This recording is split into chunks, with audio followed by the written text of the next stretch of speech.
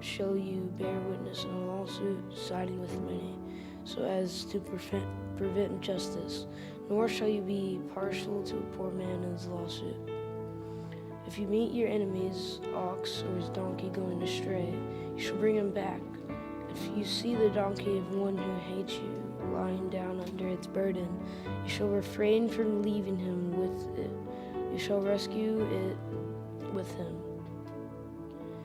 You shall not prevent the justice due to your poor in his lawsuit. Keep far from a false charge, and do not kill the innocent and righteous, for I will not acquit the wicked.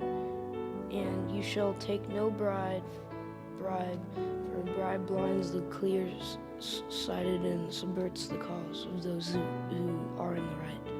You shall not oppress a sojourner.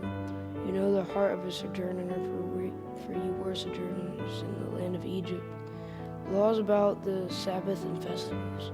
For 6 years you shall sow your land and gather in its yield.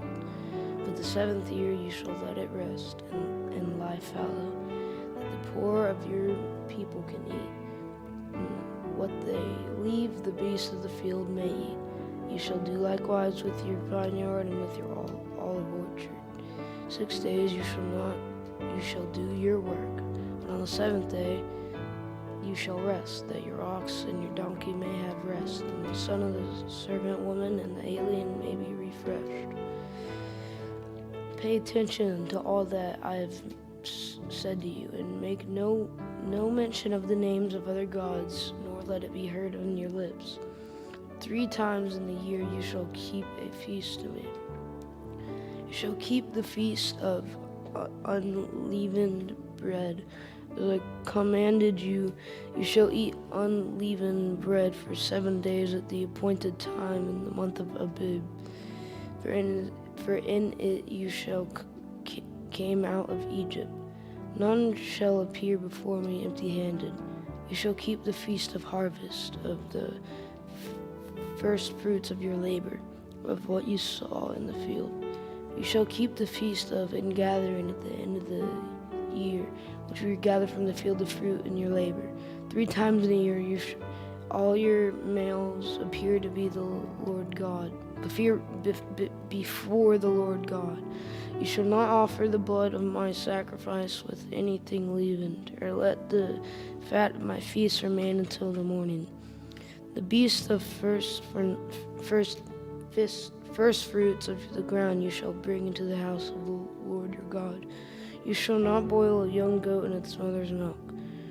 Conquest of Canaan promise. Behold, I sent an angel before you to guard you on the way and to bring you the place that I have prepared. Pay careful attention to him and obey his voice.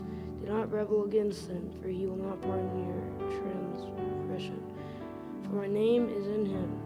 But if you carefully obey his voice and do all I say, then I will be an enemy to your enemies and an adversary to your adversaries. When my angel goes before you and brings you to the Amortites and the Hittites and the Perizzites and the Canaanites, the Hivites and and I blot them out. You shall not bow down to their God and not serve them, nor do as they do. But you shall utterly overthrow them as they break their pillars in pieces. You shall serve the Lord your God, and he will bless your bread and water. I will take sickness away from among you. None shall miscarry or be barren in your land. I will fulfill the number of your days. I will send my terror before you, throw into confusion all the people against whom you shall come. I will make all your enemies turn their backs on you, and I will send hornets before you, which shall drive out the Hivites and the Canaanites, and I will not drive them out from before in 1 year, lest the land become desolate and the wild beasts multiply against you. Little by little I will drive them out from increase and possess the land. I will set your border from the Red Sea to the sea for the Philistines, and from the wilderness to the Euphrates. For I will give the inhabitants of the land into your hand, and you shall drive them out before you. You shall not make no covenant with them and their gods. They shall not dwell in your land, lest they make you sin against me. For if you serve their gods, it will surely be a snare to you. The covenant confirmed. Then he said to Moses, "Come up to the Lord, you and Aaron, Nadab and Abihu, and 70 of the elders of Israel, and worship from afar. Moses alone shall come near to the Lord, but the others shall not come near, and the people shall not come up with him." Moses came and told the people all the words of the Lord and all the rules. And all the people answered with one voice and said, all the words that the Lord has spoken we will do. Moses wrote down all the words of the Lord. He rose early in the morning and built an altar at the foot of the mountains, and 12 pillars according to the 12 tribes of Israel. And he sent young men of the people of Israel, who offered burnt offerings and sacrificed peace offerings of oxen to the Lord. And Moses took half of the blood and put it in basins, and half of the blood he threw against the altar.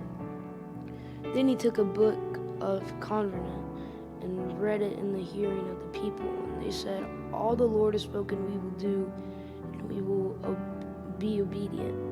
Moses took the blood and threw it on the people and said, "Behold the blood of the covenant that the Lord has made with you in accordance with all these words." Then Moses and Aaron, Nadab and Abihu, and 70 of the elders of Israel went up. They saw the God of Israel. There was under his feet as it were a pavement of sapphire stone, like the very heaven for clearness. And he did not lay his hand on the chief men of the people of Israel. They behold God and ate and drank. The Lord said to Moses, "Come up to me on the mountain and wait there, that I may give you the tablets of stone with the law and the commandment, which I have written for the instruction." So Moses rose with his assistant Joshua, and Moses went up to the mountain of God. And he said to the elders, "Wait here for us until we return to you. Behold, Aaron and Hur are with you. Whoever has a dispute, let him go to them." Then Moses went up on the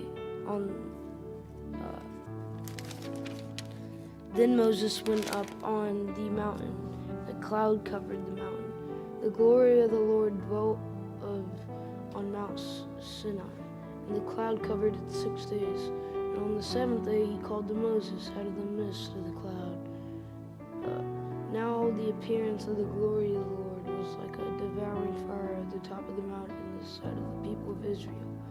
Moses entered the cloud and went up to the mountain, and Moses went on the mountain for 40 days and 40 nights.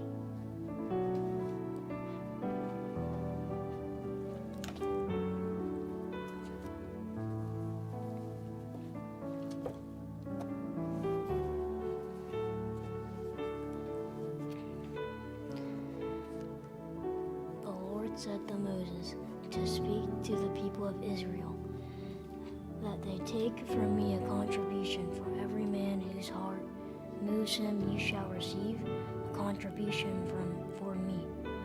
3, and this is a contribution that you shall receive from them: gold, silver, and bronze. 4, blue and purple and scarlet yarns, and fine lining goat's hair. 5 tan rams skins, goat skins, aca wood. 6, oil for the lamps, spices for the anointing oil, and for the fragrant incense. 7. Onyx stones and stones for setting, for the ephod and the breastpiece. 8. And let them make me a sanctuary, that I may dwell in their midst. 9. Exactly as I show you concerning the pattern of the tabernacle, and of all its feature, so you shall make it. 10. They shall make an art of assasa wood. 2 cubits and a half shall be its length, a cubit and a half its breadth, and a cubit and a half its height. 11. You shall overlay it with pure gold, inside and outside shall you overlay it, and you shall make on it a molding of gold around it. 12. You shall cast 4 rings of gold for it, and put them on its 4 feet, 2 rings on the one side of it, and 2 rings on the other side of it. 13. You shall make poles of assasa, ago wood, and overlay them with gold. 14. And you shall put the poles into the rings of the sides of the ark to carry the ark by them. The poles shall remain in the rings of the ark; they shall not be taken from it. And you shall put into the ark the testimony that I shall give you.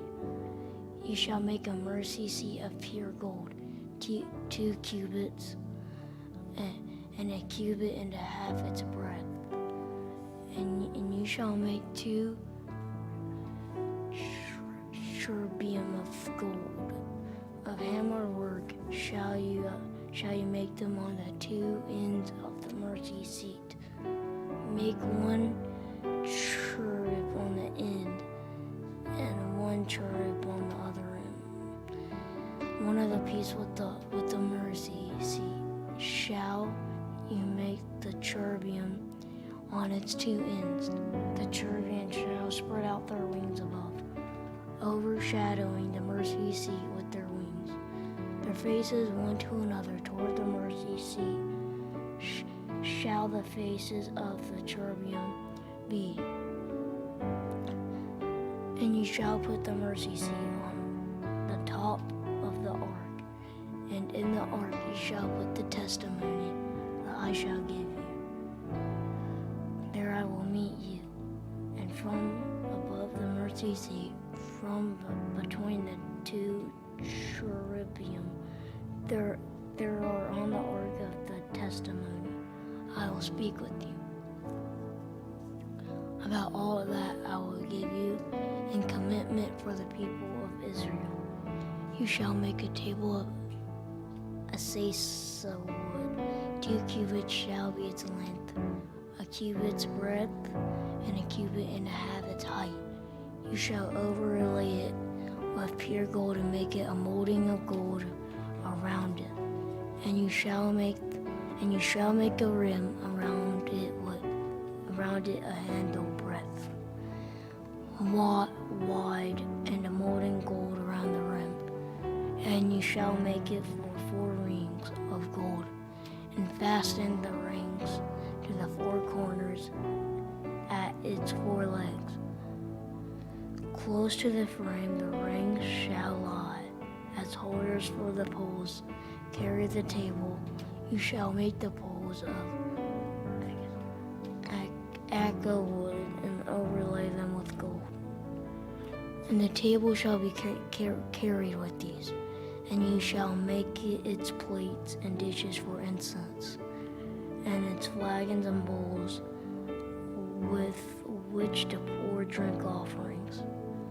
You shall make them of pure gold, and you shall set the bread of the presence of the table before me regularly.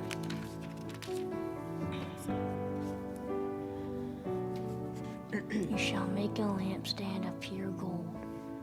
The stand of pure gold. The lampstand shall be made of hammered work. Its base, its stem, its cup, its calyxes, and its flower shall be one of the piece with it. And there shall be 6 branches going out of its sides. 3 branches of the lampstand out of one side of it, and 3 branches of the lampstand out of the other side of it. 3 cups made like almond blossoms, each with calyx and flower on the branch, and 3 cups made like almond blossoms, each with calyx and flower on the other branch. So for the 6 branches going out of the 6th lampstand, and the lampstand itself, there shall be 4 cups like almond blossom, with their calyxes and flowers, and a calyx with one piece with it under each pair of the 6 branches going out from the lampstand. Their calyxes and their branches shall be one of the piece with it. The whole of a single piece of hammered work of pure gold you shall make. 7 lamps for it, and the lamps shall be set up so as to give light on the space in front of it. Its tongues and their trays shall be of pure gold. It shall be made with all these utensils out of a talent of pure gold. And see that of pure gold, you make them after the pattern for them, which is being shown you on the mountain. The tabernacle.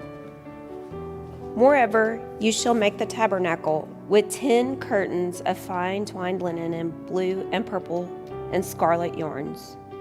You shall make them with cherubim skillfully worked into them. The length of each curtain shall be 28 cubits, and the breadth of each curtain 4 cubits. All the curtains shall be the same size.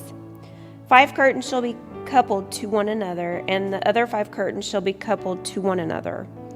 And you shall make loops of blue on the edge of the outermost curtain in the first set. Likewise, you shall make loops on the edge of the outermost curtain in the second set. 50 loops you shall make on the one curtain, and 50 loops you shall make on the edge of this curtain that is in the second set. The loops shall be opposite one another, and you shall make 50 clasps of gold, and couple the curtains one to the other with the clasps, so that the tabernacle may be a single whole. You shall also make curtains of goat's hair for a tent over the tabernacle. 11 curtains shall you make. The length of each curtain shall be 30 cubits, and the breadth of each curtain 4 cubits. The 11 curtains shall be the same size. You shall couple 5 curtains by themselves, and 6 curtains by themselves, and the 6th curtain you shall double over at the front of the tent. You shall make 50 loops on the edge of the curtain that is outermost in one set, and 50 loops on the edge of the curtain that is outermost in the second set. You shall make 50 clasps of bronze, and put the clasp into the loops, and couple the tent together that it may be a single whole. And the part that remains of the curtains of the tent, the half curtain that remains, shall hang over the back of the tabernacle. And the extra that remains in the length of the curtains, the cubit on one side and the cubit on the other side, shall hang over the sides of the tabernacle, on this side and that side, to cover it. And you shall make for the tent a covering of tanned ram skins and a covering of goat skins on top. You shall make upright frames for the tabernacle of acacia wood. 10 cubits shall be the length of a frame, and a cubit and a half the breadth of each frame. There shall be 2 tenons in each frame for fitting together. So shall you do for all the frames of the tabernacle. You shall make the frames for the tabernacle, 20 frames for the south side, and 40 bases of silver you shall make under the 20 frames. 2 bases under one frame for its 2 tenons, and 2 bases under the next frame for its 2 tenons. And for the second side of the tabernacle on the north side, 20 frames. And there are 40 bases of silver, 2 bases under one frame, and 2 bases under the next frame. And for the rear of the tabernacle westward you shall make 6 frames, and you shall make 2 frames for corners of the tabernacle in the rear. They shall be separate beneath, but joined at the top at the first ring. Thus shall it be with both of them. They shall form the 2 corners.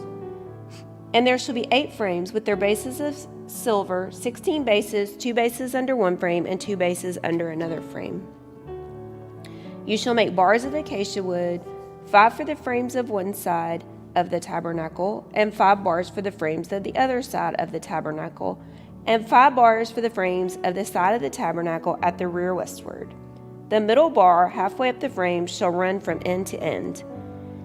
You shall overlay the frames with gold, and shall make their rings of gold for holders for the bars, and you shall overlay the bars with gold. Then you shall erect the tabernacle according to the plan for it that you were shown on the mountain. And you shall make a veil of blue and purple and scarlet yarns and fine twined linen, and it shall be made with cherubim skillfully worked into it. And you shall hang it on 4 pillars of acacia overlaid with gold, with hooks of gold on 4 bases of silver. And you shall hang the veil from the clasp, and bring the ark of the testimony in there within the veil. And the veil shall separate for you the holy place from the most holy. You shall put the mercy seat on the ark of the testimony in the most holy place. And you shall set the table outside the veil, and the lampstand on the south side of the tabernacle opposite the table, and you shall put the table on the north side. You shall make a screen for the entrance of the tent of blue and purple and scarlet yarns and fine twined linen, embroidered with needlework. And you shall make for the screen 5 pillars of acacia, and overlay them with gold. Their hooks shall be of gold, and you shall cast 5 bases of bronze for them. The bronze altar. You shall make the altar of acacia wood, 5 cubits long and 5 cubits broad. The altar shall be square, and its height shall be 3 cubits. And you shall make horns for it on its 4 corners. Its horns shall be of one piece with it, and you shall overlay it with bronze.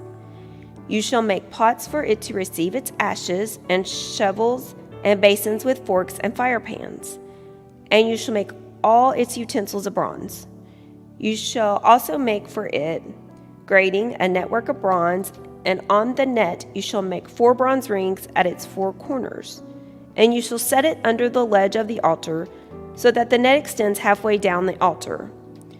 You shall make poles for the altar, poles of acacia wood, and overlay them with bronze, and the poles shall be put through the rings, so that the poles are on the 2 sides of the altar when it's carried.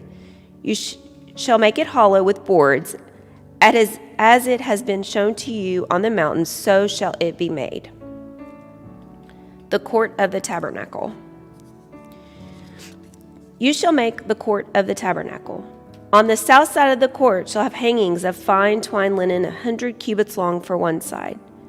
Its 20 pillars and their 20 bases shall be of bronze, but the hooks of the pillars and their fillets should be of silver. And likewise, for its length on the north side there should be hangings 100 cubits long. Its pillars 20 and their bases 20 of bronze, but the hooks of the pillars and their fillets should be of silver. And for the breadth of the court on the west side there shall be hangings for 50 cubits with 10 pillars and 10 bases. The breadth of the court on the front to the east shall be 50 cubits. The hangings for the one side of the gate shall be 15 cubits, with their 3 pillars and 3 bases. On the other side the hangings shall be 15 cubits, with their 3 pillars and 3 bases.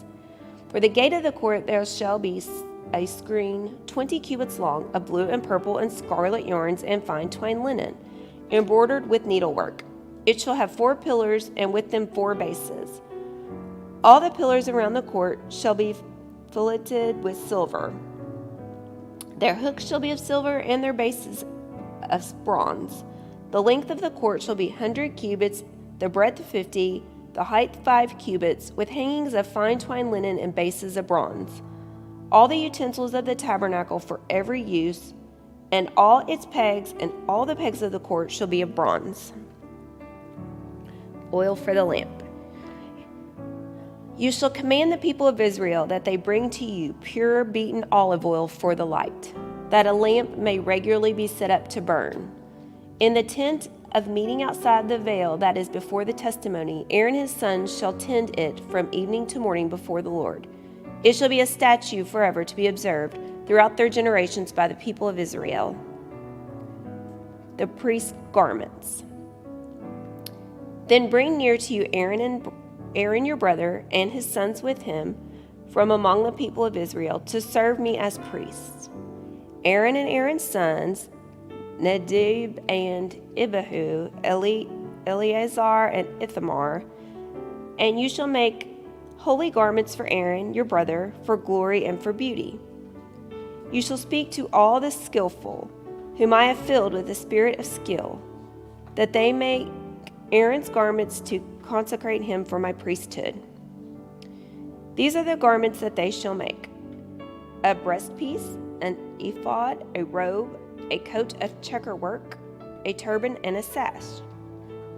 They shall make holy garments for Aaron your brother and his sons to serve me as priests. They shall receive gold, blue, and purple and scarlet yarns and fine twined linens. And they shall make the ephod of gold, of blue, and purple and scarlet yarns, and of fine twined linen, skillfully worked. It shall have 2 shoulder pieces attached to its 2 edges, so that it may be joined together. And the skillfully woven band on it shall be made like it, and be of one piece with it, of gold, blue, and purple and scarlet yarns, and fine twined linen. You shall take 2 onyx stones, and engrave on them the names of the sons of Israel, 6 of their names on the one stone, and the names of the remaining 6 on the other stone, in the order of their birth. As a jeweler engraves signet, so shall you engrave the 2 stones with the names of the sons of Israel. You shall enclose them in settings of gold filigree, and you shall set the 2 stones on the shoulder pieces of the ephod, as stones for remembrance for the sons of Israel. And Aaron shall bear their names before the Lord on his 2 shoulders for remembrance. You shall make settings of gold filigree and 2 chains of pure gold, twisted like cords, and you shall attach the corded chains to the settings. You shall make a breastpiece of judgment in skilled work. In the style of the ephod you shall make it, of gold, blue, and purple, and scarlet yarns. And fine twined linen shall you make it. It shall be square and doubled, a span its length and a span its breadth. You shall set it in 4 rows of stones. A row of sardius, topaz, and carbuncle shall be the first row. And the second row, an emerald, a sapphire, and a diamond. A third row, a jacinth, an agate, and an amethyst. A 4th row, a beryl, an onyx, and a jasper. They shall be set in gold filigree. There shall be 12 stones with their names according to the names of the sons of Israel. They shall be like signets, each engraved with its name for the 12 tribes. You shall make the breastpiece twisted chains like cords of pure gold. And you shall make the breastpiece 2 rings of gold, and the 2 rings of the 2 edges of the breastpiece. You shall put the 2 cords of gold in the 2 rings at the edges of the breastpiece. The 2 ends of the 2 cords you shall attach to the 2 settings of filigree, and so attach it in the front to the shoulder pieces of the ephod. You shall make 2 rings of gold and put them at the 2 ends of the breastpiece on its inside edge next to the ephod. And you shall make 2 rings of gold and attach them in front to the lower part of the 2 shoulder pieces of the ephod at its seam above the skillfully woven band of the ephod. And they shall bind the breastpiece by its rings to the rings of the ephod with a lace of blue, so that it may lie on the skillfully woven band of the ephod, so that the breastpiece shall not come loose from the ephod. So Aaron shall bear the names of the sons of Israel in the breastpiece of judgment on his heart, when he goes into the holy place, to bring them to regular remembrance before the Lord. And in the breastpiece of judgment you shall put the Urim and the Thummim, and they shall be on Aaron's heart, and when he goes in before the Lord. Thus Aaron shall bear the judgment of the people of Israel on his heart before the Lord regularly. You shall make the robe of the ephod all of blue. It shall have an opening for the head in the middle of it, with a woven binding around the opening, like the opening in a garment, so that it may not tear. On its hem you shall make pomegranates of blue and purple and scarlet yarns around its hem, with bells of gold between them, a golden bell and a pomegranate around the hem of the robe. And it shall be on Aaron when he ministers, and its sound shall be heard when he goes into the holy place before the Lord, and when he comes out, so that he does not die. You shall make a plate of pure gold and engrave on it, like the engraving of a signet, holy to the Lord. And you shall fasten it on the turban by a cord of blue. It shall be on the front of the turban. It shall be on Aaron's forehead, and Aaron shall bear any guilt from the holy things that the people of Israel consecrate as their holy gifts. It shall regularly be on his forehead, that they may be accepted before the Lord. You shall weave the coat in checkerwork of fine linen, and you shall make a turban of fine linen, and you shall make a sash embroidered with needlework. For Aaron's sons you shall make coats and sashes and caps.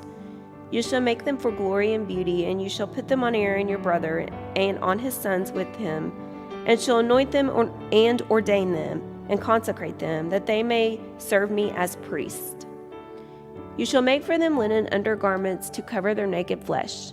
They shall reach from the hips to the thighs, and they shall be on Aaron and on his sons when they go into the tent of meeting, or when they come near the altar to minister in the holy place, lest they bear guilt and die. This shall be a statute forever for him and for his offspring after him. Consecration of the priest. Now this is what you shall do to them to consecrate them, that they may serve me as priests. Take 1 bull of the herd and 2 rams without blemish, and unleavened bread, unleavened cakes mixed with oil, and unleavened wafers smeared with oil. You shall make them of fine wheat flour. You shall put them in 1 basket, and bring them in the basket, and bring the bull and the 2 rams. You shall bring Aaron and his sons to the entrance of the tent of meeting, and wash them with water. Then you shall take the garments, and put on Aaron the coat and the robe of the ephod, and the ephod and the breastpiece, and gird him with skillfully woven band of the ephod. And you shall set the turban on his head, and put the holy crown on the turban. You shall take the anointing oil and pour it on his head and anoint him. Then you shall bring his sons and put coats on them, and you shall gird Aaron and his sons with sashes and bind caps on them. And the priesthood shall be theirs by a statute forever. Thus you shall ordain Aaron and his sons. Then you shall bring the bull before the tent of meeting. Aaron and his sons shall lay their hands on the head of the bull. Then you shall kill the bull before the Lord at the entrance of the tent of meeting, and shall take part of the blood of the bull and put it on the horns of the altar with your finger, and the rest of the blood you shall pour out at the base of the altar. And you shall take all the fat that covers the entrails, and the long lobe of the liver, and the 2 kidneys with the fat that is on them, and burn them on the altar. But the flesh of the bull and its skin and its dung you shall burn with fire outside the camp. It is a sin offering. Then you shall take 1 of the rams, and Aaron and his sons shall lay their hands on the head of the ram, and you shall kill the ram, and shall take its blood and throw it against the sides of the altar. Then you shall cut the ram into pieces, and wash its entrails with it and its legs, and put them with its pieces and its head, and burn the whole ram on the altar. It is a burnt offering to the Lord. It is a pleasing aroma, a food offering to the Lord. You shall take the other ram, and Aaron and his sons shall lay their hands on the head of the ram. And you shall kill the ram, and take part of its blood, and put it on the tip of the right ear of Aaron, and on the tips of the right ears of his sons, and on the thumbs of their right hands, and on the great toes of their right feet, and throw the rest of the blood against the side of the altar. Then you shall take part of the blood that is on the altar and of the anointing oil, and sprinkle it on Aaron and his garments, and on his sons and his sons' garments with him. He and his garments shall be holy, and his sons' garments with him. You shall also take the fat from the ram, and the fat tail, and the fat that covers the entrails, and the long lobe of the liver, and the 2 kidneys with the fat that is on them, and the right thigh, for it is a ram ordination, and 1 loaf of bread, and 1 cake of bread made with oil, and 1 wafer out of the basket of unleavened bread that is before the Lord. You shall put all these on the palms of Aaron and on the palms of his sons and wave them for a wave offering before the Lord. Then you shall take them from their hands and burn them on the altar on top of the burnt offering as a pleasing aroma before the Lord. It is a food offering to the Lord. You shall take the breast of the ram of Aaron's ordination and wave it for a wave offering before the Lord, and it shall be your portion. And you shall consecrate the breast of the wave offering that is waved, and the thigh of the priest's portion that is contributed from the ram of ordination, from what was Aaron's and his sons. It shall be for Aaron and his sons as a perpetual due from the people of Israel, for it is a contribution. It shall be a contribution from the people of Israel from their peace offerings, their contribution to the Lord. The holy garments of Aaron shall be for his sons after him. They shall be anointed in them and ordained in them. The son who succeeds him as priest, who comes into the tent of meeting to minister in the holy place, shall wear them 7 days. You shall take the ram of ordination and boil its flesh in a holy place. And Aaron and his sons shall eat the flesh of the ram and the bread that is in the basket in the entrance of the tent of meeting. They shall eat those things with which atonement was made at their ordination and consecration, but an outsider shall not eat of them, because they are holy. And if any of the flesh of the ordination or of the bread remain until the morning, then you shall burn the remainder with fire. It shall not be eaten, because it is holy. Thus you shall do to Aaron and to his sons according to all that I have commanded you. Through 7 days shall you ordain them, and every day you shall offer a bull as a sin offering for atonement. Also you shall purify the altar when you make atonement for it, and shall anoint it to consecrate it. 7 days you shall make atonement for the altar and consecrate it, and the altar shall be most holy. Whoever touches the altar shall become holy. Now this is what you shall offer on the altar: 2 lambs a year old, day by day regularly. 1 lamb you shall offer in the morning, and the other lamb you shall offer at twilight. And with the first lamb 1/10 measure of fine flour, mingled with 1/4 of a hin of beaten oil, and 1/4 of a hin of wine for a drink offering. The other lamb you shall offer at twilight, and shall offer it with a grain offering, and its drink offering as in the morning, for a pleasing aroma, a food offering to the Lord. It shall be a regular burnt offering throughout your generations at the entrance of the tent of meeting before the Lord, where I will meet with you to speak to you there. There I will meet with the people of Israel, and it shall be sanctified by my glory. I will consecrate the tent of meeting and the altar. Aaron also and his sons I will consecrate to serve me as priests. I will dwell among the people of Israel and will be their God. And they shall know that I am the Lord their God, who brought them out of the land of Egypt, and I might dwell among them. I am the Lord their God. The altar of incense. You shall make an altar on which to burn incense.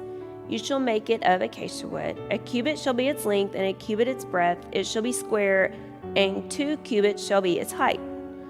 Its horns shall be of one piece with it. You shall overlay it with pure gold, its top and around its sides and its horns. And you shall make a molding of gold around it. And you shall make 2 golden rings for it. Under its molding on 2 opposite sides of it you shall make them, and they shall be holders for poles with which to carry it. You shall make the poles of acacia wood and overlay them with gold, and you shall put it in front of the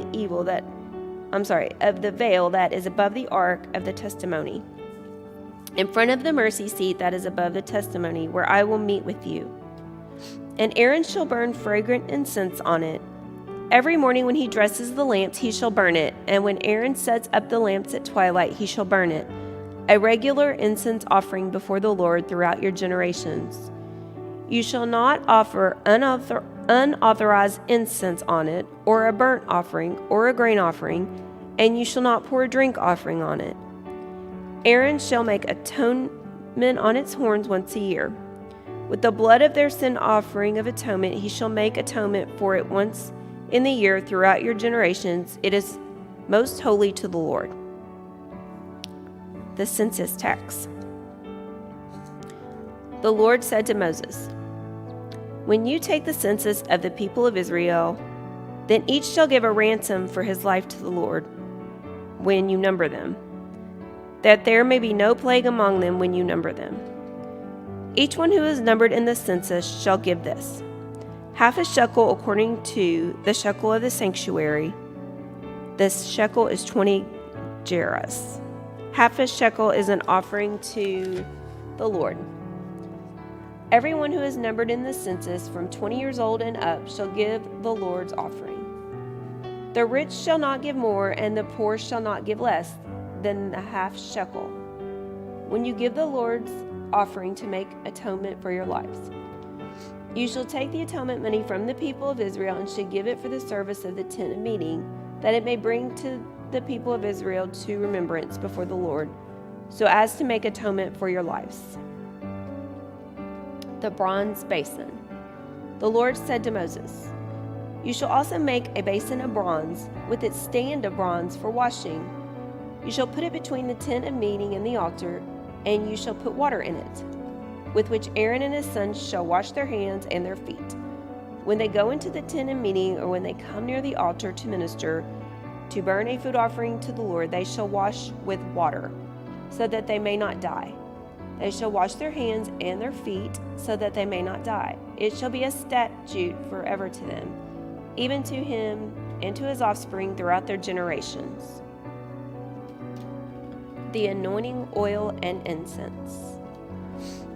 The Lord said to Moses, "Take the finest spices, of liquid myrrh 500 shekels, and of sweet-smelling cinnamon half as much, that is 250, and 250 of aromatic cane, and 500 of cassia, according to the shekel of the sanctuary, and a hin of olive oil.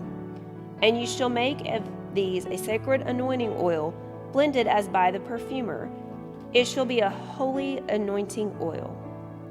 With it you shall anoint the tent of meeting, and the ark of the testimony, and the table and all its utensils, and the lampstand and its utensils, and the altar of incense, and the altar of burnt offering with all its utensils, and the basin and its stand. You shall consecrate them that they may be most holy. Whatever touches them will become holy. You shall anoint Aaron and his sons and consecrate them, that they may serve me as priests.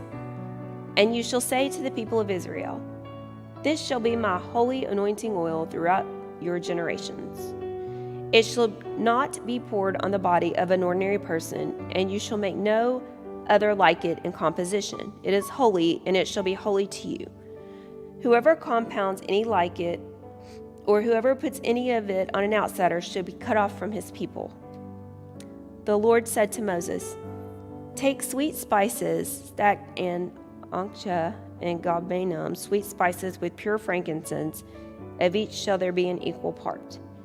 And make an incense blended as by the perfumer, seasoned with salt, pure and holy.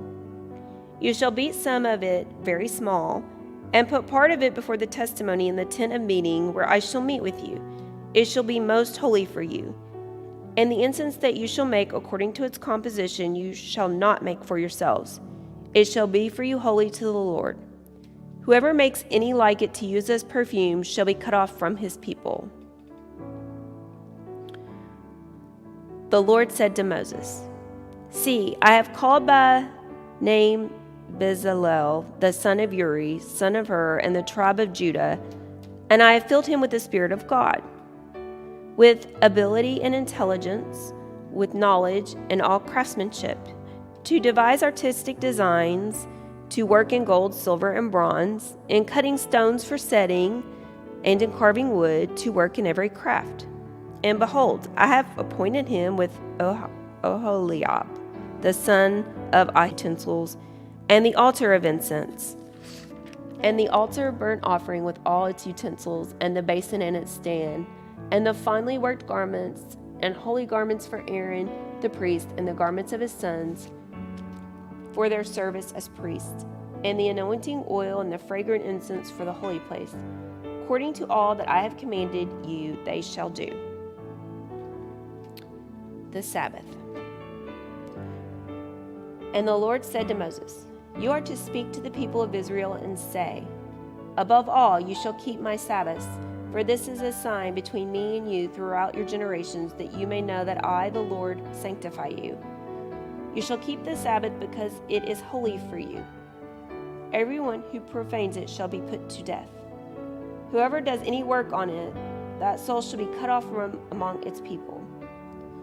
6 days shall work be done, but the seventh day is a Sabbath of solemn rest, holy to the Lord. Whoever does any work on the Sabbath day shall be put to death.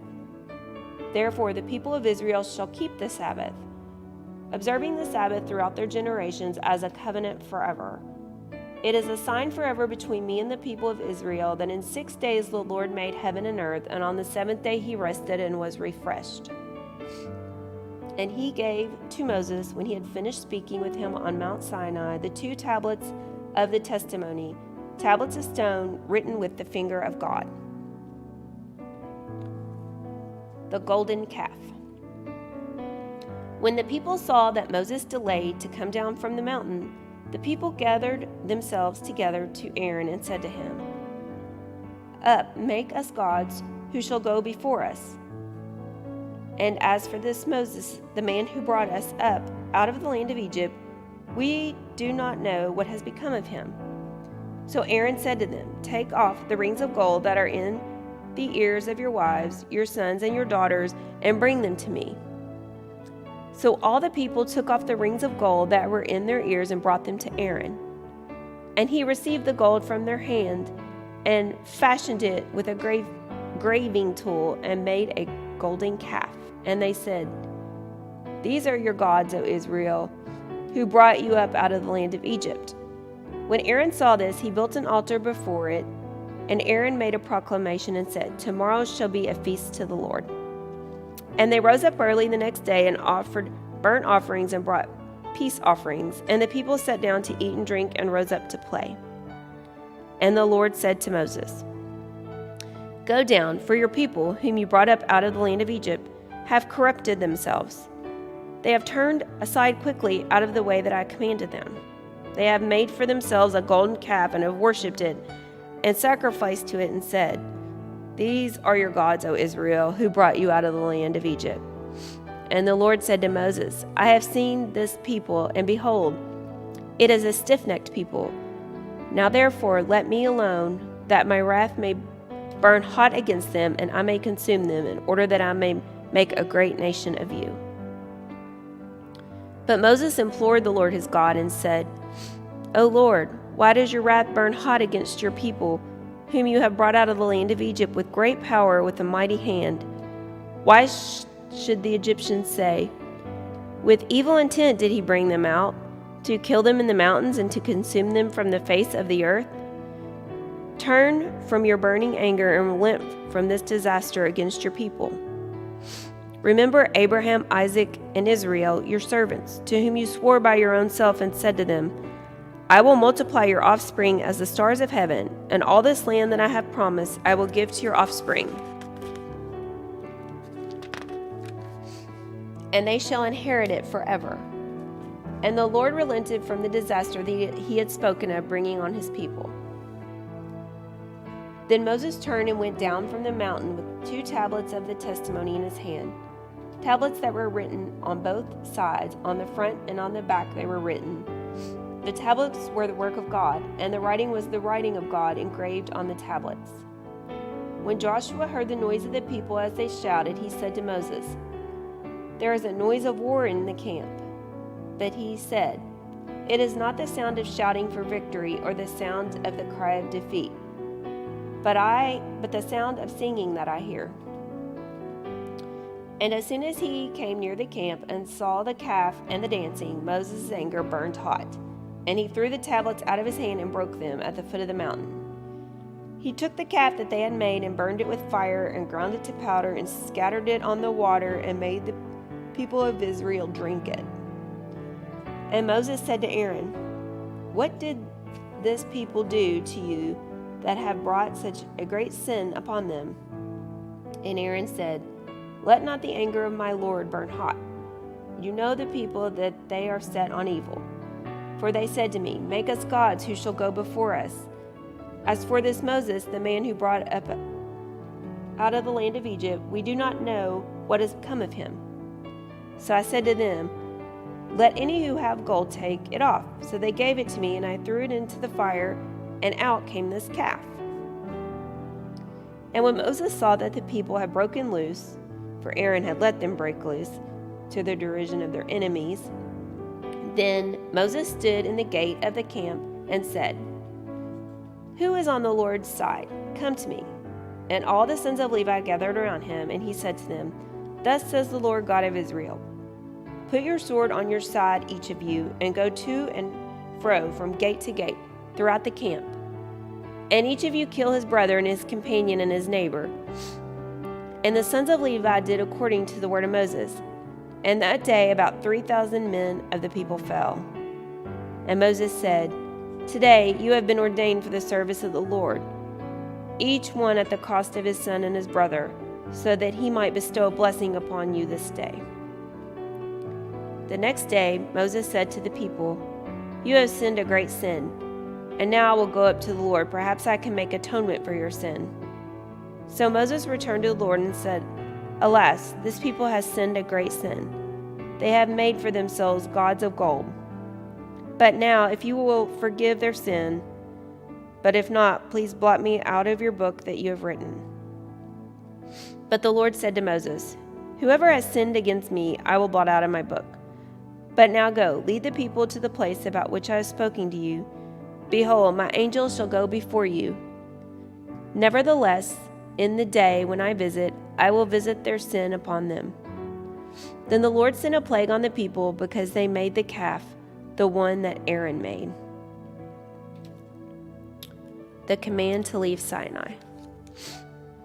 The Lord said to Moses, depart, go up from here, you and the people you have brought up out of the land of Egypt, to the land of which I swore to Abraham, Isaac, and Jacob, saying, to your offspring I will give it.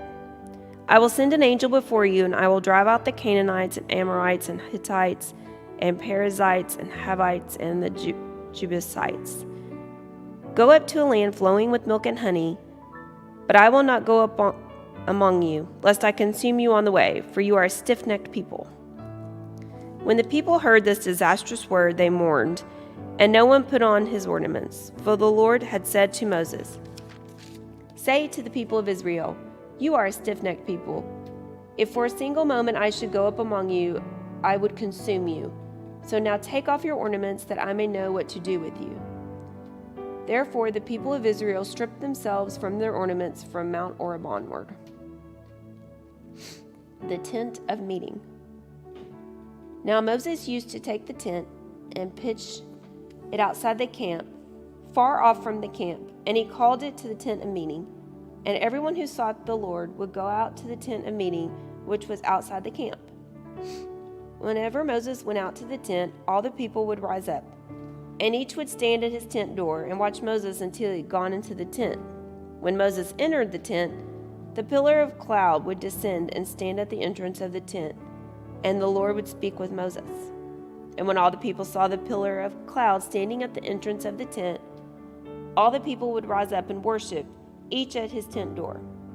Thus the Lord used to speak to Moses face to face, as a man speaks to his friend. When Moses turned again into the camp, his assistant Joshua, the son of Nun, a young man, would not depart from the tent. Moses' intercession. Moses said to the Lord, see, you say to me, bring up this people, but you have not let me know whom you will send with me. Yet you have said, I know you by name, and you have also found favor in my sight. Now therefore, if I have found favor in your sight, please show me now your ways, that I may know you in order to find favor in your sight. Consider too that this nation is your people. And he said, my presence will go with you, and I will give you rest. And he said to him, if your presence will not go with me, do not bring us up from here. For how shall it be known that I have found a favor in your sight, I and of your people? It is not in your going with us, so that we are distant, and I and your people, from every other people on the face of the earth.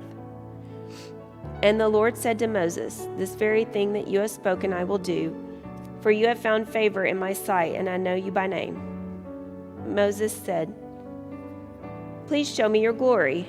And he said, "I will make all my goodness pass before you and will proclaim before you my name, the Lord. And I will be gracious to whom I will be gracious, and I will show mercy on whom I will show mercy." But he said, "You cannot see my face, for man shall not see me and live." And the Lord said, "Behold, there is a place by me where you shall stand on the rock, and while my glory passes by, I will put you in a cleft of the rock, and I will cover you with my hand until I have passed by. Then I will take away my hand, and you shall see my back, but my face shall not be seen."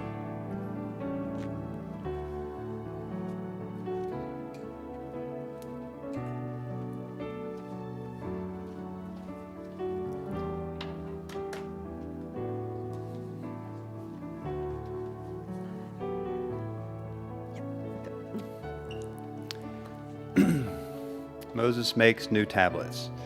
The Lord said to Moses, "Cut for yourselves 2 tablets of stone like the first, and I will write on the tablets the words that were on the first tablets, which you broke. Be ready by the morning, and come up in the morning to Mount Sinai, and present yourself there to me on top of the mountain. No one shall come up with you, and let no one be seen throughout all the mountain. Let no flocks or herds graze opposite of that mountain." So Moses cut 2 tablets of stone like the first, and he rose early in the morning and went up on Mount Sinai, and as the Lord had commanded him, and took in his hands 2 tablets of stone. The Lord descended in the cloud and stood with him there, and proclaimed the name of the Lord. The Lord passed before him and proclaimed, the Lord, a God merciful and gracious, slow to anger, and abounding in steadfast love and faithfulness, keeping steadfast love for thousands, forgiving iniquity, transgression, and sin, but who will by no means clear the guilty, visiting the iniquity of the fathers on the children and the children's children to the 3rd and 4th generation. And Moses quickly bowed his head toward the earth and worshipped, and said, "If now I have found favor in your sight, O Lord, please let the Lord go in the midst of us, for it is stiff-necked people, and pardon our iniquity and our sin, and take us for your inheritance." The covenant renewed. And he said, "Behold, I'm making a covenant. Before all your people I will do marvels, such as have not been created in all the earth or any nation, and all the people among you whom shall see the work of the Lord, for it is an awesome thing that I do with you. Observe what I command you this day. And behold, I will drive out before you the Amorites, the Canaanites, the Hittites, the Perizzites, the Hivites, and the Jebusites. Take care lest you make a covenant with the inhabitants of the land to which you go, lest it become a snare in your midst. You shall tear down their altars, and break their pillars, and cut down their asherism. For you shall worship no other God, for the Lord, whose name is jealous, is a jealous God. Lest you make a covenant with the inhabitants of the land, and when they whore at their own gods and sacrifice to their gods, and you are invited, you eat of his sacrifice. You take of their daughters for your sons, and their daughters whore after their gods, and make your sons whore after their gods. You shall not make for yourselves any gods cast metal. You shall keep the feast of the unleavened bread. 7 days you shall eat unleavened bread, as I commanded you at the time appointed in the month of Abib. In the month of Abib you came out of Egypt, and the open of the womb are mine, and all your male livestock. The firstborn cow and sheep, the firstborn of a donkey, you shall redeem with a lamb. Or if you shall not redeem it, you shall break its neck. All the firstborn of your sons you shall redeem, and none shall appear before me empty-handed. 6 days you shall work, but on the 7th day you shall rest. In plowing time and in harvest you shall rest. You shall observe the Feast of Weeks, the first fruits of wheat harvest, and the Feast of Ingathering at the year's end. 3 times in the year all your males should appear before the Lord God, the God of Israel. For I will cast out nations before you, and enlarge your borders. No one shall covet your land when you go up to appear before the Lord your God 3 times in the year. You shall not offer the blood of my sacrifice with anything leavened, or let the sacrifice of the feast of the Passover remain until morning. The best of the first fruits of your ground you shall bring to the house of the Lord your God. You shall not boil a young goat in its mother's milk. And the Lord said to Moses, Write these words, for in accordance with these words I have made a covenant with you and with Israel. So he was there with the Lord 40 days and 40 nights, and he neither ate bread nor drank water. And he wrote on the tablets the words of the covenant, the 10 Commandments. The shining face of Moses. When Moses came down from Mount Sinai with the 2 tablets of the testimony in his hands, and he came down from the mountain, Moses did not know that the skin of his face shone, because he had been talking with God. Aaron and all the people of Israel saw Moses, and behold, the skin of his face shone, and they were afraid to come near him. But Moses called to them, and Aaron and all the leaders of the congregation returned to him, and Moses talked with them. Afterward, all the people of Israel came near, and he commanded them that the Lord had spoken with him in Mount Sinai. And when Moses had finished speaking with them, he put a veil over his face. Whenever Moses went before the Lord to speak with him, he would remove the veil until he came out. And when he came out and told the people of Israel what he was commanded, the people of Israel would see the face of Moses, that the skin of Moses' face was shining. And Moses would put the veil over his face again until he went to speak with him. Sabbath regulations.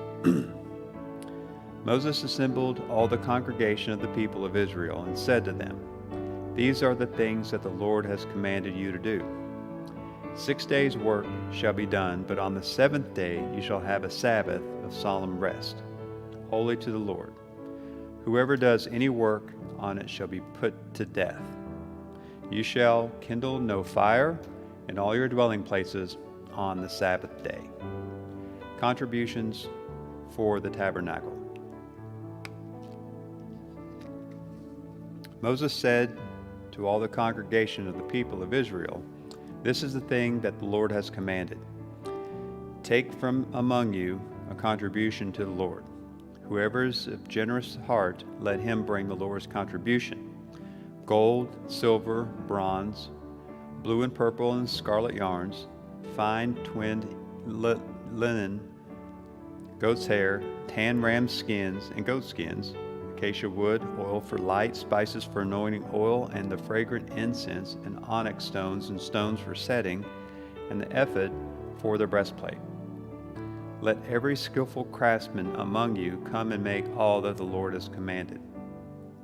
The tabernacle, its tent and its covering, its hooks and its frames, its bars and its pillars, and its bases, the ark with its poles, the mercy seat, and the veil of the screen, the table with its poles and all its utensils, and the bread of the presence, and the lampstand also used for the light, with its utensils and its lamps, and the oil for the light, and the altar of incense with its poles, and the anointing of oil, and the fragrant incense, and the screen for the door, at the door of the tabernacle, the altar of burnt offering, with its grating of bronze, its poles, all its utensils, the basin and its stand, the hangings of the court, its pillars and its bases, and the screen for the gate of the court. The pegs of the tabernacle and the pegs of the court and their cords, the finely worked garments for ministering in the holy place, the holy garments for Aaron the priest, and the garments of his sons for their service as priests. Then all the congregation of the people of Israel departed from the presence of Moses, and they came, and everyone whose heart stirred him, and everyone whose spirit moved him, and brought the Lord's contribution to be used for the tent of the meeting, and for all its service, and for the holy garments. So they came, both men and women, all who were willing in heart, brought brooches and earrings and signet rings and armlets and all sorts of gold objects, every man dedicating an offering of gold to the Lord. And everyone who possessed blue or purple or scarlet yarns or fine linen or goat's hair or tan ram skins or goat skins brought them. Everyone who could make a contribution of silver or bronze brought it as the Lord's contribution. And and everyone who possessed acacia wood of any use in the work brought it. And every skillful woman spun with her hands, and they all brought what they had spun in blue and purple and scarlet yarns and fine twined linen. The women whose hearts stirred them to use their skill spun goat's hair. And the leaders brought onyx stones and stones to be set for the ephod and for the breastpiece, and spices and oil for the light, for the anointing oil, and for the fragrant incense. All the men and women of Israel whose heart moved them to bring anything for the work that the Lord had commanded by Moses to be done, and brought as free will offerings to the Lord. Construction of the tabernacle. Then Moses said to the people of Israel, See, the Lord has called by name Bezalel, the son of Uri, the son of Hur, the tribe of Judah, and he has filled him with the Spirit of God, with skill, with intelligence, with knowledge, and with all craftsmanship, to devise artistic designs, to work in gold and silver and bronze, in cutting stones for setting, in carving wood for work, and every skilled craft. And he has inspired him to teach, both him and Olab the son of Ashmakach, the tribe of Dan. And he filled them with skill to do every sort of work done by an engraver, or by a designer, or by an embroiderer, in blue and purple and scarlet yarns, and fine twined linen, or by a weaver, by any sort of workman or skilled designer. Bezaleel and Oliab and every craftsman in whom the Lord has put skill and intelligence to know how to do any work in the construction of the sanctuary shall work in accordance with all that the Lord has commanded. And Moses called Bezalel and Oliab, every craftsman in mind whose Lord had put to skill, everyone whose heart stirred him up to come to do the work, and they received from Moses all the contribution that the people of Israel had brought during the work during the sanctuary. They still kept bringing him the freewill offerings every morning, so that all the craftsmen who were doing every sort of task on the sanctuary came, and from each task that he was doing, and said to Moses, The people much more than enough for doing the work that the Lord has commanded us to do. So Moses gave command, and the word was proclaimed, Let no man or woman do anything more for the contribution for the sanctuary, so that the people were restrained from bringing the material they had sufficient to do all the work and more. And the craftsmen among the workmen made the tabernacle with 10 curtains. They were made of fine twined linen, and blue and purple and scarlet yarns, with cherubim skillfully worked. The length of each curtain was 28 cubits, and the breadth of each curtain was 4 cubits. All the curtains were the same size. He coupled 5 curtains to one another, and the other 5 curtains he coupled to one another. He made loops of blue on the edge of the outermost curtain in the first set. Likewise, he made them on the edge of the outermost curtain on the second set. He made 50 loops on one curtain, and he made 50 loops on the edge of the curtain that was in the second set. The loops were opposite one another, and he made 50 clasps of gold, and coupled with the curtains one of the others with clasps, so that the tabernacle was a single whole. He also made curtains of goat's hair for a tent over the tabernacle. He made 11 curtains. The length of each curtain was 30 cubits, and the breadth of each curtain was 4 cubits. The 11 curtains were the same size. He coupled 5 curtains by themselves and 6 curtains by themselves, and he made 50 loops on the edge of the outermost curtain of the one set, 50 loops on the edge of the one connecting curtain, and he made 50 clasps of bronze to couple the tent together, that it might be a single whole. And he made for the tent a covering of tan ram skins and goat skins. Then he made the upright frames for the tabernacle, acacia wood. 10 cubits was the length of the frame, and 1.5 cubits of the breadth of each frame. And each frame had 2 tenons for fitting. He did all this for the frames of the tabernacle. The frames for the tabernacle he made thus: 20 frames for the south side, 40 bases of silver under the 20 frames, 2 bases under one frame for its 2 tenons, and 2 bases under the next for its next 2 tenons. For the second side of the tabernacle, on the north side, he made 20 frames, and there were 40 bases of silver, 2 bases under one frame, 2 bases under the next frame. For the rear of the tabernacle westward, he made 6 frames. He made 2 frames for corners on the tabernacle in the rear, and they were separate beneath but joined at the top of the first ring. He made 2 of them this way for the 2 corners. There were 8 frames with their bases of silver, 16 bases, under every frame 2 bases. He made bars of acacia wood, 5 for the frames of one side of the tabernacle, and 5 bars for the frames on the other side of the tabernacle, and 5 bars for the frames of the tabernacle at the rear westward. And he made the middle bar to run up from end to end halfway up the frames. And he overlaid the frames with gold and made their rings of gold for holders over the bars, and overlaid the bars with gold. He made the veil of blue and purple scarlet yarns and finely twinned linen, with cherubim skillfully worked in as he made it. For he made 4 pillars of acacia and overlaid them with gold. Their hooks were gold, and he cast them for 4 bases of silver. He also made a screen for the entrance of the tent, of blue and purple and scarlet yarns and fine twinned linen, and its 5 pillars with their hooks. He overlaid their capitals, and their fillets were of gold, but the 5 bases were of bronze. Making of the ark. Bezalel made the ark of acacia wood. 2 cubits and a half was its length, 1 cubit and a half its breadth, and 1 cubit and a half its height. And he overlaid it with pure gold on the inside and outside, and made a molding of gold around it. And he cast for its 4 rings of gold on its 4 feet, 2 rings on its one side and 2 rings on the other side. And he made poles of acacia wood and overlaid them with gold, and put the poles into the rings on the sides of the ark to carry the ark. And he made a mercy seat of pure gold. 2 cubits and a half was its length, 1 cubit and a half its breadth, and he made 2 cherubim of gold. He made them of hammered work on the 2 ends of the mercy seat, 1 cherub on one end, 1 cherub on the other end. And one piece with the mercy seat he made the cherubim on its 2 ends. The cherubim spread out on their wings, overshadowing the mercy seat with their wings, and their faces to one another. Toward the mercy seat were the faces of the cherubim. He also made the table of acacia wood. 2 cubits was its length, 1 cubit its breadth, and 1 cubit and a half its height.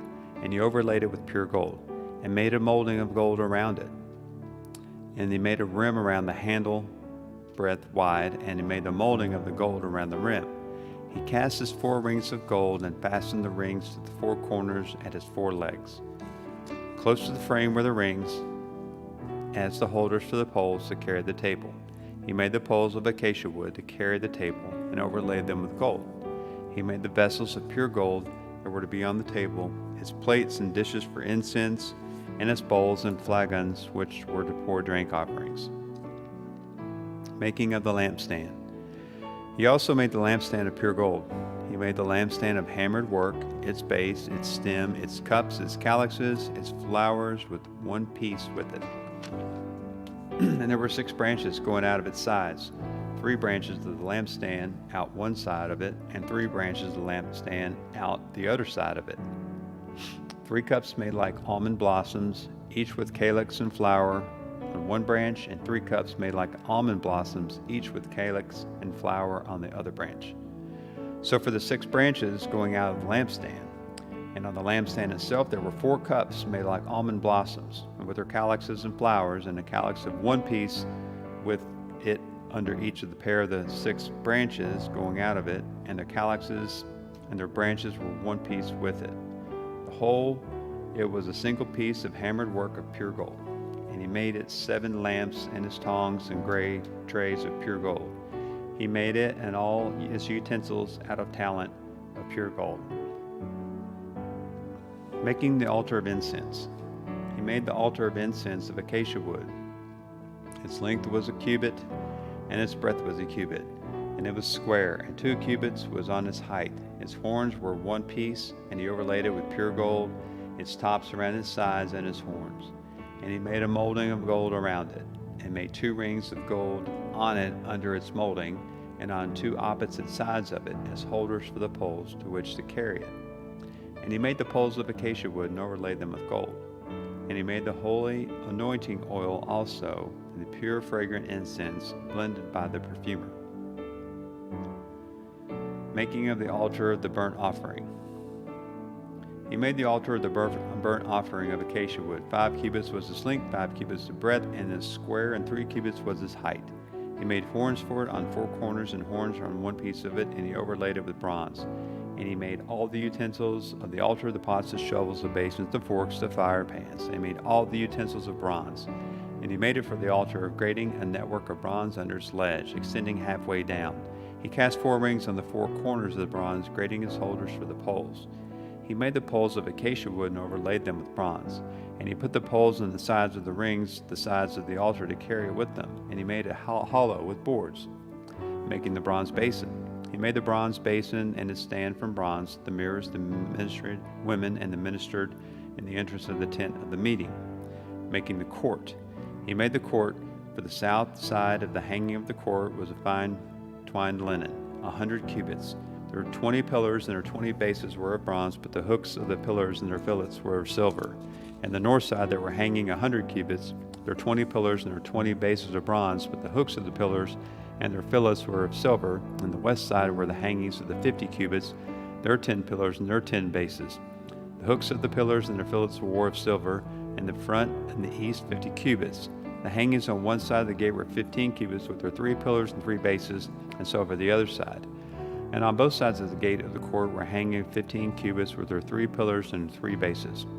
All the hanging around the court were of fine twined linen, and the bases for the 4 pillars were of bronze, but the hooks and the pillars for their fillets were of silver. The overlaying of the capitals was also of silver, and all the pillars of the court were filleted with silver. And the screen for the gate of the court was embroidered with needlework in blue and purple and scarlet yarns, fine twined linen. It was 20 cubits long, 5 cubits high in breadth, and corresponding to the hangings of the court. And their pillars were 4 in number. Their 4 bases were of bronze, and the hooks made of silver, and the overlaying of the capitals and their fillets of silver. And all the pegs for the tabernacle and for the court all around were of bronze. Making of the tabernacle.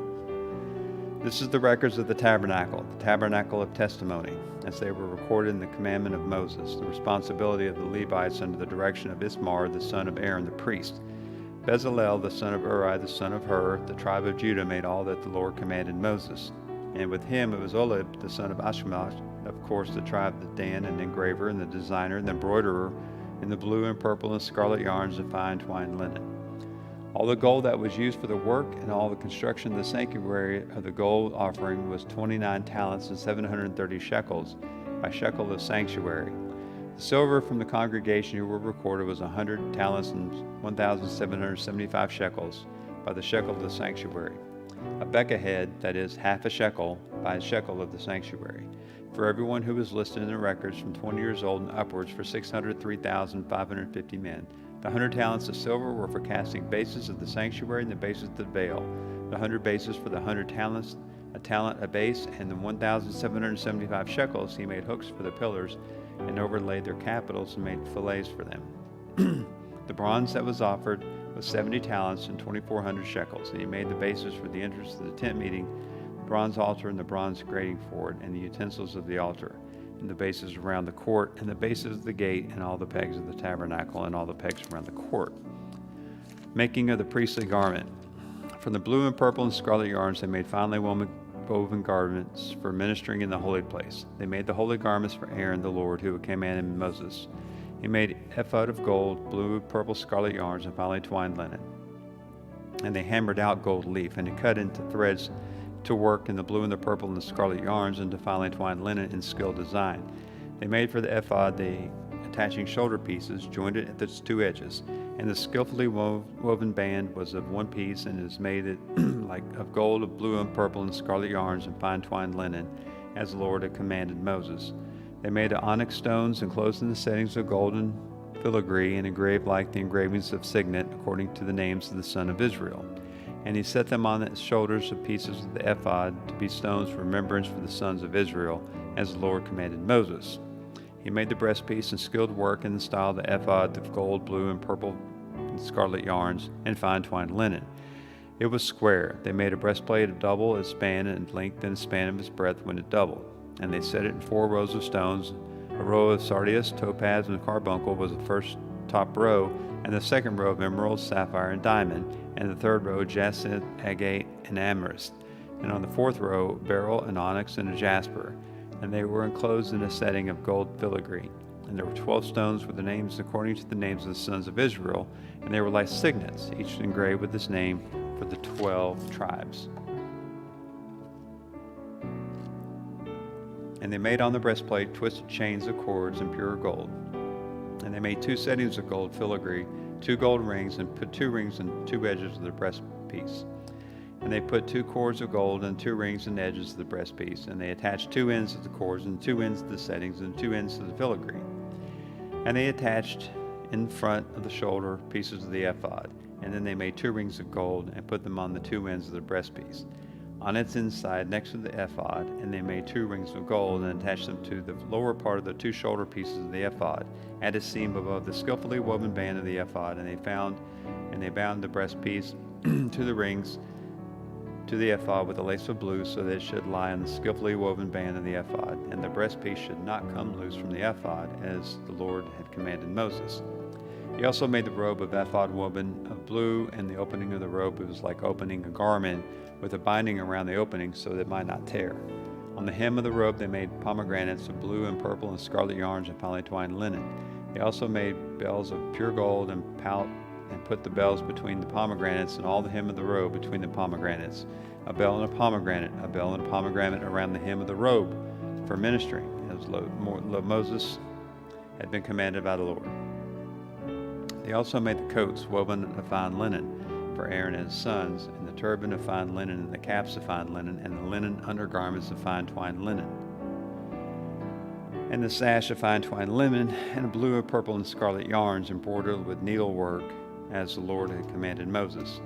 They made the plate of the holy crown of pure gold, and wrote it on an inscription like the engraving of the signet, "Holy to the Lord." And they tied it to a cord of blue, fastened it on the turban above, as the Lord had commanded Moses. Thus all the work of the tabernacle of the tent of the meeting was finished, and the people of Israel did according to the Lord had commanded Moses. So they did. So they brought the tabernacle to Moses, the tent and all its utensils, its hooks, its frames, its bars, its pillars, and its bases, the covering of tanned ram skins and goat skins, and the veil of the screen, the ark of the testimony with its poles and mercy seat, the table with all its utensils, and the bread of the presence, the lampstand of pure gold, and its lamps, the lamp and all its utensils, and the oil for the light, the gold altar, the anointing oil, and the fragrant incense, and the screen for the entrance of the tent, and the bronze altar, and its grating of bronze, its poles, all its utensils, its basin and stand, and the hangings of the court, its pillars, its bases, and the screen for the gate, its court, its cords, and its pegs, and all the utensils for the service of the tabernacle for the tent of the meeting, the finely woven garments for the ministering in the holy place, the holy garments for Aaron as priest, and the garments for his sons of the service of the priests. According to the Lord, all had commanded Moses, so that the people of Israel had done all the work. And Moses saw all the work, and behold, they had done it. And the Lord had commanded, so they had done it. But Moses blessed them. The tabernacle erected. So the Lord spoke to Moses, saying, On the first day of the month you shall erect the tabernacle of the tent of meeting, and you shall put it in the ark of the testimony, and you shall screen the ark with the veil. And you shall bring in the table and arrange it, and you shall bring in the lampstand and set up its lamps, and you shall put the golden altar of incense before the ark of the testimony, and set up the screen for the door of the tabernacle. And you shall set the altar of burnt offering before the tabernacle in the place of the tent of the meeting, and place the basin between the tent of the meeting and the altar, and put the water in it. And you shall set up the court all around, and hang up the screen for the gate of the court. Then you shall take the anointing oil, and anoint the tabernacle, and all there is, and consecrate it, and all its furniture, so that it may become holy. You shall also anoint the altar of the burnt offering, and all its utensils, and consecrate the altar, so that the altar may become the most holy. You shall also anoint the basin and its stand, and consecrate it. Then you shall bring Aaron and his sons to the entrance of the tent of the meeting, and wash them with water, and put on Aaron and the holy garments. And you shall anoint him and consecrate him, that he may serve me as priest. You shall bring his sons and also put the coats on them and anoint them. And as you anoint them, as you anointed your father, they may serve me as priests. And anointing they shall admit to the perpetual priesthood throughout their generations.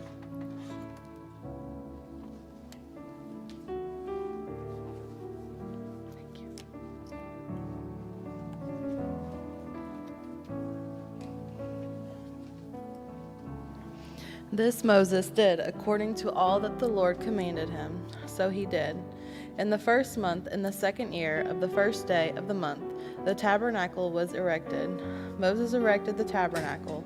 He laid its bases and set up its frames, and put in its poles and raised up its pillars. And he spread the tent over the tabernacle, and put the coverings of the tent over it, as the Lord had commanded Moses. He took the testimony and put it into the ark, and put the poles on the ark, and set the mercy seat above on the ark. And he brought the ark into the tabernacle, and set up the veil of the screen. He screened the ark of the testimony as the Lord had commanded Moses. He put the table in the tent of the meeting on the north side of the tabernacle outside the veil, and arranged the bread on it before the Lord as the Lord had commanded Moses. He put the lampstand in the tent of meeting opposite the table of the south side of the tabernacle, and set up the lamps before the Lord. As the Lord had commanded Moses, he put the golden altar in the tent of meeting before the veil, and burned fragrant incense on it, as the Lord had commanded Moses. He put in place the screen for the door of the tabernacle, and he set the altar of the burnt offering at the entrance of the tabernacle of the tent of meeting, and offered it on the burnt offering and the grain offering, as the Lord had commanded Moses. He set the basin between the tent of meeting and the altar, and put water in it for washing, with which Moses and Aaron and his sons washed their hands and their feet. When they went into the tent of meeting, and when they approached the altar, they washed, as the Lord commanded Moses. And he erected the court around the tabernacle, and the altar set up the screen of the gate of the court. So Moses finished the work. The glory of God. Then the cloud covered the tent of meeting, and the glory of the Lord filled the tabernacle. And Moses was not able to enter the tent of meeting because the cloud settled on it. And the Lord filled the tabernacle. Throughout all their journeys, whenever the cloud was taken up from over the tabernacle, the people of Israel would set out. But if the cloud was not taken up, then they did not set out till the day that it was taken up. For the cloud of the Lord was on the tabernacle by day, and fire was in it by night, in the sight of all the houses of Israel throughout all their journeys. Leviticus chapter 1. Laws of burnt offerings. The Lord called Moses and spoke to him from the tent of meeting, saying, Speak to the people of Israel and say to them, When any one of you brings an offering to the Lord, you shall bring your offering of livestock from the herd or from the flock. If this offering is a burnt offering from the herd, he shall offer a male without blemish. He shall bring it to the entrance of the tent of meeting, that he may be accepted before the Lord. He shall lay his hand on the head of the burnt offering, and it shall be accepted for him to make atonement for him. Then he shall kill the bull before the Lord. And Aaron's sons and priests shall bring the blood and throw the blood against the sides of the altar that is at the entrance of the tent of meeting. Then he shall flay the burnt offering and cut it into pieces. And the sons of Aaron and the priests shall put fire on the altar and arrange wood on the fire. And Aaron's sons and priests shall arrange the pieces, the head, and the fat on the wood that is on the fire on the altar. But its entrails and its legs he shall wash with water. And the priest shall burn all of it on the altar as a burnt offering, a food offering with a pleasing aroma to the Lord. If his gift for a burnt offering is from the flock, from the sheep or goats, he shall bring a male without blemish, and he shall kill it on the north side of the altar before the Lord. And Aaron's sons and priests shall throw its blood against the sides of the altar, and he shall cut it into pieces with its head and its fat, and the priest shall arrange them on the wood that is on the fire on the altar. But the entrails and the legs he shall wash with water, and the priest shall offer all of it, and burn it on the altar. It is a burnt offering, a food offering, with a pleasing aroma to the Lord. If this offering to the Lord is a burnt offering of birds, then he shall bring his offering of turtle doves or pigeons. And the priest shall bring it to the altar and wring off its head and burn it on the altar. Its blood shall be drained out on the side of the altar. He shall remove its crop with its contents and cast it beside the altar on the east side, in the place for ashes. He shall tear it open by its wings, but shall not sever it completely. And the priest shall burn it on the altar, on the wood that is on the fire. It is a burnt offering, a food offering with a pleasing aroma to the Lord. Laws of grain offerings, Leviticus 2. When anyone brings a grain offering as an offering to the Lord, this offering shall be of fine flour. He shall pour oil on it and put frankincense on it, and bring to it Aaron's sons and priests, and he shall take from it a handful of the fine flour and oil, with all of its frankincense, and the priest shall burn this as its memorial portion on the altar, a food offering with a pleasing aroma to the Lord. But the rest of the grain offering shall be for Aaron and his sons. It is a most holy part of the Lord's food offerings. When you bring a grain offering baked in the oven as an offering, it shall be unleavened loaves of fine flour mixed with oil, or unleavened wafers smeared with oil. And if your offering is a grain offering baked on a griddle, it shall be of fine flour, unleavened, mixed with oil. You shall break it in pieces and pour oil on it. It is a grain offering. And if your offering is a grain offering cooked in a pan, it shall be made of fine flour and oil. And you shall bring the grain offering that is made of these things to the Lord. And when it is presented to the priest, he shall bring it to the altar.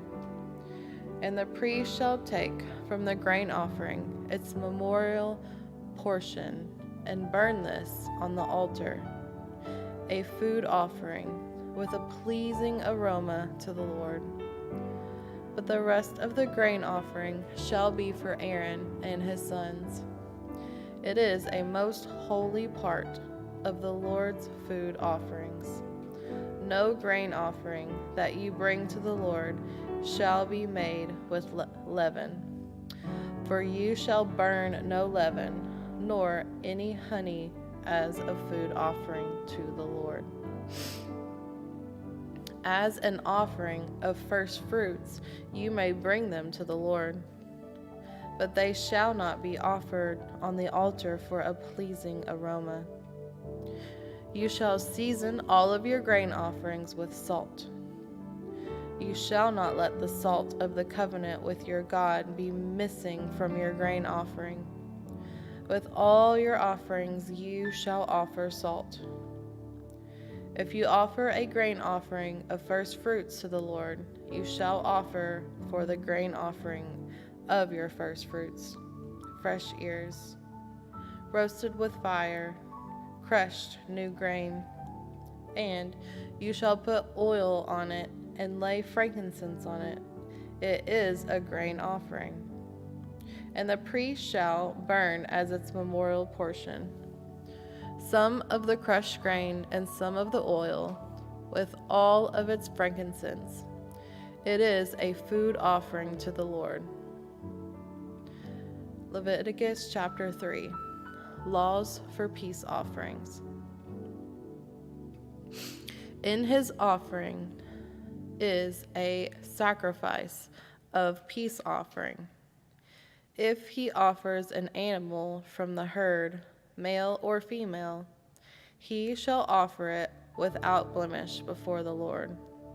And he shall lay his hands on the head of his offering and kill it at the entrance of the tent of meeting. And Aaron's sons, the priests, shall throw the blood against the sides of the altar and from the sacrifice of the peace offering as a food offering to the Lord. He shall offer the fat covering the entrails, and all the fat that is on the entrails, and the 2 kidneys with the fat that is on them at the loins, and the long lobe of the liver that he shall remove with the kidneys. Then Aaron's son shall burn it on the altar on top of the burnt offering, which is on the wood on the fire. It is a food offering with a pleasing aroma to the Lord. If his offering for a sacrifice of peace offering to the Lord is an animal from the flock, male or female, he shall offer it without blemish. If he offers a lamb for his offering, then he shall offer it before the Lord.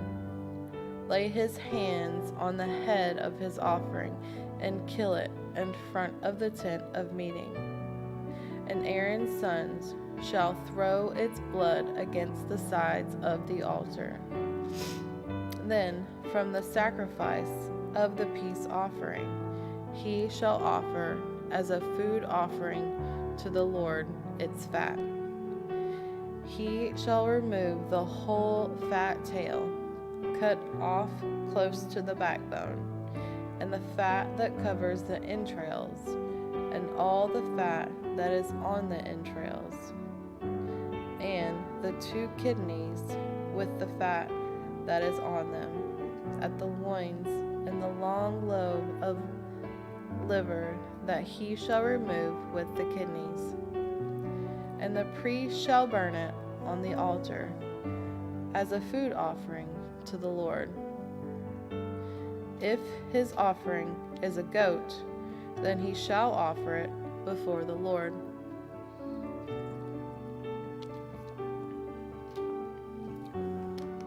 And lay his hand on its head and kill it in front of the tent of meeting.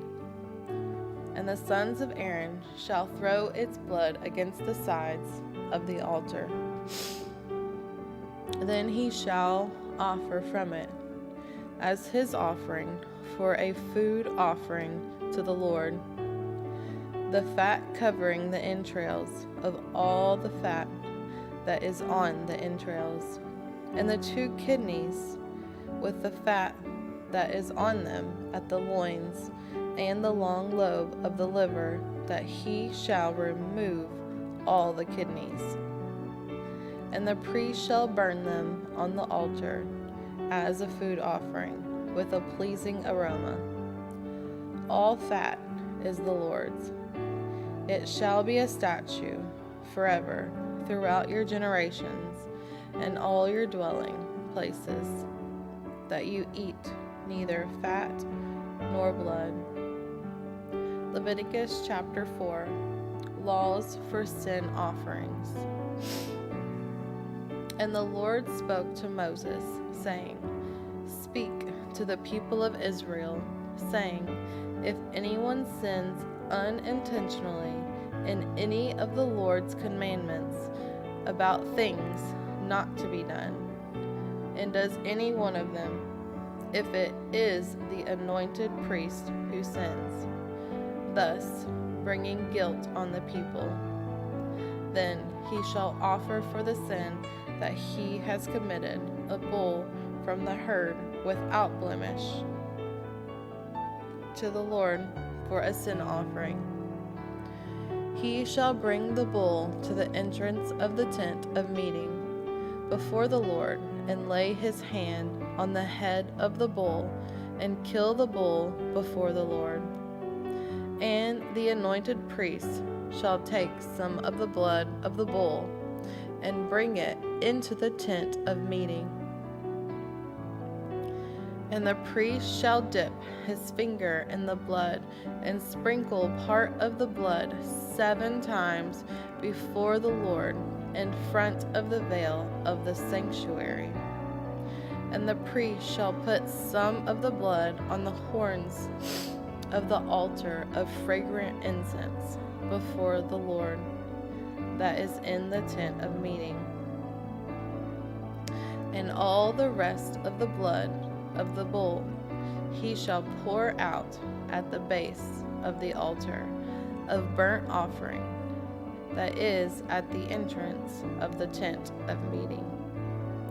And all the fat of the bull of the sin offering he shall remove from it, the fat that covers the entrails, and all the fat that is on the entrails, and the 2 kidneys with the fat that is on them at the loins, and the long lobe of the liver that he shall remove with the kidneys, just as these are taken from the ox of the sacrifice of the peace offerings. And the priest shall burn them on the altar of burnt offering. But the skin of the bull and all its flesh, with its head, its legs, its entrails, and its dung, all the rest of the bull, he shall carry outside the camp to a clean place, to ash heap, and shall burn it up on a fire of wood. On the ash heap it shall be burned up. If the whole congregation of Israel sins unintentionally, and the thing is hidden from the eyes of the assembly, and they do any one of the things that by the Lord's commandments ought not to be done, and they realize their guilt, when the sin which they have committed becomes known, the assembly shall offer a bull from the herd for a sin offering, and bring it in front of the tent of meeting. And the elders of the congregation shall lay their hands on the head of the bull before the Lord, and the bull shall be killed before the Lord.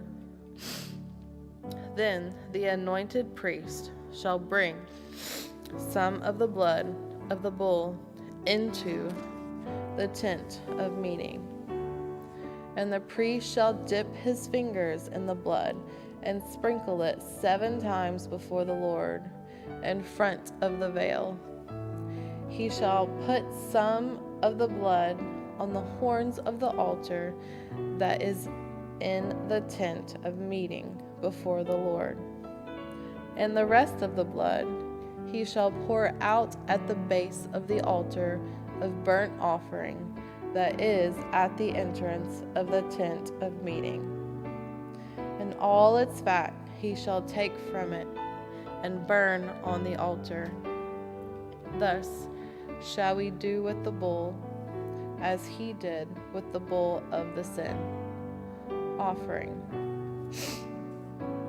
So shall he do with this. And the priest shall make atonement for them, and they shall be forgiven. And he shall carry the bull outside and camp, outside the camp, and burn it up as he burned the first bull. It is the sin offering for the assembly.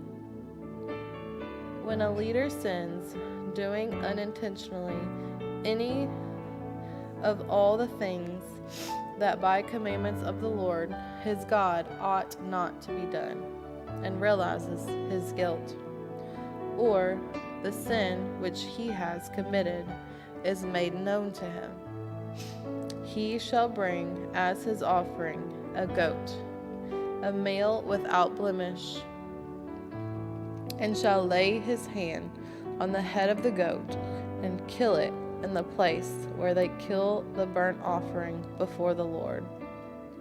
It is a sin offering. Then the priest shall take some of the blood of the sin offering with his fingers and put it on the horns of the altar of burnt offering, and pour out the rest of its blood on the base of the altar of burnt offering. And all its fat he shall burn on the altar, like the fat of the sacrifice of peace offerings.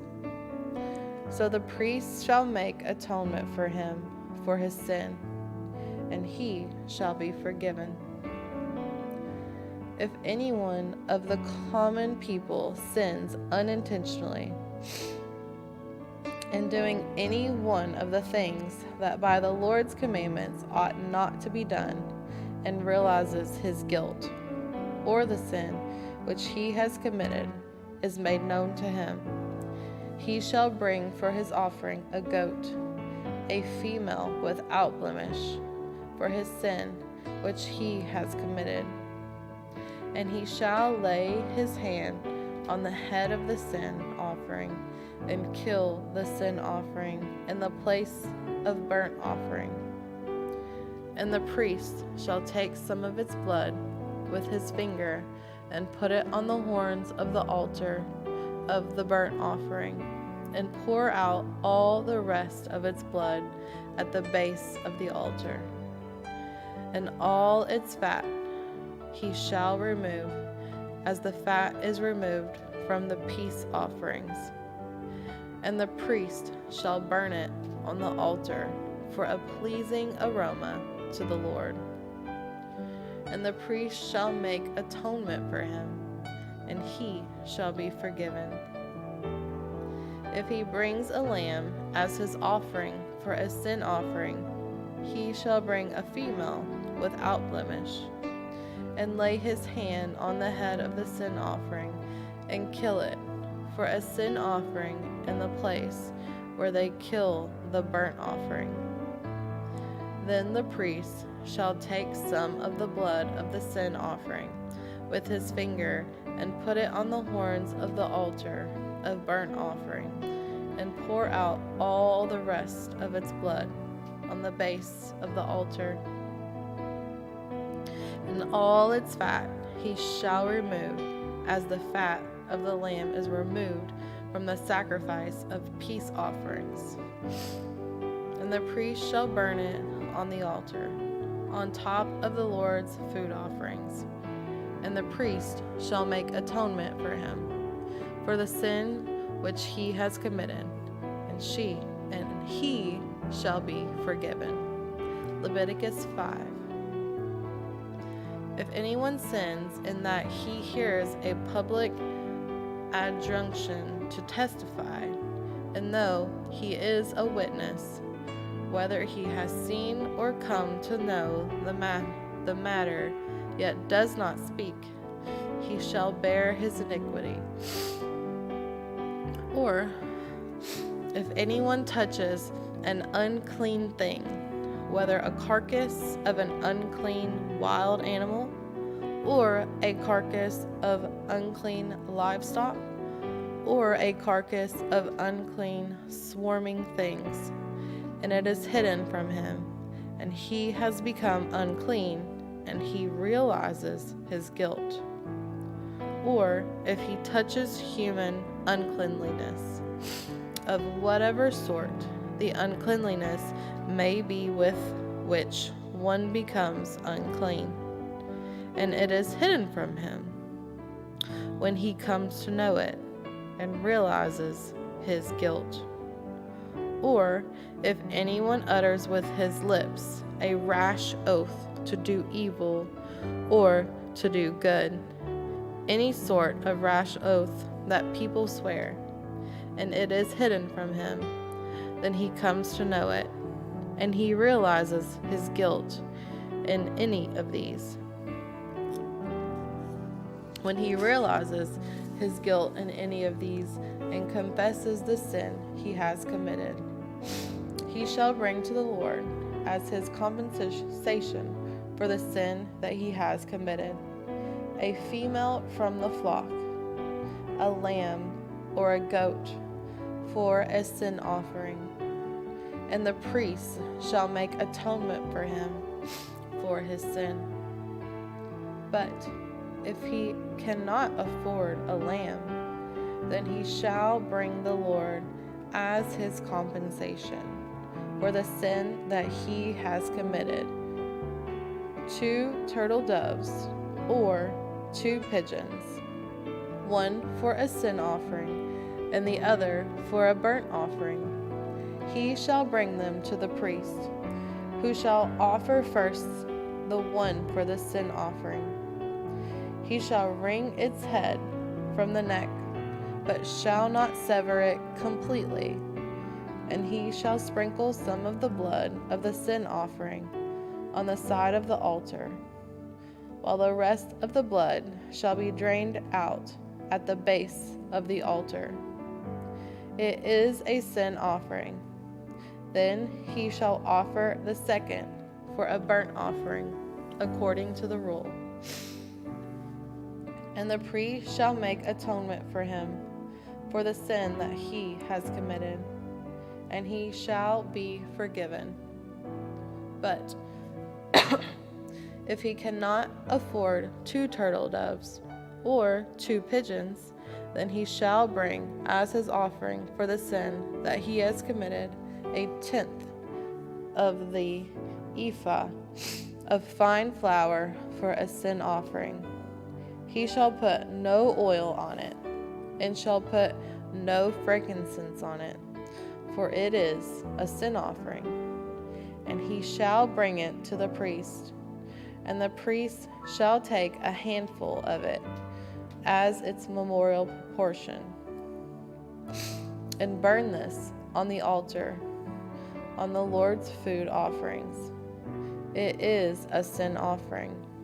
Thus the priest shall make atonement for him for the sin which he has committed in any one of these things, and he shall be forgiven.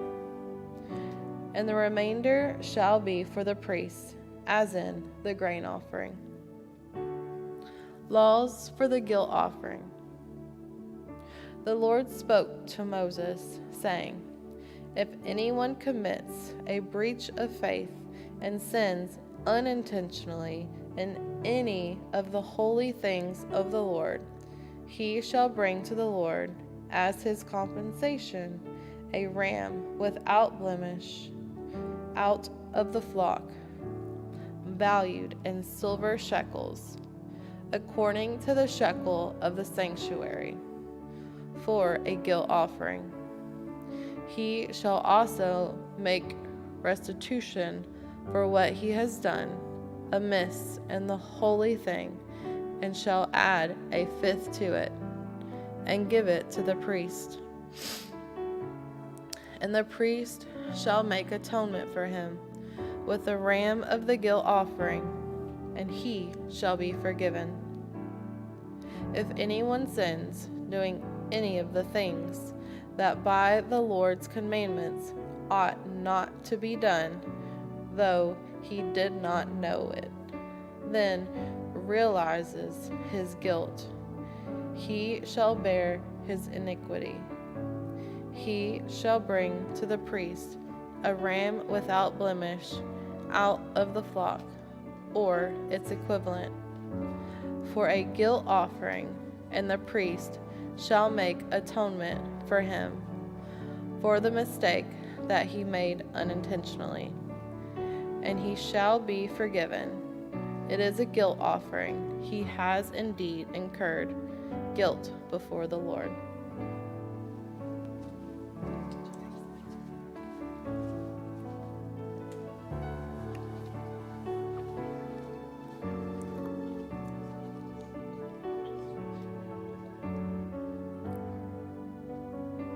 The Lord spoke to Moses, saying, If anyone sins and commits a breach of faith against the Lord by deceiving his neighbor in a matter of deposit or security, or through robbery, or if he has oppressed his neighbor, or has found something lost and lied about it, swearing falsely, in any of all the things that people do and sin thereby, if he has sinned and has realized his guilt and will restore what he took by robbery, or what he got by oppression, or the deposit that was committed to him, or the lost thing that he found, or anything about which he has sworn falsely, he shall restore it in full, and shall add a fifth to it, and give it to him to whom it belongs on the day he realizes his guilt.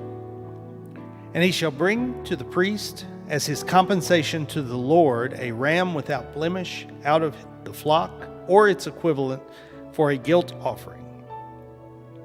And the priest shall make atonement for him before the Lord, and he shall be forgiven for any of the things that one may do and thereby become guilty. Chapter 6, verse 8. The Lord spoke to Moses, saying, Command Aaron and his sons, saying, This is the law of the burnt offering. The burnt offering shall be on the hearth of the altar all night until the morning, and the fire of the altar shall be kept burning on it. And the priest shall put on his linen garment, and put his linen undergarment on his body, and he shall take up the ashes to which the fire has reduced the burnt offering on the altar, and put them beside the altar. Then he shall take off his garments, and put on other garments, and carry the ashes outside the camp to a clean place. The fire on the altar shall be kept burning on it, it shall not go out. The priest shall burn wood on it every morning, and he shall arrange the burnt offering on it, and shall burn on it the fat of the peace offerings. Fire shall be kept burning on the altar continually, it shall not go out. And this is the law of the grain offering. The sons of Aaron shall offer it before the Lord in front of the altar. And one shall take from it a handful of the fine flour of the grain offering, and its oil, and all the frankincense that is on the grain offering, and burn this as its memorial portion on the altar, a pleasing aroma to the Lord. And the rest of it Aaron and his sons shall eat. It shall be eaten unleavened in a holy place. In the court of the tent of meeting they shall eat it. It shall not be baked with leaven. I have given it as their portion of my food offerings. It is a thing most holy, like the sin offering and the guilt offering. Every male among the children of Aaron may eat of it, as decreed forever throughout your generations, from the Lord's food offerings. Whatever touches them shall become holy. The Lord spoke to Moses, saying, This is the offering that Aaron and his sons shall offer to the Lord on the day when he is anointed. 1/10 of an ephah of fine flour as a regular grain offering, half of it in the morning and half of it in the evening. It shall be made with oil on a griddle. You shall bring it well mixed in baked pieces like a grain offering, and offer it for a pleasing aroma to the Lord. The priest from among Aaron's sons who is anointed to succeed him shall offer it to the Lord as decreed forever. The whole of it shall be burned. Every grain offering of a priest shall be wholly burned. It shall not be eaten. The Lord spoke to Moses, saying, Speak to Aaron and his sons, saying, This is the law of the sin offering. In the place where the burnt offering is killed, shall the sin offering be killed before the Lord. It is most holy. The priest who offers it for sin shall eat it. In a holy place it shall be eaten, in the court of the tent of meeting. Whatever touches its flesh shall be holy, and when any of its blood is splashed on a garment, you shall wash that on which it is splashed in a holy place. And the earthen vessel in which it is boiled shall be broken. But if it is boiled in a bronze vessel, that shall be scoured and rinsed in water. Every male among the priests may eat of it, it is most holy. But no sin offering shall be eaten from which any blood is brought into the tent of meeting to make atonement in the holy place. It shall be burned up with fire.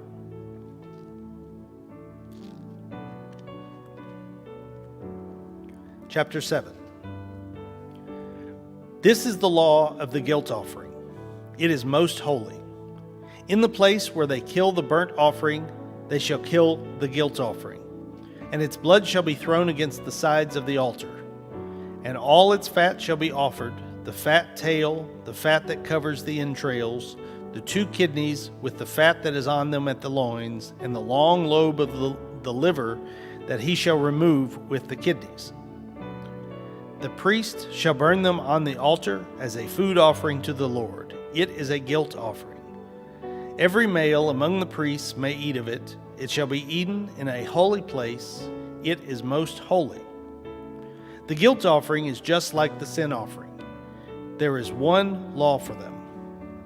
The priest who makes atonement with it shall have it, and the priest who offers any man's burnt offering shall have for himself the skin of the burnt offering that he has offered. And every grain offering baked in the oven, and all that is prepared on a pan or a griddle shall belong to the priest who offers it. And every grain offering, mixed with oil or dry, shall be shared equally among all the sons of Aaron.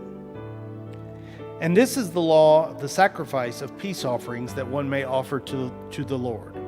If he offers it for a thanksgiving, then he shall offer with the thanksgiving sacrifice unleavened loaves mixed with oil, unleavened wafers smeared with oil, and loaves of fine flour well mixed with oil.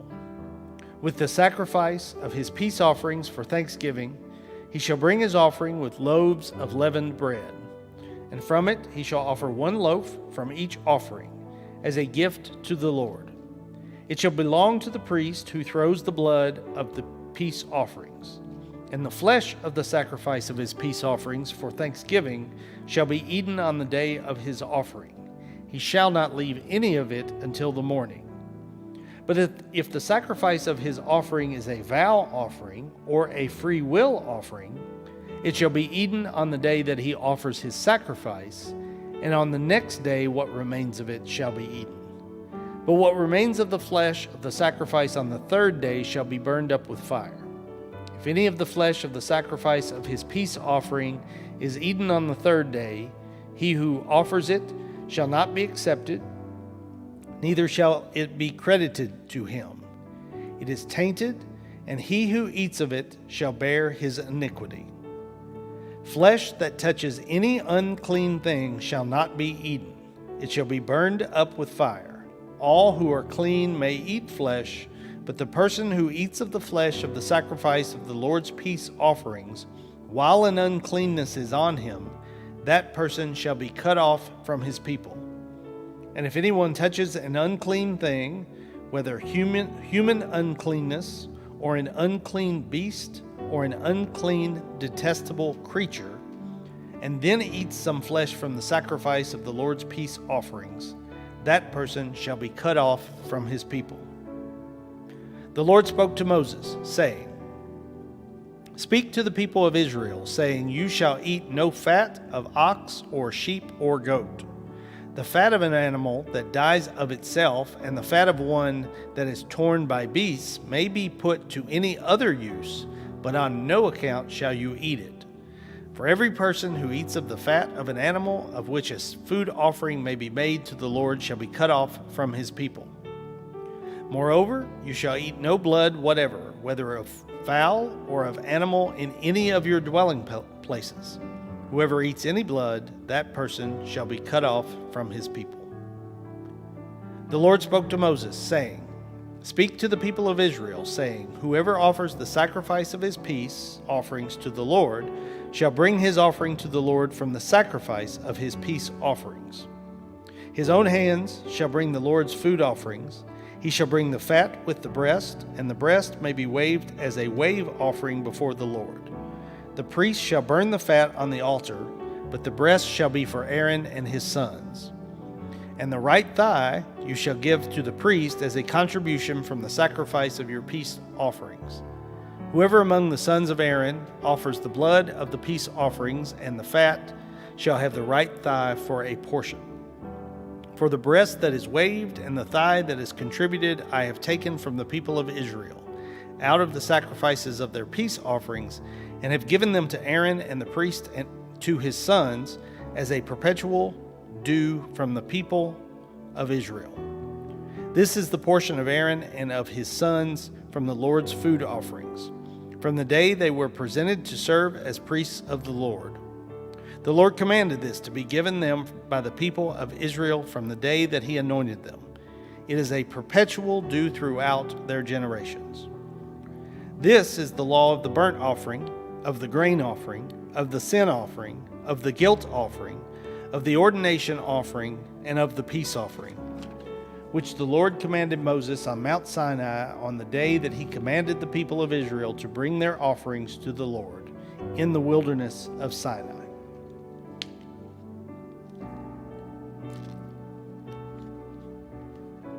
Chapter 8.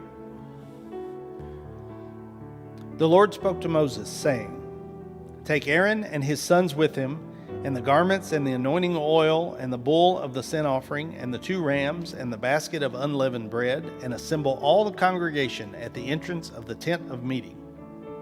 And Moses did as the Lord commanded him, and the congregation was assembled at the entrance of the tent of meeting. And Moses said to the congregation, This is the thing that the Lord has commanded to be done.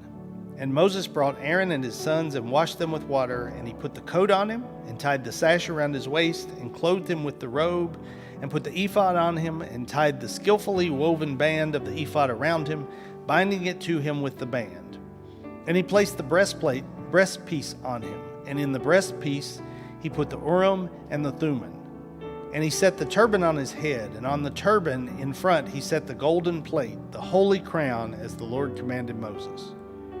Then Moses took the anointing oil and anointed the tabernacle and all that was in it, and consecrated them. And he sprinkled some of it on the altar 7 times, and anointed the altar and all its utensils and the basin and its stand to consecrate them.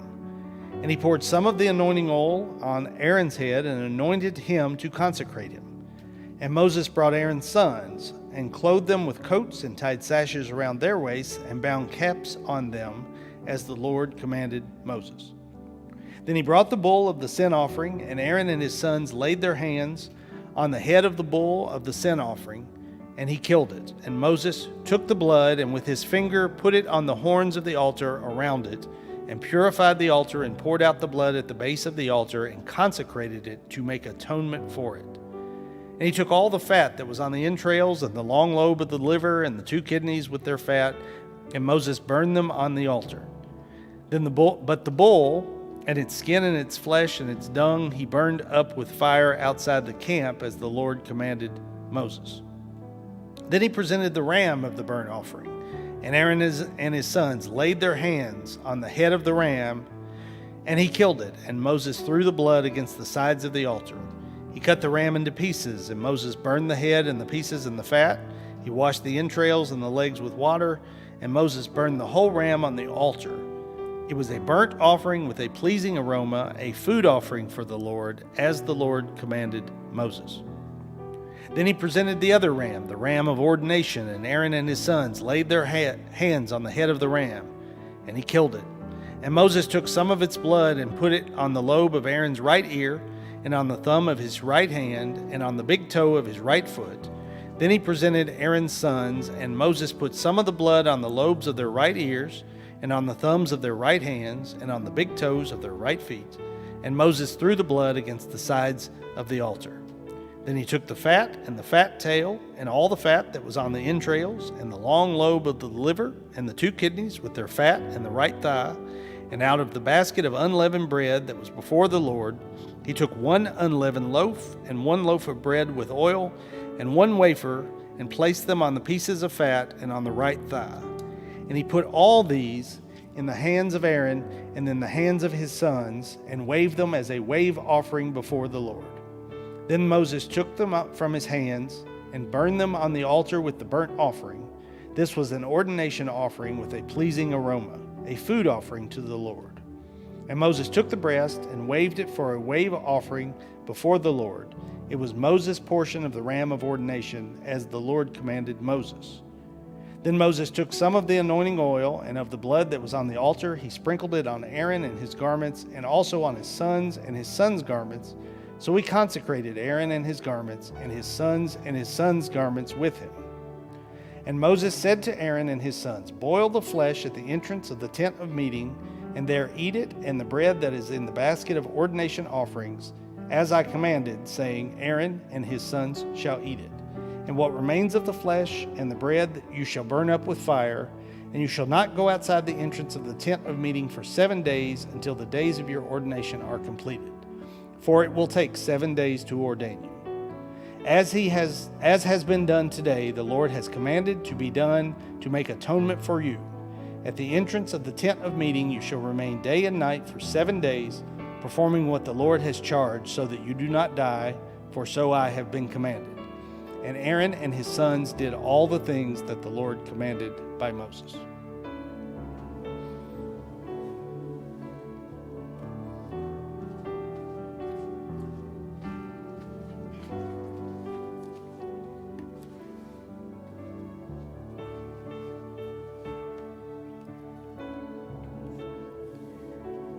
Leviticus chapter 9. On the 8th day, Moses called Aaron and his sons and the elders of Israel, and he said to Aaron, "Take for yourself a bull calf for a sin offering and a ram for a burnt offering, both without blemish, and offer them to the Lord. And say to the people of Israel, take a male goat for a sin offering and a calf and a lamb, both a year old without blemish, for a burnt offering, and an ox and a ram for a peace offering to sacrifice before the Lord, and a grain offering mixed with oil, for today the Lord will appear to you." And they brought what Moses commanded in front of the tent of meeting, and all the congregation drew near and stood before the Lord. And Moses said, "This is the thing that the Lord commanded you to do, that the glory of the Lord may appear to you." Then Moses said to Aaron, "Draw near to the altar and offer your sin offering and your burnt offering, and make atonement for yourself and for the people, and bring the offering of the people and make atonement for them as the Lord commanded." So Aaron drew near to the altar and killed the calf of the sin offering, which was for himself, and the sons of Aaron presented the blood to him, and he dipped his finger in the blood and put it on the horns of the altar, and poured out the blood at the base of the altar. But the fat and the kidneys and the long lobe of the liver from the sin offering he burned on the altar, as the Lord commanded Moses. The flesh and the skin he burned up with fire outside the camp. Then he killed the burnt offering, and Aaron's sons handed him the blood, and he threw it against the sides of the altar. And they handed the burnt offering to him piece by piece, and the head, and he burned them on the altar. And he washed the entrails and the legs, and burned them with the burnt offering on the altar. Then he presented the people's offering and took the goat of the sin offering that was for the people and killed it and offered it as a sin offering like the first one. And he presented the burnt offering and offered it according to the rule. And he presented the grain offering, took a handful of it, and burned it on the altar beside the burnt offering of the morning. Then he killed the ox and the ram, the sacrifice of peace offerings for the people. And Aaron's sons handed him the blood, and he threw it against the sides of the altar. But the fat pieces of the ox and the ram, the fat tail, and that which covers the entrails and the kidneys and the long lobe of the liver, they put the fat pieces on the breasts, and he burned the fat pieces on the altar. But the breast and the right thigh Aaron waved for a wave offering before the Lord, as Moses commanded. Then Aaron lifted up his hands toward the people and blessed them. And he came down from offering the sin offering and burnt offering and the peace offerings. And Moses and Aaron went into the tent of meeting, and when they came out, they blessed the people, and the glory of the Lord appeared to all the people. And fire came down before the Lord and consumed the burnt offering and the pieces of fat on the altar. And when all the people saw it, they shouted and fell on their faces. Leviticus chapter 10. Now Nadab and Abihu, the sons of Aaron, each took his censer and put fire in it and laid incense on it and offered unauthorized fire before the Lord, which he had not commanded them. And fire came out from before the Lord and consumed them, and they died before the Lord. Then Moses said to Aaron, "This is what the Lord has said. Among those who are near me I will be sanctified, and before all the people I will be glorified." And Aaron held his peace.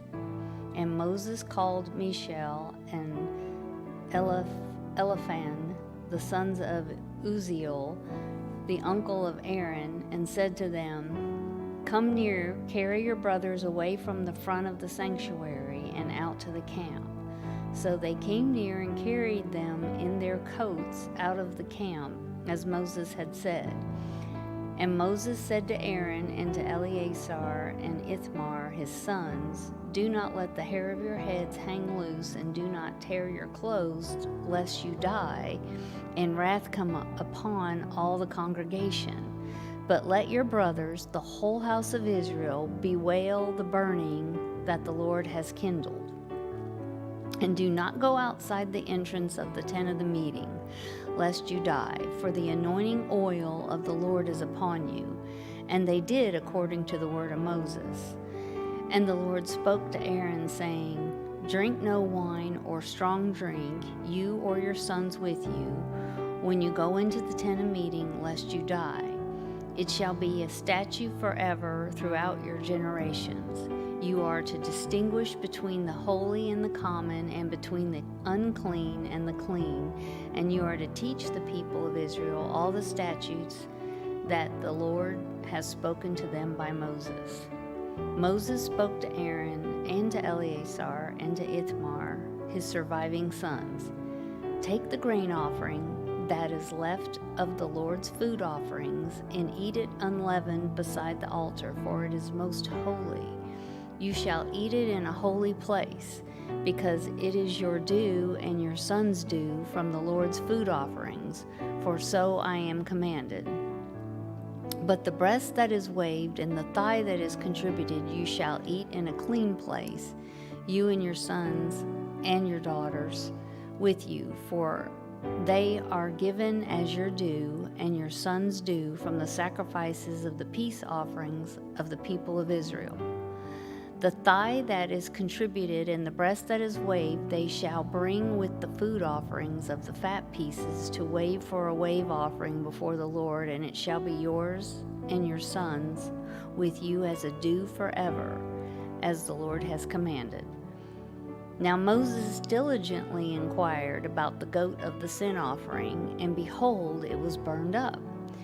And he was angry with Eleazar and Ithamar, the surviving sons of Aaron, saying, Why have you not eaten the sin offering in the place of the sanctuary, since it is a thing most holy and has been given to you that you may bear the iniquity of the congregation, to make atonement for them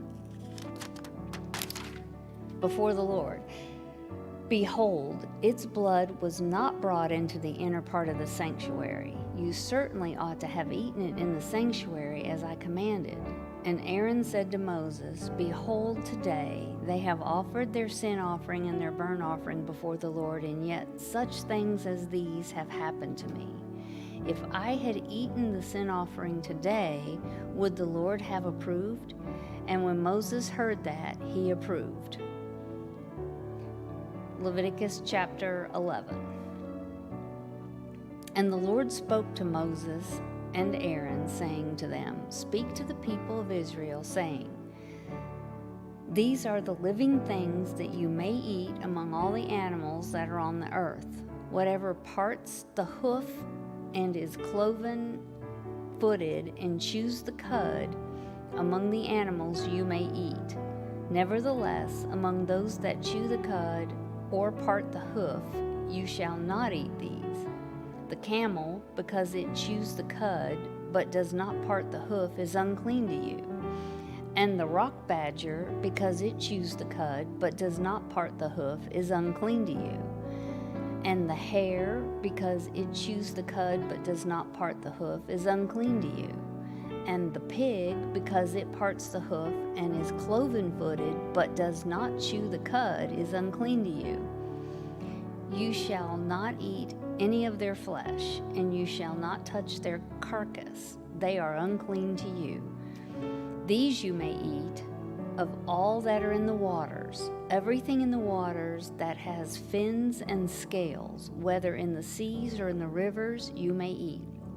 But anything in the seas or the rivers that does not have fins or scales, of the swarming creatures in the waters and of the living creatures that are in the waters, is detestable to you.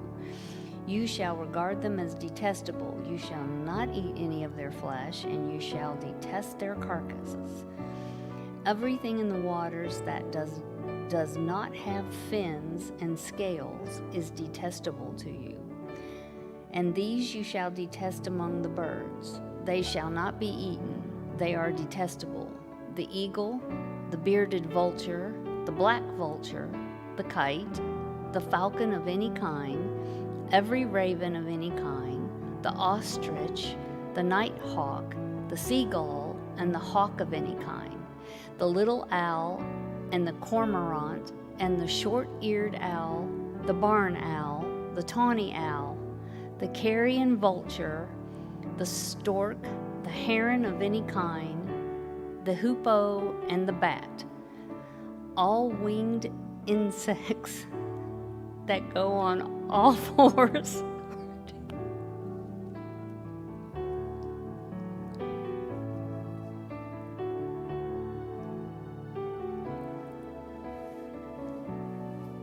Come here.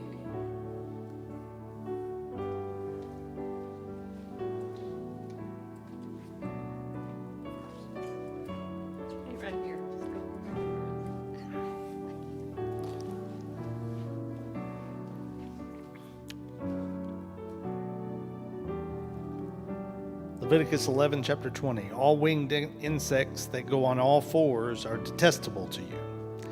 Yet among the winged insects that go on all fours, you may eat those that have jointed legs above their feet, with which to hop on the ground.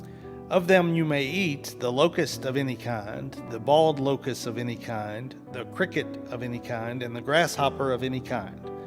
But all other winged insects that have 4 feet are detestable to you. And by these you shall become unclean. Whoever touches their carcass shall be unclean until the evening, and whoever carries any part of their carcass shall wash his clothes and be unclean until the evening. Every animal that parts the hoof but is not cloven-footed or does not chew the cud is unclean to you. Everyone who touches them shall be unclean. And all that walk on their paws among the animals that go on all fours are unclean to you. Whoever touches their carcass shall be unclean until the evening, and he who carries their carcass shall wash his clothes and be unclean until the evening. They are unclean to you.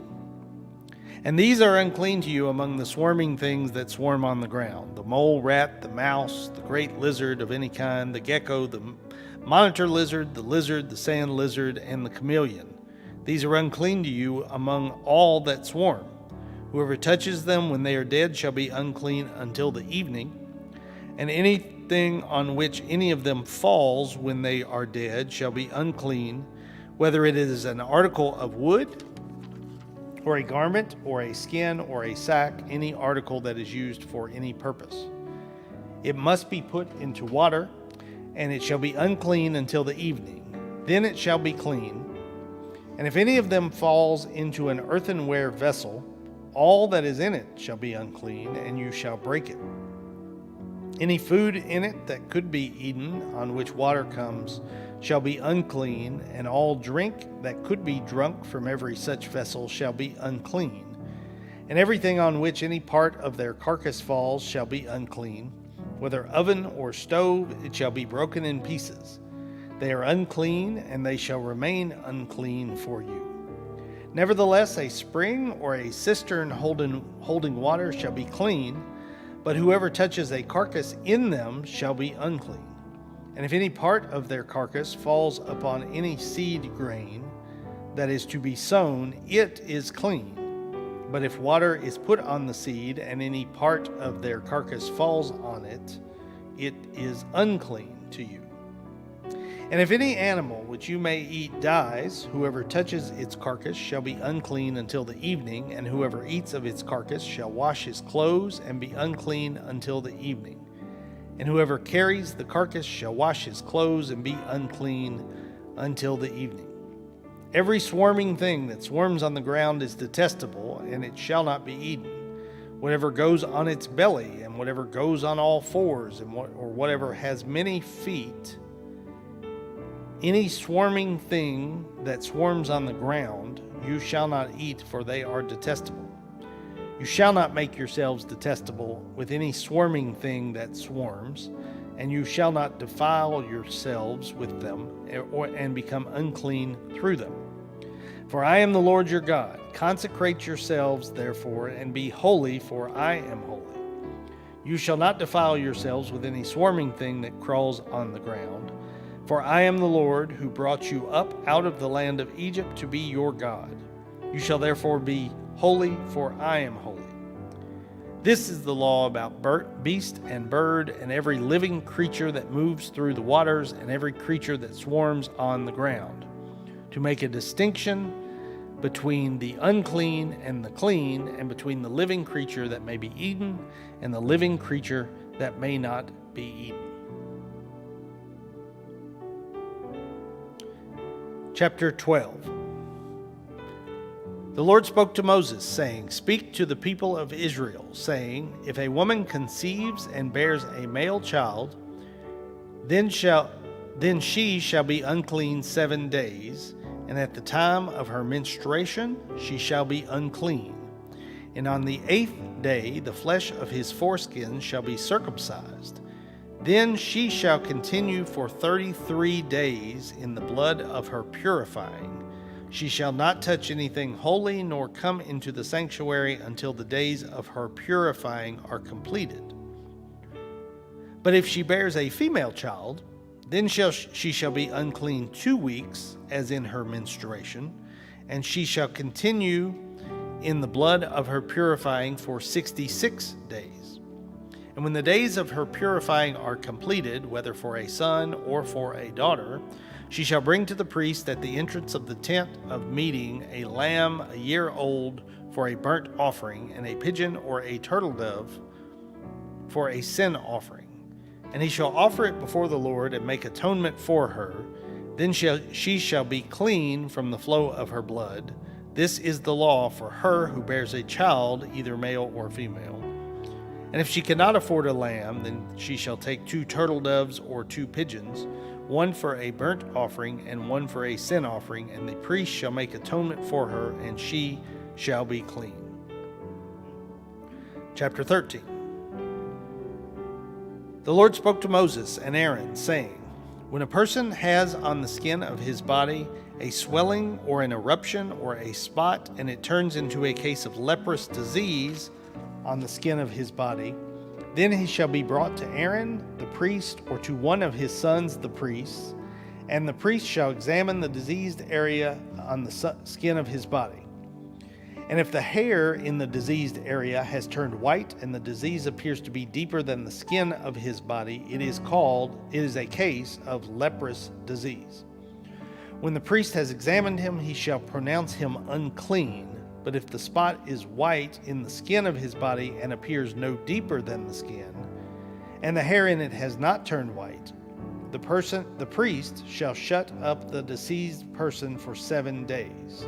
And the priest shall examine him on the 7th day, and if in his eyes the disease is checked and the disease has not spread in the skin, then the priest shall shut him up for another 7 days. And the priest shall examine him again on the 7th day, and if the diseased area has faded and the disease has not spread in the skin, then the priest shall pronounce him clean. It is only an eruption. And he shall wash his clothes and be clean. But if the eruption spreads in the skin after he has shown himself to the priest for his cleansing, he shall appear again before the priest, and the priest shall look, and if the eruption has spread in the skin, then the priest shall pronounce him unclean. It is a leprous disease. When a man is afflicted with a leprous disease, he shall be brought to the priest, and the priest shall look. And if there is a white swelling in the skin that has turned the hair white, and there is raw flesh in the swelling, it is a chronic leprous disease in the skin of his body, and the priest shall pronounce him unclean. He shall not shut him up, for he is unclean. And if the leprous disease breaks out in the skin, so that the leprous disease covers all the skin of the diseased person from head to foot, so far as the priest can see, then the priest shall look, and if the leprous disease has covered all his body, he shall pronounce him clean of the disease. It has all turned white, and he is clean. But when raw flesh appears on him, he shall be unclean.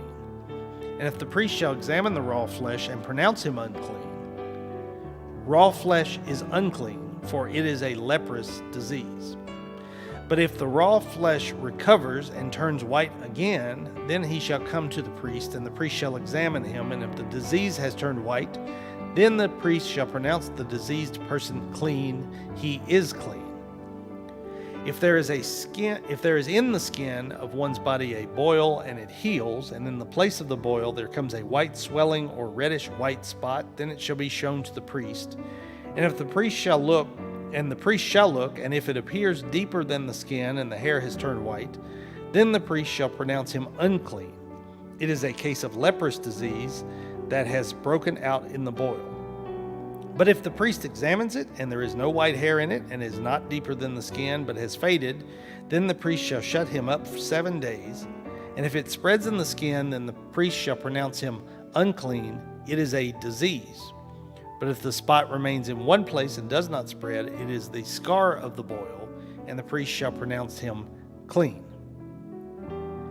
Or when the body has a burn on its skin, and the raw flesh of the burn becomes a spot, reddish white or white, the priest shall examine it. And if the hair in the spot is turned white and it appears deeper than the skin, then it is a leprous disease.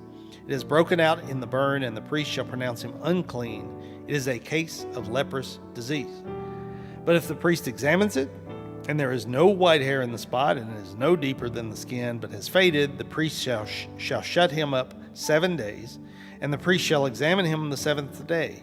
If it is spreading in the skin, then the priest shall pronounce him unclean. It is a case of leprous disease. But if the spot remains in one place and does not spread in the skin, but has faded, it is a swelling from the burn, and the priest shall pronounce him clean, for it is the scar of the burn. When a man or woman has a disease on the head or the beard, the priest shall examine the disease. And if it appears deeper than the skin, and the hair in it is yellow and thin, then the priest shall pronounce him unclean. It is an itch, a leprous disease of the head or the beard. And if the priest examines the itching disease, and it appears no deeper than the skin, and there is no black hair in it, Then the priest shall shut up the person with the itching disease for 7 days, and on the seventh day the priest shall examine the disease. If the itch has not spread, and there is in it no yellow hair, and the itch appears to be no deeper than the skin, then he shall shave himself, but the itch he shall not shave. And the priest shall shut up the person with the itching disease for another 7 days. And on the seventh day the priest shall examine the itch, and if the itch has not spread in the skin, and it appears to be no deeper than the skin, then the priest shall pronounce him clean, and he shall wash his clothes and be clean. But if the itch spreads in the skin after his cleansing, then the priest shall examine him, and if the itch has spread in the skin, the priest shall not seek for the yellow hair. The priest need not seek for the yellow hair. He is unclean. But if in his eyes the itch is unchanged, and black hair has grown in it, the itch is healed, and he is clean, and the priest shall pronounce him clean. When a man or woman has spots on the skin of the body, white spots, the priest shall look, and if the spots on the skin of the body are of a dull white, it is leukoderma that has broken out in the skin. He is clean. If a man's hair falls out from his head, he is bald, he is clean. And if a man's hair falls out from his forehead, he has baldness of the forehead, he is clean. But if there is on the bald head or the bald forehead a reddish white diseased area, it is a leprous disease breaking out on his bald head and his bald forehead. Then the priest shall examine him, and if the diseased swelling is reddish white on his bald head or on his bald forehead, like the appearance of leprous disease in the skin of the body, he is a leprous man, he is unclean. The priest must pronounce him unclean. His disease is on his head. The leprous person who has the disease shall wear torn clothes and let the hair of his head hang loose, and he shall cover his upper lip and cry out, unclean, unclean. He shall remain unclean as long as he has the disease. He is unclean. He shall live alone. His dwelling shall be outside the camp. When there is a case of leprous disease in a garment, whether a woolen or a linen garment, in warp or woof of linen or wool, or in a skin, or in anything made of skin, if the disease is greenish or reddish in the garment, or in the skin, or in the warp, or the woof, or in any article made of skin, it is a case of leprous disease, and it shall be shown to the priest.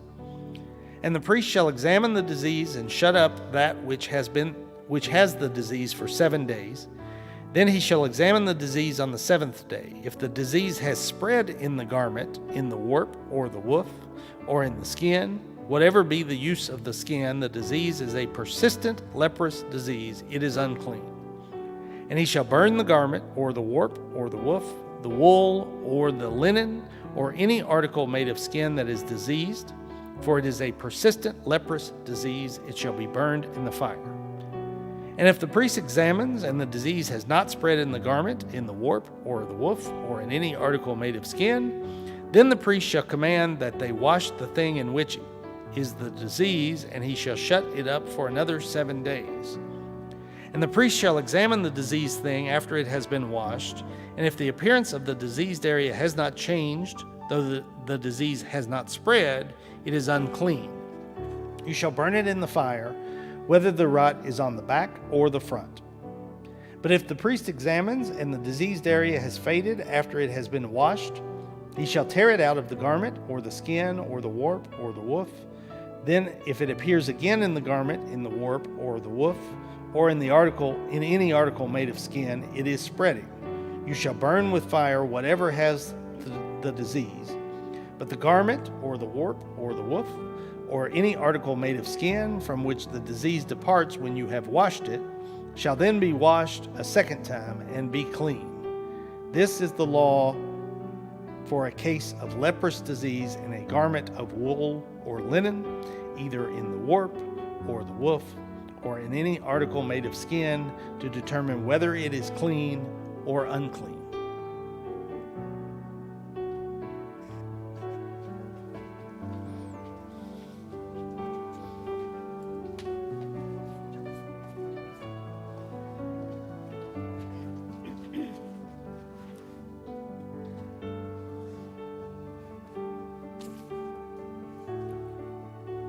Leviticus chapter 14.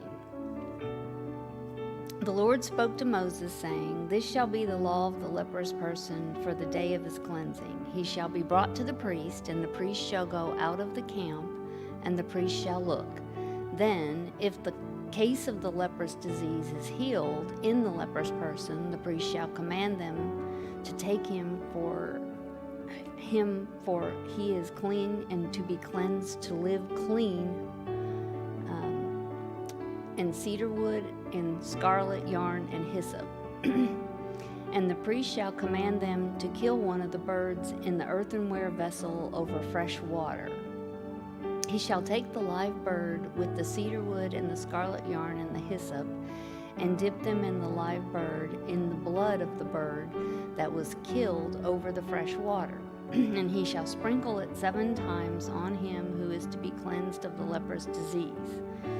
Then he shall pronounce him clean, and shall let the living bird go into the open field. And he who is to be cleansed shall wash his clothes, and shave off all his hair, and bathe himself in the water, and he shall be clean. And after that he may come into the camp, but live outside his tent for 7 days. And on the 7th day he shall shave off all his hair from his head, his beard, and his eyebrows. He shall shave off all of his hair, and then he shall wash his clothes and bathe his body in water, and he shall be clean. And on the 8th day he shall take 2 male lambs without blemish, and 1 ewe lamb a year old without blemish, and a grain offering of 3/10 of an ephah, and a fine flour mixed with oil, and 1 log of oil. And the priest who cleanses him shall set the man who is to be cleansed and these things before the Lord at the entrance of the tent of the meeting. And the priest shall take 1 of the male lambs and offer it for a guilt offering, along with the log of oil, and wave them for a wave offering before the Lord. And he shall kill the lamb in the place where they killed the sin offering and the burnt offering, in the place of the sanctuary. For the guilt offering, like the sin offering, belongs to the priest. It is most holy. And the priest shall take some of the blood and the guilt offering, and the priest shall put it on the lobe of the right ear of him who is to be cleansed, and on the thumb of his right hand, and on the big toe of his right foot.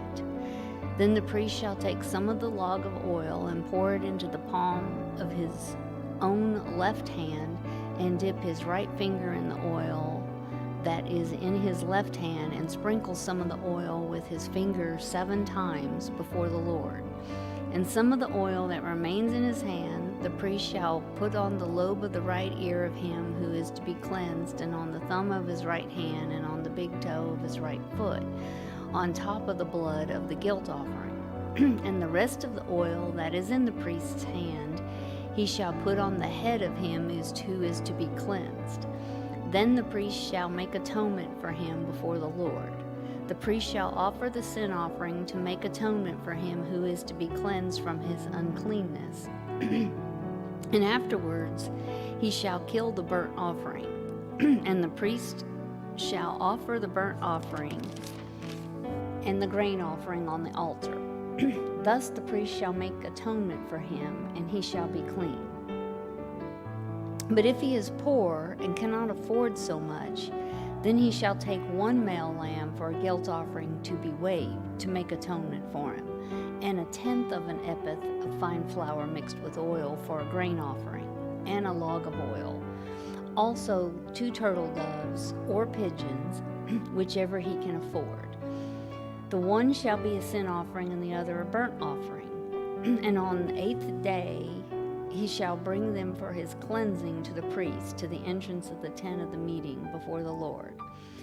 And the priest shall take the lamb of the guilt offering and the log of oil, and the priest shall wave them for a wave offering before the Lord. And he shall kill the lamb of the guilt offering. And the priest shall take some of the blood of the guilt offering and put it on the lobe of the right ear of him who is to be cleansed, and on the thumb of his right hand, and on the big toe of his right foot. And the priest shall pour some of the oil into the palm of his own left hand, and shall sprinkle with his right finger some of the oil that is in his left hand 7 times before the Lord. And the priest shall put some of the oil that is in his hand on the lobe of his right ear of him who is to be cleansed, and on the thumb of his right hand, and on the big toe of his right foot, in the place where the blood of the guilt offering was put. And the rest of the oil that is in the priest's hand he shall put on the head of him who is to be cleansed, to make atonement for him before the Lord. And he shall offer of the turtle doves or pigeons, whichever he can afford, one for sin offering and the other for a burnt offering, along with a grain offering. And the priest shall make atonement before the Lord for him who is being cleansed. This is the law for him who is in whom is a case of leprous disease, who cannot afford the offerings for his cleansing. The Lord spoke to Moses and Aaron, saying, When you come into the land of Canaan, which I give you for a possession, and I put a case of leprous disease in a house in the land of your possession, then he who owns the house shall come and tell the priest, There seems to me to be some case of disease in my house. Then the priest shall command that they empty the house before the priest goes in to examine the disease, lest all that is in the house be declared unclean. And afterward the priest shall go in to see the house, and he shall examine the disease. And if the disease is in the walls of the house with greenish or reddish spots, and if it appears to be deeper than the surface, then the priest shall go out of the house to the door of the house and shut up the house for 7 days. And the priest shall come again on the 7th day and look. If the disease has spread in the walls of the house, then the priest shall command that they take out the stones in which the disease is in, and throw them into an unclean place outside the city. And he shall have the inside of the house scraped all around, and the plaster that they scrape off they shall pour out into the unclean place outside the city. Then they shall take other stones and put them in the place of those stones, and he shall take other plaster and plaster the house. If the disease breaks out again in the house, after he has taken out the stones and scraped the house and plastered it, then the priest shall go and look. And if the disease has spread in the house, it is a persistent leprous disease in the house. It is unclean. And he shall break down the house, its stones and timber, and all the plaster of the house, and he shall carry them out of the city to an unclean place. Moreover, whoever enters the house while it is shut up and shall be unclean until the evening. And whoever sleeps in the house shall wash his clothes, and whoever eats in the house shall wash his clothes. But if the priest comes and looks, and if the disease has not spread in the house after the wash and the house was plastered, then the priest shall pronounce the house clean, for the disease is healed. And for the cleansing of the house he shall take 2 small birds with cedar wood and scarlet yarn and hyssop, and shall kill one of the birds in an earthenware vessel over fresh water, and shall take the cedar wood and the hyssop and the scarlet yarn along with the live bird, and dip them in the blood of the bird that was killed in the fresh water, and sprinkle the house 7 times. Thus he shall cleanse the house with the blood of the bird, and with the fresh water, and with the live bird, and with the cedar wood and hyssop and scarlet yarn. And he shall let the live bird go out of the city into the open country. So he shall make atonement for the house, and it shall be clean. This is the law for any case of leprous disease, for an itch for leprous disease, in a garment or in a house, and for a swelling or an eruption or a spot, to show when it is unclean and when it is clean. This is the law for leprous disease. Leviticus chapter 15. The Lord spoke to Moses and Aaron, saying, Speak to the people of Israel, and say to them, When any man has a discharge from his body, his discharge is unclean, and this is the law of his uncleanness for a discharge. Whether his body runs with a discharge or his body is blocked up by his discharge, it is his uncleanness. Every bed on which the one with the discharge lies shall be unclean, and everything on which he sits shall be unclean. And anyone who touches his bed shall wash his clothes and bathe themselves in water and be unclean until the evening. And whoever sits on anything on which the one with the discharge has sat shall wash his clothes and bathe himself in the water and be unclean until evening. And whoever touches the body of the one with the discharge shall wash his clothes and bathe themselves in water and be unclean until the evening. And if the one with the discharge spits on someone who is clean, then he shall wash his clothes and bathe themselves in water and be unclean until evening. And any saddle on which the one with the discharge rides shall be unclean, and whoever touches anything that was under him shall be unclean until the evening. And whoever carries such things shall wash his clothes and bathe himself in water and be unclean until the evening.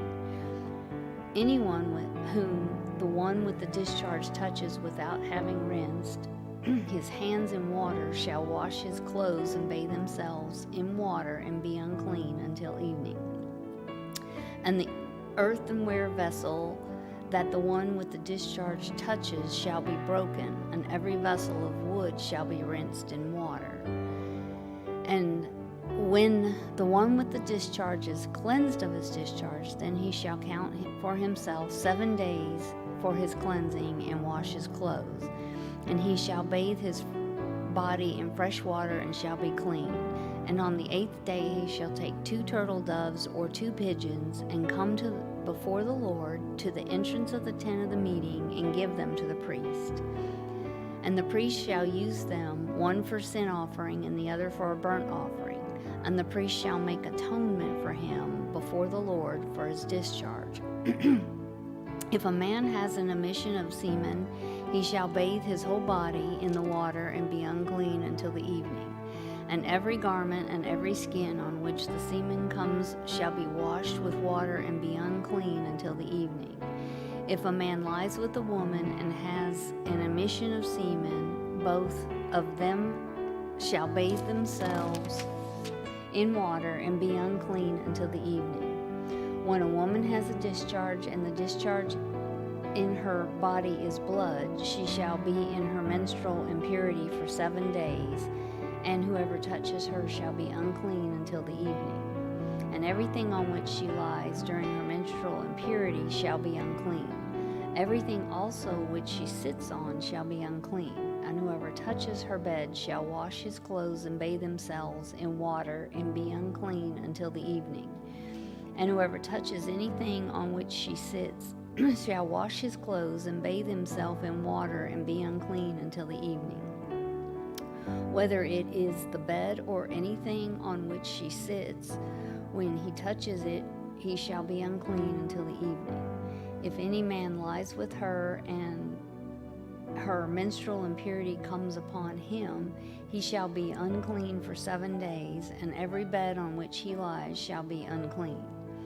If a woman has a discharge of blood for many days, not at the time of her menstrual impurity, or if she has a discharge beyond the time of her impurity, all the days of the discharge she shall continue in uncleanness. As in the days of her impurity, she shall be unclean. Every bed on which she lies, all the days of her discharge shall be to her as a bed of impurity. And everything on which she sits shall be unclean, and in the uncleanness of her menstrual impurity. And whoever touches these things shall be unclean, and shall wash his clothes and bathe themselves in water, and be unclean until the evening. But if she is cleansed of her discharge, she shall count for herself 7 days, and after that she shall be clean. And on the 8th day she shall take 2 turtle doves or 2 pigeons, and bring them to the priest to the entrance of the tent of meeting. And the priest shall use one for a sin offering and the other for a burnt offering. And the priest shall make atonement for her before the Lord for her unclean discharge. Thus you shall keep the people of Israel separate from their uncleanness, lest they die in their uncleanness by defiling my tabernacle that is in their midst. This is the law for him who has a discharge, and for him who has an emission of semen, become unclean thereby, also for her who is unwell with her menstrual impurity, that is for anyone, male or female, who has a discharge, and for a man who lies with a woman who is unclean. Chapter 6.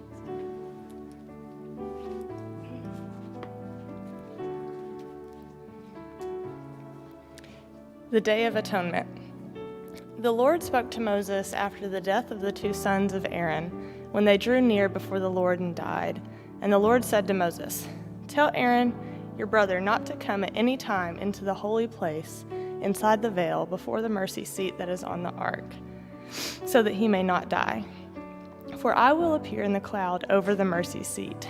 But in this way Aaron shall come into the holy place with a bull from the herd for a sin offering, and a ram for a burnt offering. He shall put on the holy linen coat, and have the linen undergarment on his body, and he shall tie the linen sash around his waist, and wear the linen turban. These are the holy garments. He shall bathe his body in water, and then put them on. And he shall take from the congregation of the people of Israel 2 male goats for a sin offering, and 1 ram for a burnt offering. Aaron shall offer the bull as a sin offering for himself, and shall make atonement for himself and for his house. Then he shall take the 2 goats and set them before the Lord at the entrance of the tent of meeting. And Aaron shall cast lots over the 2 goats, 1 lot for the Lord and the other lot for Azazel. And Aaron shall present the goat on which the lot fell for the Lord, and use it as a sin offering. But the goat on which the lot fell for Azazel shall be presented alive before the Lord to make atonement over it, that it may be sent away into the wilderness to Azazel. Aaron shall present the bull as a sin offering for himself, and shall make atonement for himself and for his house. He shall kill the bull as a sin offering for himself, and he shall take a censer full of coals of fire from the altar before the Lord, and 2 handfuls of sweet incense beaten small. And he shall bring it inside the veil, and put the incense on the fire before the Lord, that the cloud of the incense may cover the mercy seat that is over the testimony, so that he does not die. And he shall take some of the blood of the bull, and sprinkle it with his finger on the front of the mercy seat, on the east side. And in front of the mercy seat he shall sprinkle some of the blood with his fingers 7 times.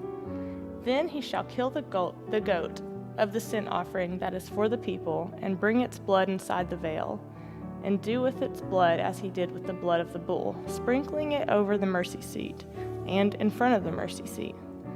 Thus he shall make atonement for the holy place, because of the uncleanness of the people of Israel, and because of their transgressions, all their sins. And so he shall do for the tent of meeting, which dwells with them in the midst of their uncleanness.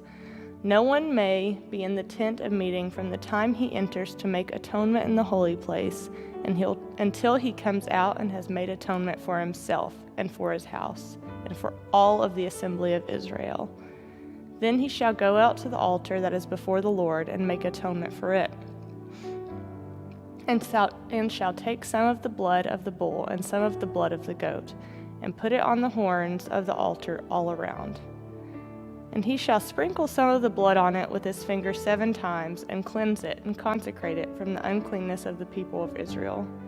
When he has made an end of atoning for the holy place, and the tent of meeting, and the altar, he shall present the live goat. And Aaron shall lay both his hands on the head of the live goat, and confess over it all the iniquities of the people of Israel, and all their transgressions, all of their sins. He shall put them on the head of the goat, and send it away into the wilderness, by the hand of a man who is in readiness. The goat shall bear all the iniquities on itself to a remote area, and he shall let the goat go free in the wilderness. Then Aaron shall come into the tent of meeting, and shall take off the linen garments that he put on, which he went into the holy place, that he put on when he went into the holy place, and shall leave them there. And he shall bathe his body in the water in a holy place, and put on his garments, and come out and offer his burnt offering and the burnt offering of the people, and make atonement for himself and for the people. And the fat of the sin offering he shall burn on the altar. And he who lets the goat go to Azazel shall wash his clothes and bathe his body in water. And afterward he may come into the camp. And the bull for the sin offering and the goat for the sin offering, whose blood was brought in to make atonement for the holy place, shall be carried outside of the camp. Their skin and their flesh and their dung shall be burned up with fire. He who burns them shall wash his clothes and bathe his body in water, and afterward he may come into the camp. It shall be a statute to you forever, that in the 7th month, on the 10th day of the month, you shall afflict yourselves and shall do no work, either the native or the stranger who sojourns among you. For on this day shall atonement be made for you, to cleanse you. You shall be clean before the Lord from all your sins. It is a Sabbath of solemn rest to you, and you shall afflict yourselves. It is a statute forever. And the priest who is anointed and consecrated as priest in his father's place shall make atonement, wearing the holy linen garments. He shall make atonement for the holy sanctuary, and he shall make atonement for the tent of meeting and for the altar. He shall make atonement for the priests and for all the people of the assembly. And this shall be a statute forever to you. The atonement may be made for the people of Israel once in the year because of all their sins. And Aaron did as the Lord commanded Moses. Leviticus chapter 17, the place of sacrifice. And the Lord spoke to Moses, saying, Speak to Aaron and his sons and to all the people of Israel, and say to them, This is the thing that the Lord has commanded. If any of the house of Israel kills an ox or a lamb or a goat in the camp, or kills it outside the camp, and does not bring it to the entrance of the tent of meeting to offer it as a gift to the Lord in front of the tabernacle of the Lord, blood guilt shall be imputed to that man. And he has shed blood, and that man shall be cut off from among his people. This is to the end that people of Israel may bring their sacrifices that they sacrifice in the open field, that they may bring them to the Lord, to the priest at the entrance of the tent of meeting, and sacrifice them as sacrifices of peace offerings to the Lord. And the priest shall throw the blood on the altar of the Lord at the entrance of the tent of meeting, and burn the fat for a pleasing aroma to the Lord. So they shall no more sacrifice their sacrifices to goat demons after whom they whore. This shall be a statute forever for them throughout their generations. And you shall say to them, Any one of the house of Israel or of the strangers who sojourn among them, who offers a burnt offering or sacrifice, and does not bring it to the entrance of the tent of meeting to offer it to the Lord, that man shall be cut off from his people. Laws against eating blood. If any one of the house of Israel or of the strangers who sojourn among them eats any blood, I will set my face against that person and will cut him off from among his people. For the life of the flesh is in the blood, and I have given it for you on the altar to make atonement for your souls. For it is the blood that makes atonement by the life. Therefore I have said to the people of Israel, No person among you shall eat blood, neither shall any stranger who sojourns among you eat blood. Anyone also of the people of Israel, or of the strangers who sojourn among them, who takes in hunting any beast or bird that may be eaten, shall pour out its blood and cover it with earth. For the life of every creature is its blood. Its blood is its life. Therefore I have said to the people of Israel, You shall not eat the blood of any creature, for the life of every creature is blood. Whoever eats it shall be cut off, and every person who eats what dies of itself, or what is torn by beast, whether he is native or a sojourner, shall wash his clothes and bathe himself in water, and be unclean until the evening. Then he shall be clean. But if he does not wash them or bathe his flesh, he shall bear his iniquity. Leviticus chapter 18, unlawful sexual relations. And the Lord spoke to Moses, saying, Speak to the people of Israel and say to them, I am the Lord your God.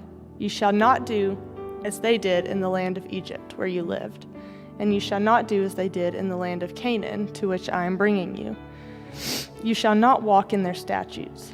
You shall follow my rules and keep my statutes and walk in them. I am the Lord your God. You shall therefore keep my statutes and my rules. If a person does them, he shall live by them. I am the Lord. None of you shall approach any one of his close relatives to uncover nakedness. I am the Lord. You shall not uncover the nakedness of your father, which is the nakedness of your mother. She is the mother. You shall not uncover her. You shall not uncover the nakedness of your father's wife. It is your father's nakedness. You shall not uncover the nakedness of your sister, your father's daughter, or your mother's daughter, whether brought up in the family or in another home. You shall not uncover the nakedness of your son's daughter or of your daughter's daughter, for their nakedness is your own. You shall not uncover the nakedness of your father's wife's daughter, brought up in your father's family, since she is your sister. And you shall not uncover the nakedness of your father's sister. She is your father's relative. You shall not uncover the nakedness of your mother's sister, for she is your mother's relative. You shall not uncover the nakedness of your father's brother. That is, you shall not approach his wife, for she is your aunt. You shall not uncover the nakedness of your daughter-in-law, for she is your son's wife. You shall not uncover the nakedness of your brother's wife. It is your brother's nakedness. You shall not uncover the nakedness of a woman and of her daughter. You shall not take her son's daughter or her daughter's daughter to uncover her nakedness, for they are relatives, and it is depravity. You shall not take a woman as a rival wife to her sister, uncovering her nakedness while her sister is still alive. You shall not approach a woman to uncover her nakedness while she is in her menstrual uncleanness, and you shall not lie sexually with your neighbor's wife, and so make yourself unclean. You shall not give any of your children to offer them to Molech, and so profane the name of your God. I am the Lord. You shall not lie with a male as with a woman. It is an abomination. And you shall not lie with any animal, and so make yourself unclean with it. Neither shall any woman give herself to an animal to lie with it, for it is perversion. Do not make yourselves unclean by any of these things. For by all these nations I am driving out before you, and have become unclean, and the land became unclean, so that I punished its iniquity, and the land vomited out its inhabitants. But you shall keep my statutes and my rules, and do none of these abominations, either the native or the stranger who sojourns among you. For the people of the land who were before you did all of these abominations, so that land became unclean. Lest the land vomit you out when you make it unclean, as it did the nation that was before you. For everyone who does any of these abominations, the persons who do them shall be cut off from among their people. So keep my charge, never to practice any of these abominable customs that were practiced before you, and never to make yourselves unclean by them. I am the Lord your God. Leviticus chapter 19. The Lord is holy. And the Lord spoke to Moses, saying, Speak to all the congregation of the people of Israel, and say to them, You shall be holy, for I, the Lord your God, am holy. Every one of you shall revere his mother and his father, and you shall keep my Sabbaths. I am the Lord your God. Do not turn to idols or make for yourselves any gods of cast metal. I am the Lord your God. When you offer a sacrifice of peace offering to the Lord, you shall offer it so that you may be accepted. It shall be eaten the same day you offer it on, or the day after, and anything left over until the third day shall be burned up with fire. If it is eaten at all on the third day, it is tainted, and it will not be accepted. and everyone who eats it shall bear his iniquity, because he has profaned what is holy to the Lord, and that person shall be cut off from his people. Love your neighbor as yourself. When you reap the harvest of your land, you shall not reap your field right up to its edge. Neither shall you gather the gleanings after your harvest. And you shall not strip your vineyard bare, neither shall you gather the fallen grapes of your vineyard. You shall leave them for the poor and for the sojourner. I am the Lord your God. You shall not steal, you shall not deal falsely, you shall not lie to one another. You shall not swear by my name falsely, and so profane the name of the Lord your God. I am the Lord. You shall not oppress your neighbor or rob him. The wages of a hired worker shall not remain with you all night until morning. You shall not curse the deaf or put a stumbling block before the blind, but you shall fear your God. I am the Lord. You shall do no injustice in court. You shall not be partial to the poor or defer to the great, but in righteousness shall you judge your neighbor. You shall not go around as a slanderer among your people, and you shall not stand up against the life of your neighbor. I am the Lord. You shall not hate your brother in your heart, but you shall reason frankly with your neighbor, lest you incur sin because of him. You shall not take vengeance or bear a grudge against the sons of your own people, but you shall love your neighbor as yourself. I am the Lord. You shall keep my statutes. You shall keep my statutes. You shall not let your cattle breed with a different kind. You shall not sow your field with two kinds of seed, nor shall you wear a garment of cloth made of two kinds of material. If a man lies sexually with a woman who is a slave assigned to another man, and not yet ransomed or given her freedom, a distinction shall be made. They shall not be put to death because she was not free, but he shall bring his compensation to the Lord to the entrance of the tent of meeting, a ram for a guilt offering. And the priest shall make atonement for him with the ram of the guilt offering before the Lord for the sin that he has committed, and he shall be forgiven for the sin. When you come into the land and plant any kind of tree for food, then you shall regard its fruit as forbidden. 3 years it shall be forbidden to you, and it must not be eaten. In the 4th year, all its fruit shall be holy, an offering of praise to the Lord. In the 5th year, you may eat of its fruit, to increase its yield for you. I am the Lord your God. You shall not eat any flesh with the blood in it. You shall not interpret omens or tell fortunes. You shall not round off the hair on your temples or mar the edges of your beard. You shall not make any cuts on your body for the dead or tattoo yourselves. I am the Lord. Do not profane your daughter by making her a prostitute, lest the land fall into prostitution and the land become full of depravity. You shall keep my Sabbaths and reverence my sanctuary. I am the Lord.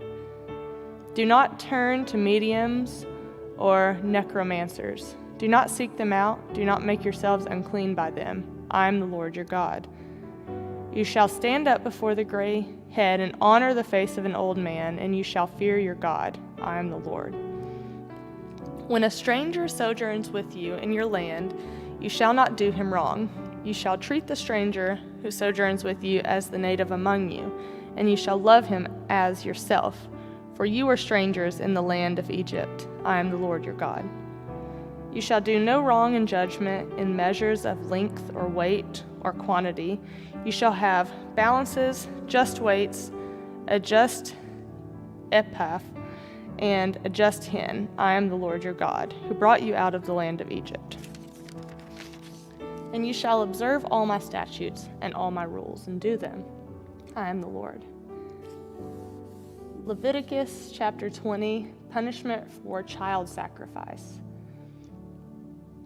The Lord spoke to Moses, saying, Say to the people of Israel, any one of the people of Israel, or of the strangers who sojourn in Israel, who gives any of his children to Molech, shall surely be put to death. The people of the land shall stone him with stones. I myself will set my face against that man, and will cut him off from among his people, because he has given one of his children to Molech, to make my sanctuary unclean and to profane my holy name. And if the people of the land do at all close their eyes to that man when he gives one of his children to Molech, and do not put him to death, then I will set my face against that man and against his clan, and will cut them off from among their people, him and all who follow him in the whoring after Molech. If a person turns to mediums and necromancers, whoring after them, I will set my face against that person and will cut him off from among his people. Consecrate yourselves, therefore, and be holy, for I am the Lord your God. Keep my statutes and do them. I am the Lord who sanctifies you. Anyone who curses his father or his mother shall surely be put to death, for he has cursed his father. He has cursed his father or his mother, his blood is upon him. Punishments for sexual immorality. If a man commits adultery with the wife of his neighbor, both the adulterer and the adulteress shall surely be put to death. If a man lies with his father's wife, he has uncovered his father's nakedness. Both of them shall be put to death. Their blood is upon them. If a man lies with his daughter-in-law, both of them shall surely be put to death, for they have committed perversion. Their blood is upon them. If a man lies with a male as with a woman, both of them have committed an abomination, and they shall be put to death, for their blood is upon them. If a man takes a woman and her mother also, it is depravity. He and they shall be burned with fire, that there may be no depravity among you. If a man lies with an animal, he shall surely be put to death, and you shall kill the animal. If a woman approaches any animal and lies with it, you shall kill the woman and the animal, and they shall surely be put to death, for their blood is upon them. If a man takes his sister, a daughter of his father or a daughter of his mother, and sees her nakedness, it is a disgrace, and they shall be cut off in the sight of the children of their people. He has uncovered his sister's nakedness, and he shall bear his iniquity. If a man lies with a woman during her menstrual period and uncovers her nakedness, he has made naked her fountain, and she has uncovered the fountain of blood. Both of them shall be cut off from among their people. You shall not uncover the nakedness of your mother's sister or your father's sister, for that is to make naked one's relative, and they shall bear their iniquity. If a man lies with his uncle's wife, he has uncovered his uncle's nakedness. They shall bear their sin, and they shall die childless. A man takes his brother's wife, it is impurity. He has uncovered his brother's nakedness, and they shall be childless. You shall be holy. You shall therefore keep all my statutes and all my rules and do them, that the land where I am bringing you to live may not vomit you out. You shall not walk in the customs of the nation that I am driving out before you, for they did all of these things, and therefore I detested them. But I have said to you, you shall inherit their land, and I will give it to you to possess, a land flowing with milk and honey. I am the Lord your God, who has separated you from the peoples. You shall therefore separate the clean beast from the unclean, and the unclean bird from the clean. You shall not make yourselves detestable by beast or by bird, or anything with which the ground crawls, for I have set apart for you to hold unclean. You shall be holy to me, for I the Lord am holy, and have separated you from the peoples, that you should be mine. A man or a woman who is a medium or necromancer will surely be put to death. They shall be stoned with stones, their blood shall be upon them. Holiness and priests. And the Lord said to Moses, Speak to the priests, the sons of Aaron, and say to them, No one shall make himself unclean for the dead among his people, except for his closest relative, his mother, his father, his son, his daughter, his brother, or his virgin sister who is near to him because she has no husband, for he may make himself unclean. For her he may make himself unclean. He shall not make himself unclean as a husband among his people, and so profane himself. They shall not make bald patches on their heads, nor shave off the edges of their beards, nor make any cuts on their body. They shall be holy to their God, and not profane the name of their God. for they offer the Lord's food offerings, the bread of their God, therefore they shall be holy. They shall not marry a prostitute or a woman who's been defiled, neither shall they marry a woman divorced from her husband, for the priest is holy to his God. You shall sanctify him, for he offers the bread of your God. He shall be holy to you, for I, the Lord, who sanctify you, am holy. And the daughter of any priest, if she profanes herself, profanes her father, and she shall be burned with fire. The priest who is chief among his brothers, on whose head the anointing oil is poured, and who has been consecrated to wear the garment, shall not let their hair of his head hang loose, nor tear his clothes. He shall not go into any dead bodies, nor make himself unclean, even for his father or for his mother. He shall not go out of the sanctuary, lest he profane the sanctuary of his God. For the consecration of the anointing oil of his God is on him. I am the Lord. And he shall take a wife in her virginity. A widow or a divorced woman, or a woman who's been defiled, or a prostitute, these he shall not marry. But he shall take his wife a virgin of his own people, that he may not profane his offspring among his people. I am the Lord who sanctifies him. And the Lord spoke to Moses, saying, Speak to Aaron, saying, None of your offspring throughout their generations who has a blemish may approach to offer the bread of his God. For no one who has a blemish shall draw near, a man blind or lame, or one who has a mutilated face, or a limb too long, or a man who has an injured foot or an injured hand, a hunchback or a dwarf, or a man with a defect in his sight, or an itching disease, or scabs, or crushed testicles. No man of the offspring of Aaron, the priest who has a blemish, shall come near to offer the Lord's food offerings. Since he has a blemish, he shall not come near to offer the bread of his God.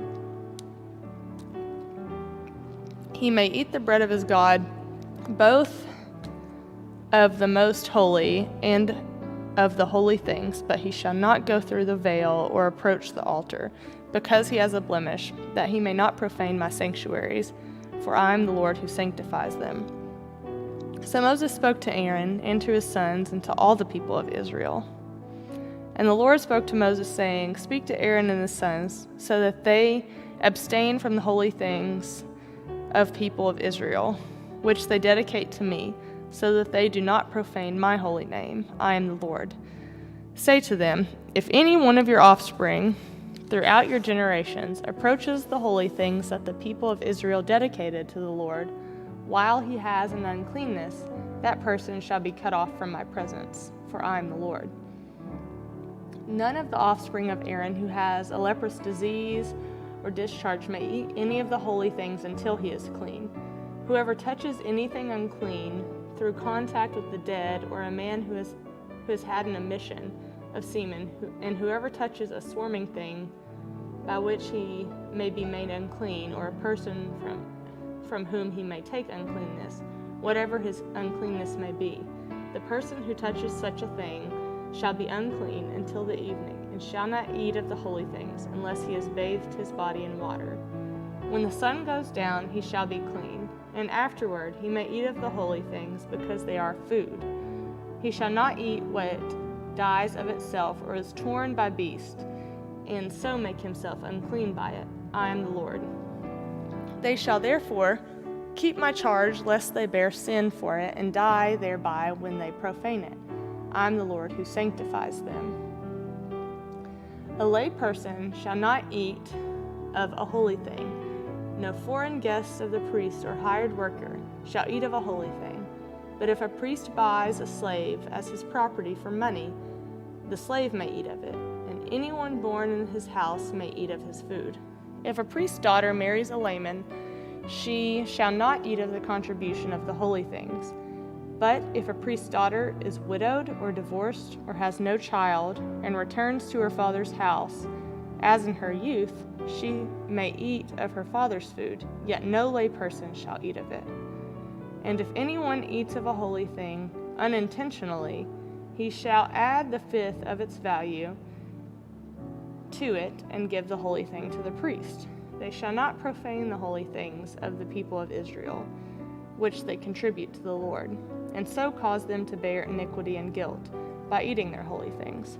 For I am the Lord who sanctifies them. Acceptable offerings. And the Lord spoke to Moses, saying, Speak to Aaron and his sons and all the people of Israel, and say to them, When any one of the house of Israel or of the sojourners in Israel presents a burnt offering as his offering, for any of their vows or free will offerings that they offer to the Lord, if it is to be accepted for you, it shall be a male without blemish, of the bulls or the sheep or the goats. You shall not offer anything that has a blemish, for it will not be acceptable for you. And when anyone offers a sacrifice of peace offering to the Lord to fulfill a vow, or as a free will offering from the herd or from the flock to be accepted, it must be perfected. There shall be no blemish in it.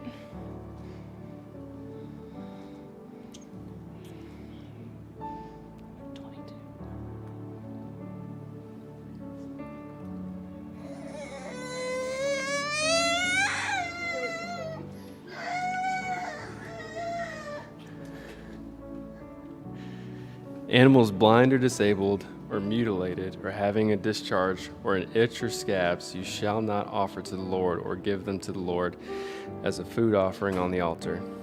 You may present a bull or a lamb that has a part too long or too short for a free will offering, but for a vow offering it cannot be accepted. Any animal that has its testicles bruised or crushed or torn or cut you shall not offer to the Lord. You shall not do it within your land, neither shall you offer as the bread of your God any such animals gotten from a foreigner. Since there is a blemish in them, because of their mutilation, they will not be accepted for you. And the Lord spoke to Moses, saying, When an ox or sheep or goat is born, it shall remain 7 days with its mother, and from the 8th day on it shall be acceptable as a food offering to the Lord. But you shall not kill an ox or a sheep and her young in one day. And when you sacrifice a sacrifice of thanksgiving to the Lord, you shall sacrifice it so that you may be accepted. It shall be eaten on the same day. You shall leave none of it until morning. I am the Lord. So you shall keep my commandments and do them. I am the Lord. And you shall not profane my holy name, that I may be sanctified among the people of Israel. I am the Lord who sanctifies you, who brought you out of the land of Egypt to be your God. I am the Lord. Chapter 23. The Lord spoke to Moses, saying, Speak to the people of Israel and say to them, These are the appointed feasts of the Lord that you shall proclaim as holy convocations. They are my appointed feasts. 6 days shall work be done, but on the 7th day is a Sabbath of solemn rest, a holy convocation. You shall do no work. It is a Sabbath to the Lord in all your dwelling places. These are the appointed feasts of the Lord, the holy convocations, which you shall proclaim at the time appointed for them. In the first month, on the 14th day of the month at twilight, is the Lord's Passover. And on the 15th day of the same month is the feast of unleavened bread to the Lord. For 7 days you shall eat unleavened bread. On the first day you shall have a holy convocation. You shall not do any ordinary work, but you shall present a food offering to the Lord for 7 days. On the 7th day is a holy convocation. You shall not do any ordinary work. And the Lord spoke to Moses, saying, Speak to the people of Israel and say to them, When you come into the land I give you and reap its harvest, you shall bring the sheaf of the first fruits of your harvest to the priest, and he shall wave the sheaf before the Lord, so that you may be accepted. On this day after the Sabbath, the priest shall wave it. And on the day when you wave the sheaf, you shall offer a male lamb a year old without blemish as a burnt offering to the Lord. And the grain offering with it shall be 2/10 of an ephah of fine flour mixed with oil, A food offering to the Lord with a pleasing aroma, and the drink offering with it shall be of wine, 1/4 of a hin. And you shall eat neither bread nor grain, parched or fresh, until this same day, until you have brought the offering of your God. It is a statute forever throughout your generations in all your dwellings. You shall count 7 full weeks from the day after the Sabbath, from the day that you brought the sheaf of the wave offering. You shall count 50 days to the day after the 7th Sabbath. Then you shall present a grain offering, a new grain to the Lord. You shall bring from your dwelling places 2 loaves of bread to be waved, made of 2/10 of an ephah. They shall be of fine flour, and they shall be baked with leaven, as first fruits to the Lord. And you shall present with the bread 7 lambs a year old, without blemish, and 1 bull from the herd, and 2 rams. They shall be a burnt offering to the Lord, with their grain offering and their drink offerings, a food offering with a pleasing aroma to the Lord.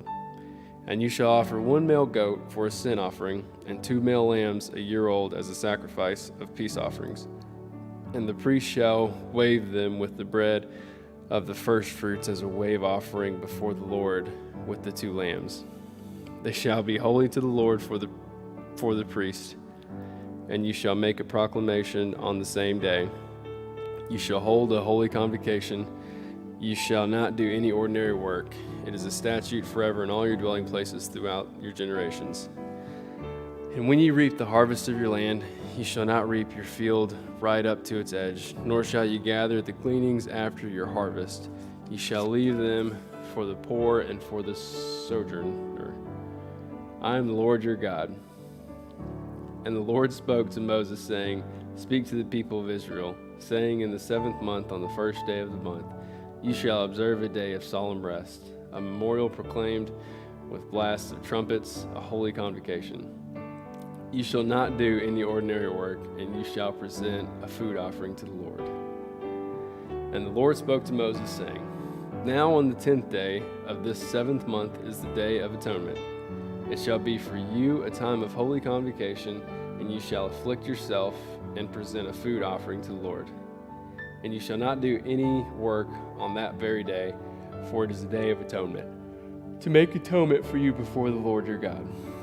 For whoever is not afflicted on that very day shall be cut off from his people, and whoever does any work on that very day, that person I will destroy from among his people. You shall not do any work. It is a statute forever throughout your generations in all your dwelling places. It shall be to you a Sabbath of solemn rest, and you shall afflict yourselves. On the 9th day of the month, beginning at evening, from evening to evening, shall you keep your Sabbath. And the Lord spoke to Moses, saying, Speak to the people of Israel, saying, On the 15th day of this 7th month, and for 7 days is the Feast of Booths to the Lord. On the 1st day shall be a holy convocation. You shall not do any ordinary work. For 7 days you shall present food offerings to the Lord. On the 8th day you shall hold a holy convocation and present a food offering to the Lord. It is a solemn assembly. You shall not do any ordinary work. These are the appointed feasts of the Lord, which you shall proclaim as times of holy convocation for presenting to the Lord food offerings, burnt offerings and grain offerings, sacrifices and drink offering, each on its proper day, besides the Lord's Sabbath, and besides your gifts, and besides all your vow offerings, and besides all your free will offerings which you give to the Lord. On the 15th day of the 7th month, when you have gathered in the produce of the land, you shall celebrate the feast of the Lord 7 days. On the 1st day shall be a solemn rest, and on the 8th day shall be a solemn rest. And you shall take on the first day the fruit of splendid trees, branches of palm trees, and boughs of leafy trees, and willows of the brook, and you shall rejoice before the Lord your God 7 days. You shall celebrate it as a feast to the Lord for 7 days in the year. It's a statute forever throughout your generations. You shall celebrate it in the 7th month. You shall dwell in booths for 7 days. All native Israelites shall dwell in booths, that your generations may know that I made the people of Israel dwell in booths when I brought them out of the land of Egypt. I am the Lord your God. Thus Moses declared to the people of Israel the appointed feast of the Lord. Chapter 24. The Lord spoke to Moses, saying, Command the people of Israel to bring you pure oil from beaten olives for the lamp, that a light may be kept burning regularly. Outside the veil of testimony in the tent of meeting, Aaron shall arrange it from evening to morning before the Lord regularly. It shall be a statute forever throughout your generations. He shall arrange the lamps on the lampstand of pure gold before the Lord regularly. You shall take fine flour and bake 12 loaves from it.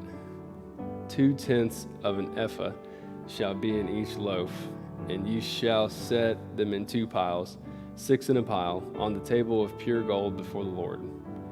And you shall put pure frankincense on each pile, that it may go with the bread as a memorial portion, as a food offering to the Lord. Every Sabbath day, Aaron shall arrange it before the Lord regularly. It is from the people of Israel as a covenant forever. And it shall be for Aaron and his sons, and they shall eat it in a holy place, since it is for him a most holy portion out of the Lord's food's offering, at a perpetual due. Now an Israelite woman's son, whose father was an Egyptian, went out among the people of Israel. And the Israelite woman's son and a man of Israel fought in the camp. And the Israelite woman's son blasphemed the name and cursed. Then they brought him to Moses. His mother's name was Shilomith, the daughter of Debri, of the tribe of Dan. And they put him in custody till the will of the Lord should be clear to them. Then the Lord spoke to Moses, saying, Bring out of the camp the one who cursed, and let all who heard him lay their hands on his head, and let all the congregation stone him. And speak to the people of Israel, saying, Whoever curses his God shall bear his sin. Whoever blasphemes the name of the Lord shall surely be put to death, and the congregation shall stone him. The sojourner, as well as the native, when he blasphemes the name, shall be put to death. Whoever takes a human life shall surely be put to death. Whoever takes an animal's life shall make it good, life for life. If anyone injures his neighbor as he has done it, shall be done to him. Fracture for fracture, eye for eye, tooth for tooth. Whatever injury he has given to a person shall be given to him. Whoever kills an animal shall make it good, and whoever kills a person shall be put to death. You shall have the same rule for the sojourner and for the native, for I am the Lord your God. So Moses spoke to the people of Israel, and they brought out of the camp the one who had cursed and stoned him with the stones.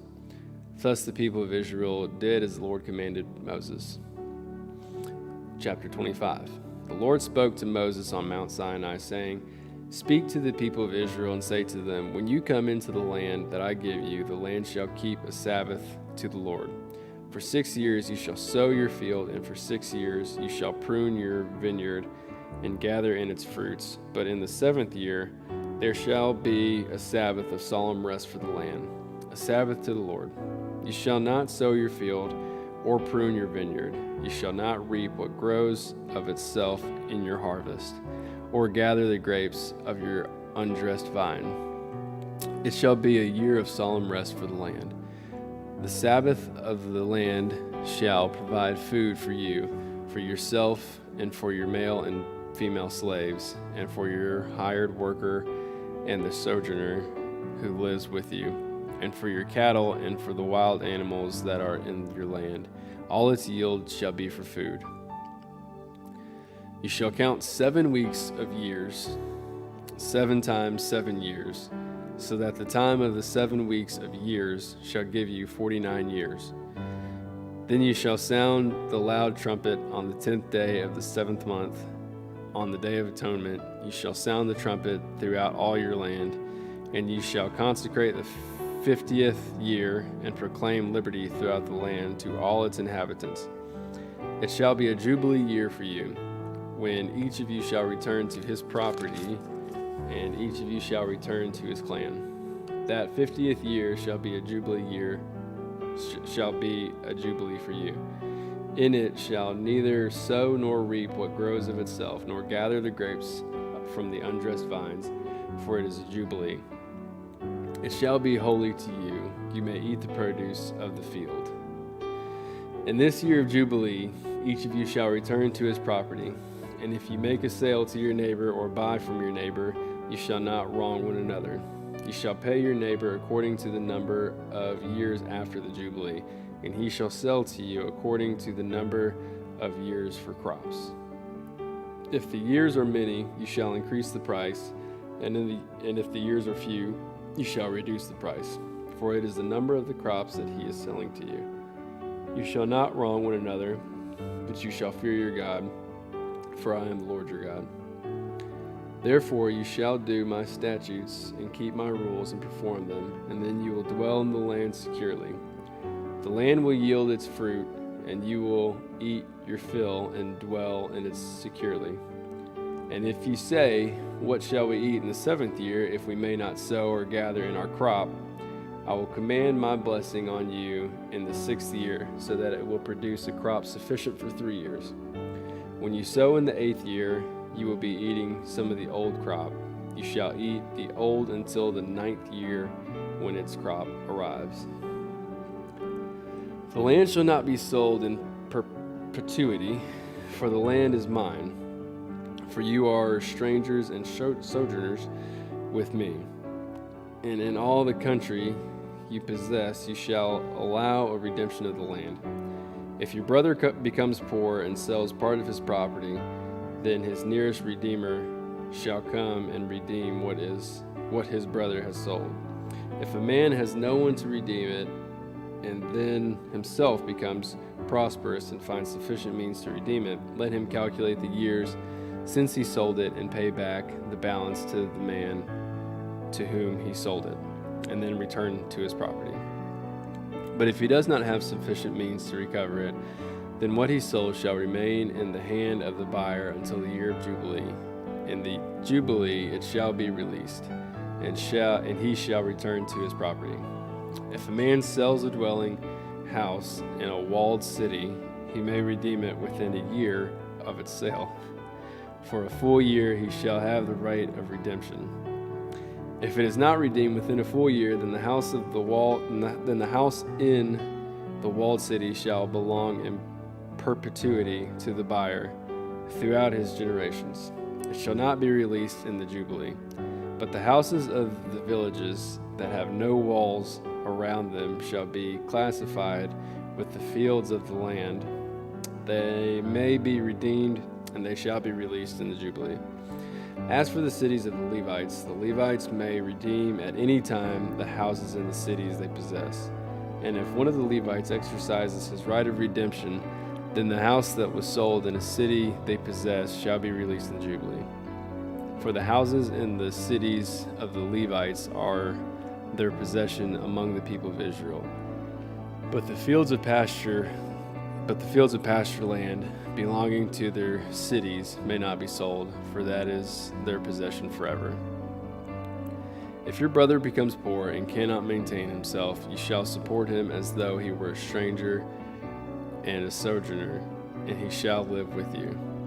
Take no interest from him or profit, but fear your God, that your brother may live beside you. You shall not lend him your money at interest, nor give him your food for profit. I am the Lord your God, who brought you out of the land of Egypt to give you the land of Canaan and to be your God. If your brother becomes poor beside you and sells himself to you, you shall not make him serve as a slave. He shall be with you as a hired worker and a sojourner. He shall serve with you until the year of Jubilee. Then he shall go out from you, he and his children with you, and go back to his own clan and return to the possession of his fathers. For they are my servants, whom I brought out of the land of Egypt. They shall not be sold as slaves. You shall not rule over him ruthlessly, but shall fear your God. As for your male and female slaves whom you may have, you may buy male or female slaves from among the nations that are around you. You may also buy from among the strangers who sojourn with you and their clans that are with you, who have been born in your land, and they may be your property. You may bequeath them to your sons after you to inherit as a possession forever. You may make slaves of them, but over your brothers, the people of Israel, you shall not rule, one over another ruthlessly.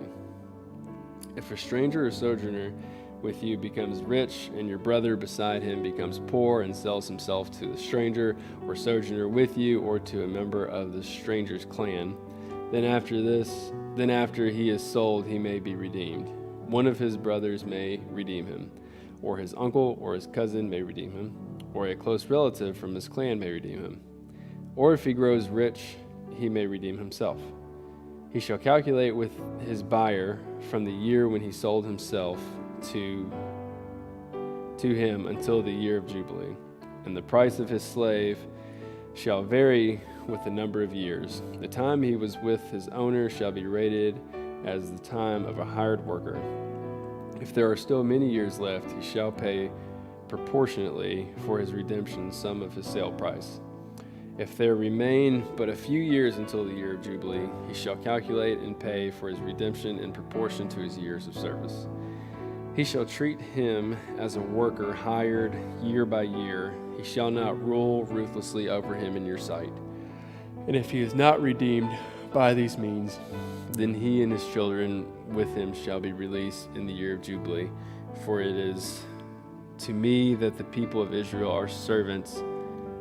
They are my servants whom I brought out of the land of Egypt. I am the Lord your God. Chapter 26. You shall not make idols for yourselves, or erect an image or pillar, and you shall not set up a figured stone in your land to bow down to it, for I am the Lord your God. You shall keep my Sabbaths and reverence my sanctuary. I am the Lord. If you walk in my statutes and observe my commandments and do them, then I will give you your rains in their season, and the land shall yield its increase, and the trees of the yield shall yield their fruit. Your threshing shall last to the time of the grape harvest, and the grape harvest shall last to the time for sowing. You shall eat your bread to the full and dwell in your land securely. I will give peace in the land, and you shall lie down, and none shall make you afraid. And I will remove harmful beasts from the land, and the sword shall not go through your land. You shall chase your enemies, and they shall fall before you by the sword. 5 of you shall chase 100, and 100 of you shall chase 10,000, and your enemies shall fall before you by the sword. I will turn to you and make you fruitful and multiply you, and will confirm my covenant with you. You shall eat old store long kept, and you shall clear out the old to make way for the new. I will make my dwelling among you, and my soul shall not abhor you. And I will walk among you, and will be your God, and you shall be my people. I am the Lord your God, who brought you out of the land of Egypt, that you should not be their slaves. And I have broken the bars of your yoke, and made you walk erect. But if you will not listen to me, and will not do all these commandments, if you spurn my statutes, and if your soul abhors my rules, so that you will not do all my commandments but break my covenant, then I will do this to you. I will visit you with panic, with wasting disease and fever that consume the eyes and make the heart ache. And you shall sow your seed in vain, for your enemy shall eat it. I will set my face against you, and shall be struck down before your enemies. And you shall be struck down before your enemies. Those who hate you shall rule over you, and you shall flee when none pursues you. And if in spite of this you will not listen to me, then I will discipline you again sevenfold for your sins. And I will break the pride of your power, and I will make your heavens like iron, and your earth like bronze. And your strength shall be spent in vain, For your land shall not yield its increase, and the trees of the land shall not yield their fruit. Then if you walk contrary to me and will not listen to me, I will continue striking you sevenfold for your sins, and I will let loose the wild beast against you, which shall bereave you of your children and destroy your livestock and make you few in number, so that your roads shall be deserted. And if by this discipline you are not turned to me, but walk contrary to me, then I also will walk contrary to you, and I myself will strike you sevenfold for your sins. And I will bring a sword upon you that shall execute vengeance for the covenant. And if you gather within your cities, I will send pestilence among you, and you shall be delivered into the hand of the enemy. When I break your supply of bread, 10 women shall bake your bread in a single oven, and shall dole out your bread again by weight, and you shall eat and not be satisfied. But if in spite of this you will not listen to me, but walk contrary to me, then I will walk contrary to you in fury, and I myself will discipline you sevenfold for your sins. You shall eat flesh of your sons, and you shall eat the flesh of your daughters. And I will destroy your high places and cut down your incense altars, and cast your dead bodies upon the dead bodies of your idols, and my soul will abhor you. And I will lay your cities waste, and will make your sanctuaries desolate, and I will not smell your pleasing aromas. And I myself will devastate the land, so that your enemies who settle in it shall be appalled at it. And I will scatter you among the nations, and I will unsheath the sword after you, and your land shall be a desolation, and your city shall be a waste. Then the land shall enjoy its Sabbath as long as it lies desolate. While you are in your enemy's land, then the land shall rest and enjoy its Sabbaths. As long as it lies desolate, it shall have rest, the rest that it did not have on your Sabbaths when you were dwelling in it. And as for those of you who are left, I will send faintness into their hearts in the lands of their enemies. The sound of a driven leaf shall put them to flight, and they shall flee as one flees from the sword, and they shall fall when none pursues. They shall stumble over one another as if to escape a sword, though none pursues. And you shall have no power to stand before your enemies, and you shall perish among the nations, and the land of your enemies shall eat you up. And those of you who are left shall rot away in your enemies' lands because of their iniquity, and also because of the iniquities of their fathers, they shall rot away like them. But if they confess their iniquity and the iniquity of their fathers in their treachery that they committed against me, and also in walking contrary to me, so that I walked contrary to them and brought them into the land of their enemies, if then their uncircumcised heart is humbled and they make amends for their iniquity, then I will remember my covenant with Jacob, and I will remember my covenant with Isaac, my covenant with Abraham, and I will remember the land. But the land shall be abandoned by them and enjoy its Sabbaths while it lies desolate without them. And they shall make amends for their iniquity, because they spurned my rules and their soul abhorred my statutes. Yet for all that, when they are in the land of their enemies, I will not spurn them, neither will I abhor them so as to destroy them utterly and break my covenant with them, for I am the Lord their God. But I will for their sake remember the covenant with their forefathers, whom I brought out of the land of Egypt, in the sight of the nations, that I might be their God. I am the Lord. These are the statutes and rules and laws that the Lord made between himself and the people of Israel through Moses on Mount Sinai.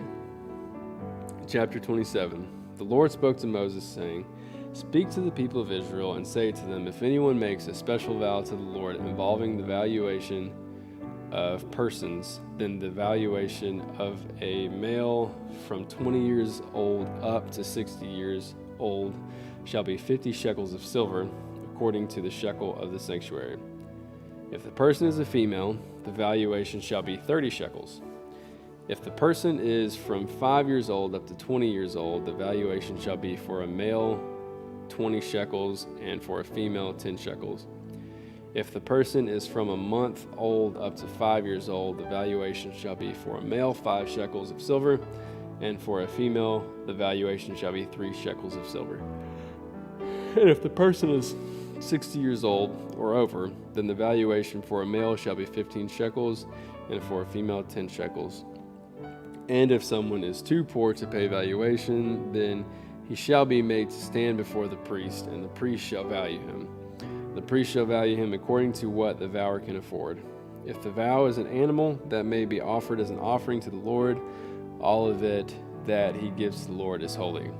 He shall not exchange it or make a substitute for it, good for bad or bad for good. And if he does in fact substitute one animal for another, then both it and the substitute shall be holy. And if it is any unclean animal that may not be offered as an offering to the Lord, then he shall stand the animal before the priest, and the priest shall value it either good or bad. As the priest values it, so it shall be. But if he wishes to redeem it, he shall add a fifth to the valuation. Okay, thank you. Leviticus 27:14.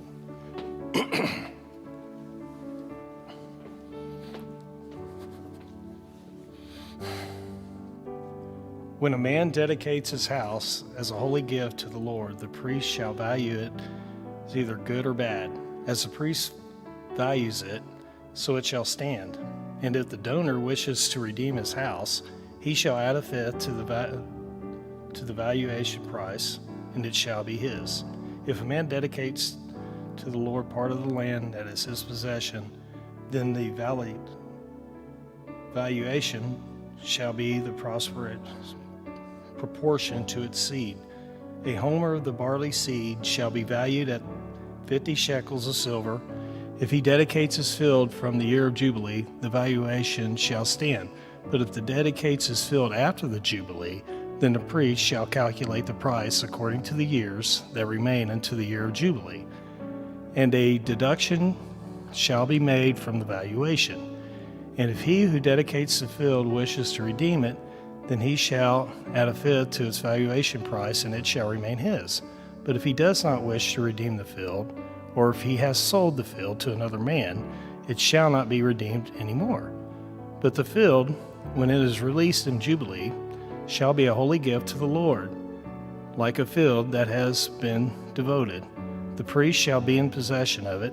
If he dedicates to the Lord a field that he has bought, which is not a part of the possessions, then the priest shall calculate the amount of the valuation for it up to the year of Jubilee, and the man shall give the valuation on the day as a holy gift to the Lord.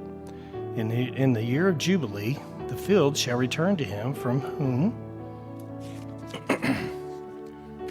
it was bought, to whom the land belongs as a possession. Every valuation shall be according to the shekel of the sanctuary. 20 gerahs shall make a shekel.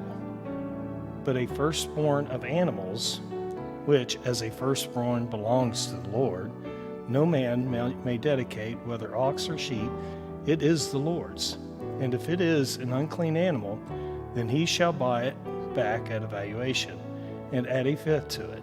Or, if it is not redeemed, it shall be sold at a valuation. But no devoted thing that a man devotes to the Lord of anything that he has, whether man or beast, or of his inherited fields, shall be sold or redeemed. Every devoted thing is most holy to the Lord. No one devoted who is to be devoted for the destruction from mankind shall be ransomed. He shall surely be put to death. Every tithe of the land, whether of seed of the land or the fruit of the trees, is the Lord's. It is holy to the Lord. If a man wishes to redeem some of his tithe, he shall add a fifth to it. And every tithe of herds and flocks, every tenth of animals, of all that pass under the herdsman's staff, shall be holy to the Lord. One shall not differentiate between good or bad, neither shall he make a substitute for it. And if he does substitute for it, then both it and the substitute shall be holy. It shall not be redeemed. There are commandments that the Lord commanded Moses for the people of Israel on Mount Sinai. The book of Numbers. A census of Israel's warriors. The Lord spoke to Moses in the wilderness of Sinai in the tent of meetings on the first day of the second month, in the second year after that had come out of the land of Egypt, saying, Take a census of all the congregation of the people of Israel, by clans, by fathers' houses, according to the number of names, every male, head by head, from 20 years old and upward, all in Israel who are able to go to war. You and Aaron shall list them, company by company, and there shall be with a man from each tribe, each man being the head of the house of his fathers, and these are the names of the men shall assist you. From Reuben, Elizur, the son of Shadur. From Simon, Shalom, the son of Zerashidi. From Judah, Nashon, the son of Amminadab. From Issachar, Nathaniel, the son of Zuar. The Zebulun, Elab, the son of Helon. From the sons of Joseph, from Ephraim, Elishama, of the son of Ammihud. And from Manasseh, Gamaliel, the son of Peduzur. From Benjamin, Abide, the son of Gideoni. From Dan, Azar, the son of Amishadi. From Asher, Pagel, the son of Okran. From Gad, Eliasaph, the son of Deuel. The Naphtali, Ahira, the son of Enan. These were the ones chosen from the congregation, the chiefs of their ancestral tribes, the head of the clans of Israel. Moses and Aaron took these men whom had been named, and on the first day of the second month they assembled the whole congregation together, who registered themselves by clans, by fathers' houses, according to the number of names, from 20 years old and upward, head by head. As the Lord commanded Moses, so he listed them in the wilderness of Sinai. The people of Reuben, Israel's firstborn, their generations, by their clans, by their fathers' houses, according to the numbers of names, head by head, every male from 20 years old and upward, all who were able to go to war. Those listed of the tribe of Reuben were 46,500. Of the people of Simeon, their generations, by their clans, by their fathers' houses, those of them who were listed according to the numbers of the names, head by head, every male from 20 years old and upward, all who were able to go to war. Those listed of the tribe of Simeon were 59,300. Of the people of Gad, their generations, by their clans, by their fathers' houses, according to the number of the names, from 20 years old and upward, all who were able to go to war. These listed the tribe of Gad were 45,650. Of the people of Judah, their generations, by their clans, by their fathers' houses, according to the number of the names, from 20 years old and upward, every man able to go to war. These listed in the tribe of Judah were 74,600. Of the people of Issachar, these generations, by their clans, by their fathers' houses, according to the number of names, from the 20 years old and upward, every man able to go to war. Those listed of the tribe of Issachar were 54,400. Of the people of Zebulun, their generations, by their clans, by their fathers' houses, according to the number of the names, from 20 years old and upward, every man able to go to war.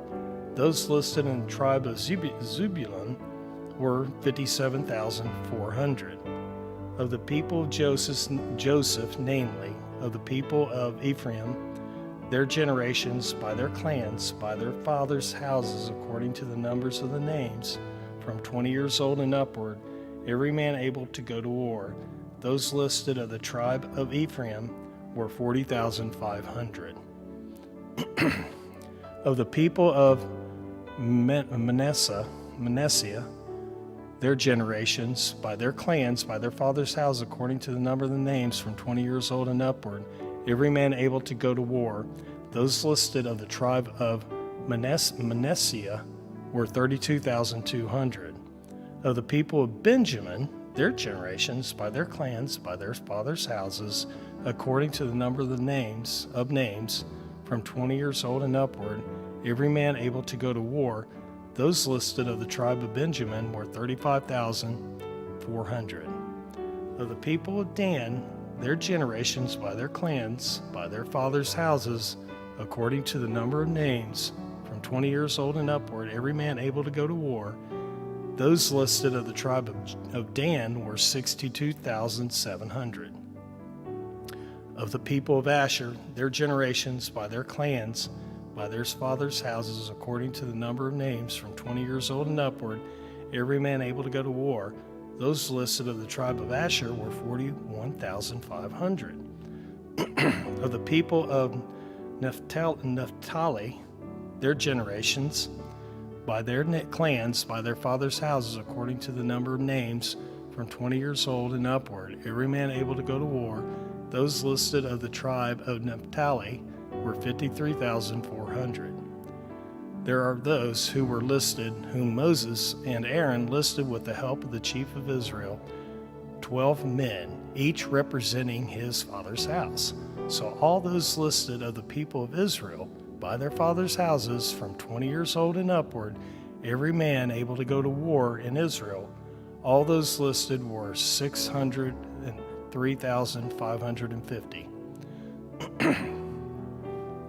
But the Levites were not listed among them by the actual ancestral tribe. For the Lord spoke to Moses, saying, only the tribe of Levi you shall not list, and you shall not take a census of them among the people of Israel, but appoint the Levites over the tabernacle of the testimony, and over all its furnishings, and over all the belongings to it. They are to carry a tabernacle and all its furnishings.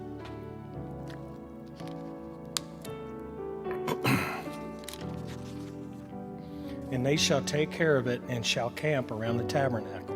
When the tabernacle is set out, the Levites shall take it down, and when the tabernacle is to be pitched, the Levites shall set it up. And if an outsider comes near, he shall be put to death. The people of Israel shall pitch their tents by their companies, each man in his own camp, and each man by his own standard. But the Levites shall camp around the tabernacle of the testimony, so that there may be no wrath on the congregation of the people of Israel. And the Levites shall keep guard over the tabernacle of the testimony. Thus did the people of Israel. They did according to all that the Lord commanded Moses. Arrangement of the camp. The Lord spoke to Moses and Aaron, saying, the people of Israel shall camp each by his own standard, with the banners of their fathers' houses. They shall camp facing the tent of meeting on every side. Those to camp on the east side toward the sunrise shall be on the standard of the camp of Judah by their companies. The chief of the people of Judah being Nephshon, the son of Amminadab, his company of listed being 74,600. Those to camp next to him shall be the tribe of Issachar. The chief of the people of Issachar being Nathaniel, the son of Zuar, his company is listed being 54,400. Then the tribe of Zebulun, the chief of the people of Zebulun being Eliab, the son of Helon, his company as listed being 57,400. All those listed of the camp of Judah by their companies were 186,400. They shall set out first on the march. On the south side shall be the standard of the camp of Reuben by their companies, the chief of the people of Reuben being Elazar, the son of Shadur, his company as listed being 46,500. And those to camp next to him shall be the tribe of Simeon, the chief of the people of Simeon being Shelumiel, the son of Zerashadai. His company is listed being 59,300.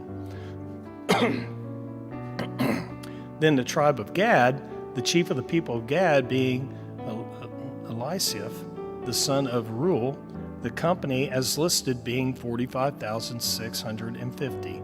All those listed in the camp of Reuben by the companies were 151,450. They shall set out second. Then the tent of meeting shall set out with the camp of Levites in the midst of the camps as a camp. So shall they set out, each in a position, standard by standard. On the west side shall be the standard of the camp of Ephraim by their company, the chief of the people of Ephraim being Elishama, the son of Ammihud. His company is listed being 40,500. And next to him shall be the tribe of Manasseh, the chief of the people of Manasseh being Gamaliel, the son of Pedazur. His company is listed being 32,200. Then the tribe of Benjamin, the chief of the people of Benjamin being Abidan, the son of Gideoni. His company is listed being 34,400. And those listed in the camp of Ephraim by their companies were 108,100. They shall set out third on the march. On the north side shall be the standard of the camp of Dan by their companies, the chief of the people of Dan being Aazar, the son of Ammishaddai. His company of listed being 62,700. And those to camp next to him shall be the tribe of Asher, the chief of the people of Asher being Pagiel, the son of Ochran. His company as listed being 41,500.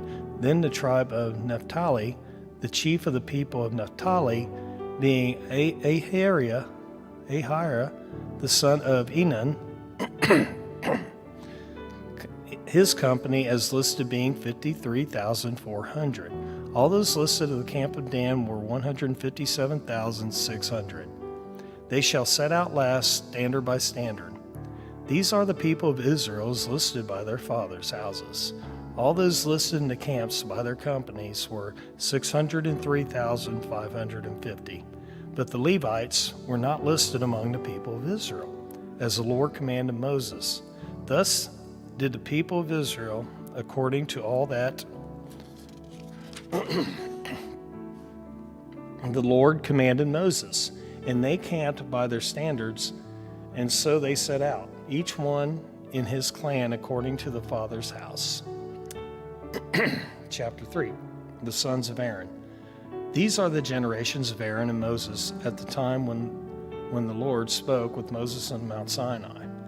These are the names of the sons of Aaron: Nadab, the firstborn, Abihu, Eleazar, and Ithamar. These are the names of the sons of Aaron, the anointed priests, whom he ordained to serve as priests. But Nadab and Abihu died before the Lord when they offered unauthorized fire before the Lord in the wilderness of Sinai, and they had no children. So Eleazar and Ithamar served as priests in the lifetime of Aaron their father. Duties of the Levites. And the Lord spoke to Moses, saying, Bring the tribe of Levi near, and set them before Aaron the priest, that they may minister to him. They shall keep guard over him and over the whole congregation before the tent of meeting. And they minister at the tabernacle. They shall guard all the furnishings of the tent of meetings, and keep guard over the people of Israel as they minister at the tabernacle. And you shall give the Levites to Aaron and his sons. They are wholly given to him from among the people of Israel. And you shall appoint Aaron and his sons, and they shall guard their priesthood. But if any outsider comes near, he shall be put to death. And the Lord spoke to Moses, saying, Behold, I have taken the Levites from among the people of Israel. Instead of the firstborn who opens the womb among the people of Israel, the Levites shall be mine, for all the firstborn are mine. At the day that I struck down all the firstborn in the land of Egypt, I consecrated for my own all the firstborn in Israel, both of the man and the beast. They shall be mine. I am the Lord.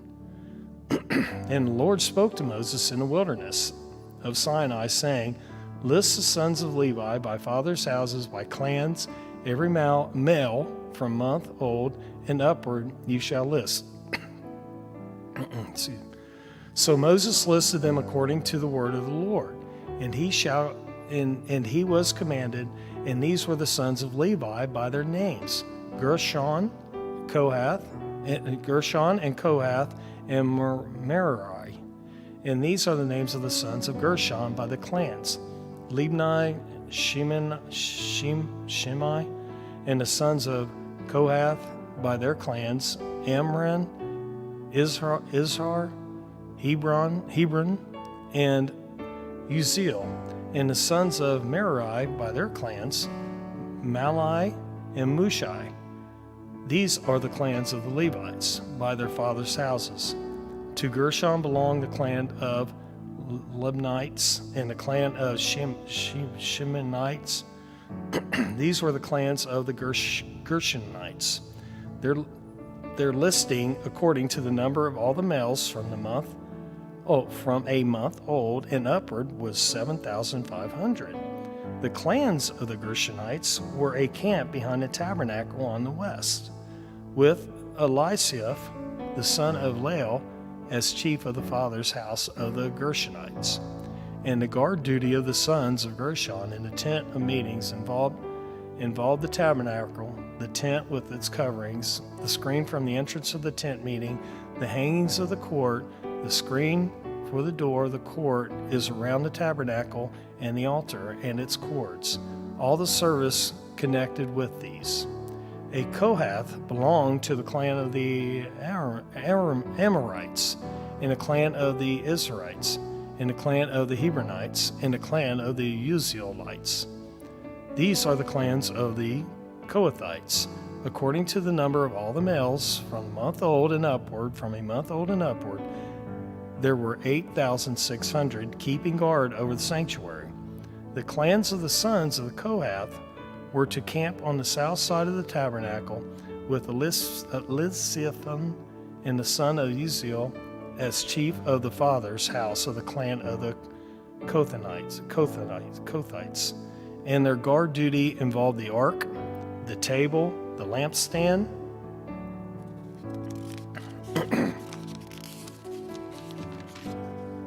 altars, the vessels of the sanctuary with which the priests minister, and the screen, all the service connected with these. And Eleazar, the son of Aaron, the priest, was to be chief over the chiefs of the Levites, and to have oversight of those who kept guard over the sanctuary. To Merari, the belonging of the clan of the Malites and the clan of the Mushites. These are the clan of Mary. Their listing according to the numbers of the males from a month old and upward were 6,200. And the chief of the father's house of the clans of Merari were Zuriel, the son of Abihail. They were to camp on the north side of the tabernacle, and the appointed guard duty of the sons of Merari involved in the frames of the tabernacle. The bars, the pillars, the bases, and all the accessories, all the service connected with these. Also the pillars around the court with their bases and pegs and cords. Those were to camp before the tabernacle on the east, before the tent of meeting toward the sunrise, where Moses and Aaron and his sons, guarding the sanctuary itself to protect the people of Israel, and any outsiders who came near was to be put to death. All those listed among the Levites, whom Moses and Aaron listed at the commandment of the Lord by clans, all the males from a month old and upward were 22,000. Redemption of the firstborn. And the Lord said to Moses, list all the firstborn males of the people of Israel, from a month old and upward, taking the number of their names, and ye shall take the Levites for me. I am the Lord. Instead of all the firstborn among the people of Israel and the cattle of the Levites, instead of all the firstborn among the cattle of the people of Israel. So Moses listed all the firstborn among the people of Israel as the Lord commanded him. And all the firstborn males, according to the number of names from a month old and upward, as listed, were 22,273. And the Lord spoke to Moses, saying, take the Levites instead of all the firstborn among the people of Israel, and the cattle of the Levites instead of their cattle. The Levites shall be mine. I am the Lord. And as a redemption price for the 273 of the firstborn of the people of Israel, over and above the number of male Levites, you shall take 5 shekels per head. You shall take them according to the shekel of the sanctuary, the shekel of 22 gerahs, and give the money to Aaron and his sons of the redemption price for those who are over. So Moses took the redemption money from those who were over and above the redeemed by the Levites. From the firstborn of the people of Israel, he took the money 1,365 shekels by the shekel of the sanctuary, and Moses gave the redemption money to Aaron and his sons according to the word of the Lord, as the Lord commanded Moses. Chapter 4, Duties of the Kohathites, Gershonites, and Merarites. The Lord spoke to Moses and Aaron, saying, take a census of the son of Kohath from among the sons of Levi, by the clans in their fathers' houses, from 30 years old up to 50 years old, all who come on duty to do the work of the tent, to do the work in the tent of meeting. This is the service of the sons of Kohath in the tent of meeting. The most holy thing, when the camp is to be set out, Aaron and his sons shall go in and take down the veil of the screen and cover the ark of testimony with it. Then they shall put on it the covering of goatskin, and spread on top of that a cloth of blue, and shall put its poles. And over the table of bread of presence they shall spread a cloth of blue, and put the plates, the dishes for incense, the bowls, the flagons for the drink offerings, the regular showbread also shall be on it. Then they shall spread over them a cloth of scarlet, and cover the same with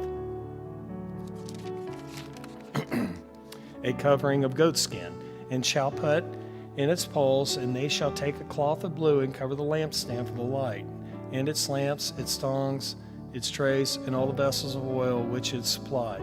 And they shall put it with it on all its utensils, into covering the goatskin, and put it on the carrying frame. And over the golden altar they shall spread a cloth of blue, and cover it with a covering of goatskin, and shall put in its poles. And they shall take all the vessels of the service are used in the sanctuary, and put them in the cloth of blue, and cover them with a covering of goatskin, and put them on a carrying frame. And they shall take away the ashes from the altar, and spread purple cloth over it. And they shall put on it all the utensils of the altar which are used for the service there, the fire pans, the forks, the shovels, and the basins, all the utensils of the altar. And they shall spread on it a covering of goatskin, and shall put in its poles. And when Aaron and his sons have finished covering the sanctuary and all the furnishings of the sanctuary as the camp sets out, after the sons of Kohath shall come to carry these. But they must not touch the holy things, lest they die. These are the things of the tent of the meeting that the sons of Kohath are to carry. And Eleazar the son of Aaron the priest shall have the charge over the oil for the lights, and the fragrant incense, the regular grain offerings, and the anointed oil, with the oversight of the whole tabernacle and all that is in it, of the sanctuary and its vessels. The Lord spoke to Moses and Aaron, saying, let not the tribe of the clans of the Kohathites be destroyed from among the Levites. but deal thus with them, that they may live and not die when they come near to the most holy things. Aaron and his son shall go in and appoint them, each to his task, to his burden. But they shall not go in and to look at the holy things even for a moment, lest they die. The Lord spoke to Moses, saying, Take a census of the sons of Gershon also, by their fathers' houses and by their clans, from 30 years old up to 50 years old. You shall list them, all who can come to duty to do service in the tent of meetings. This is the service of the clans of the Gershonites. In serving and bearing burdens, they shall carry the curtains of the tabernacle and the tent of meetings with its covering, and a covering of goatskin that is the top of it, and entrance of the tents of the meetings. 26.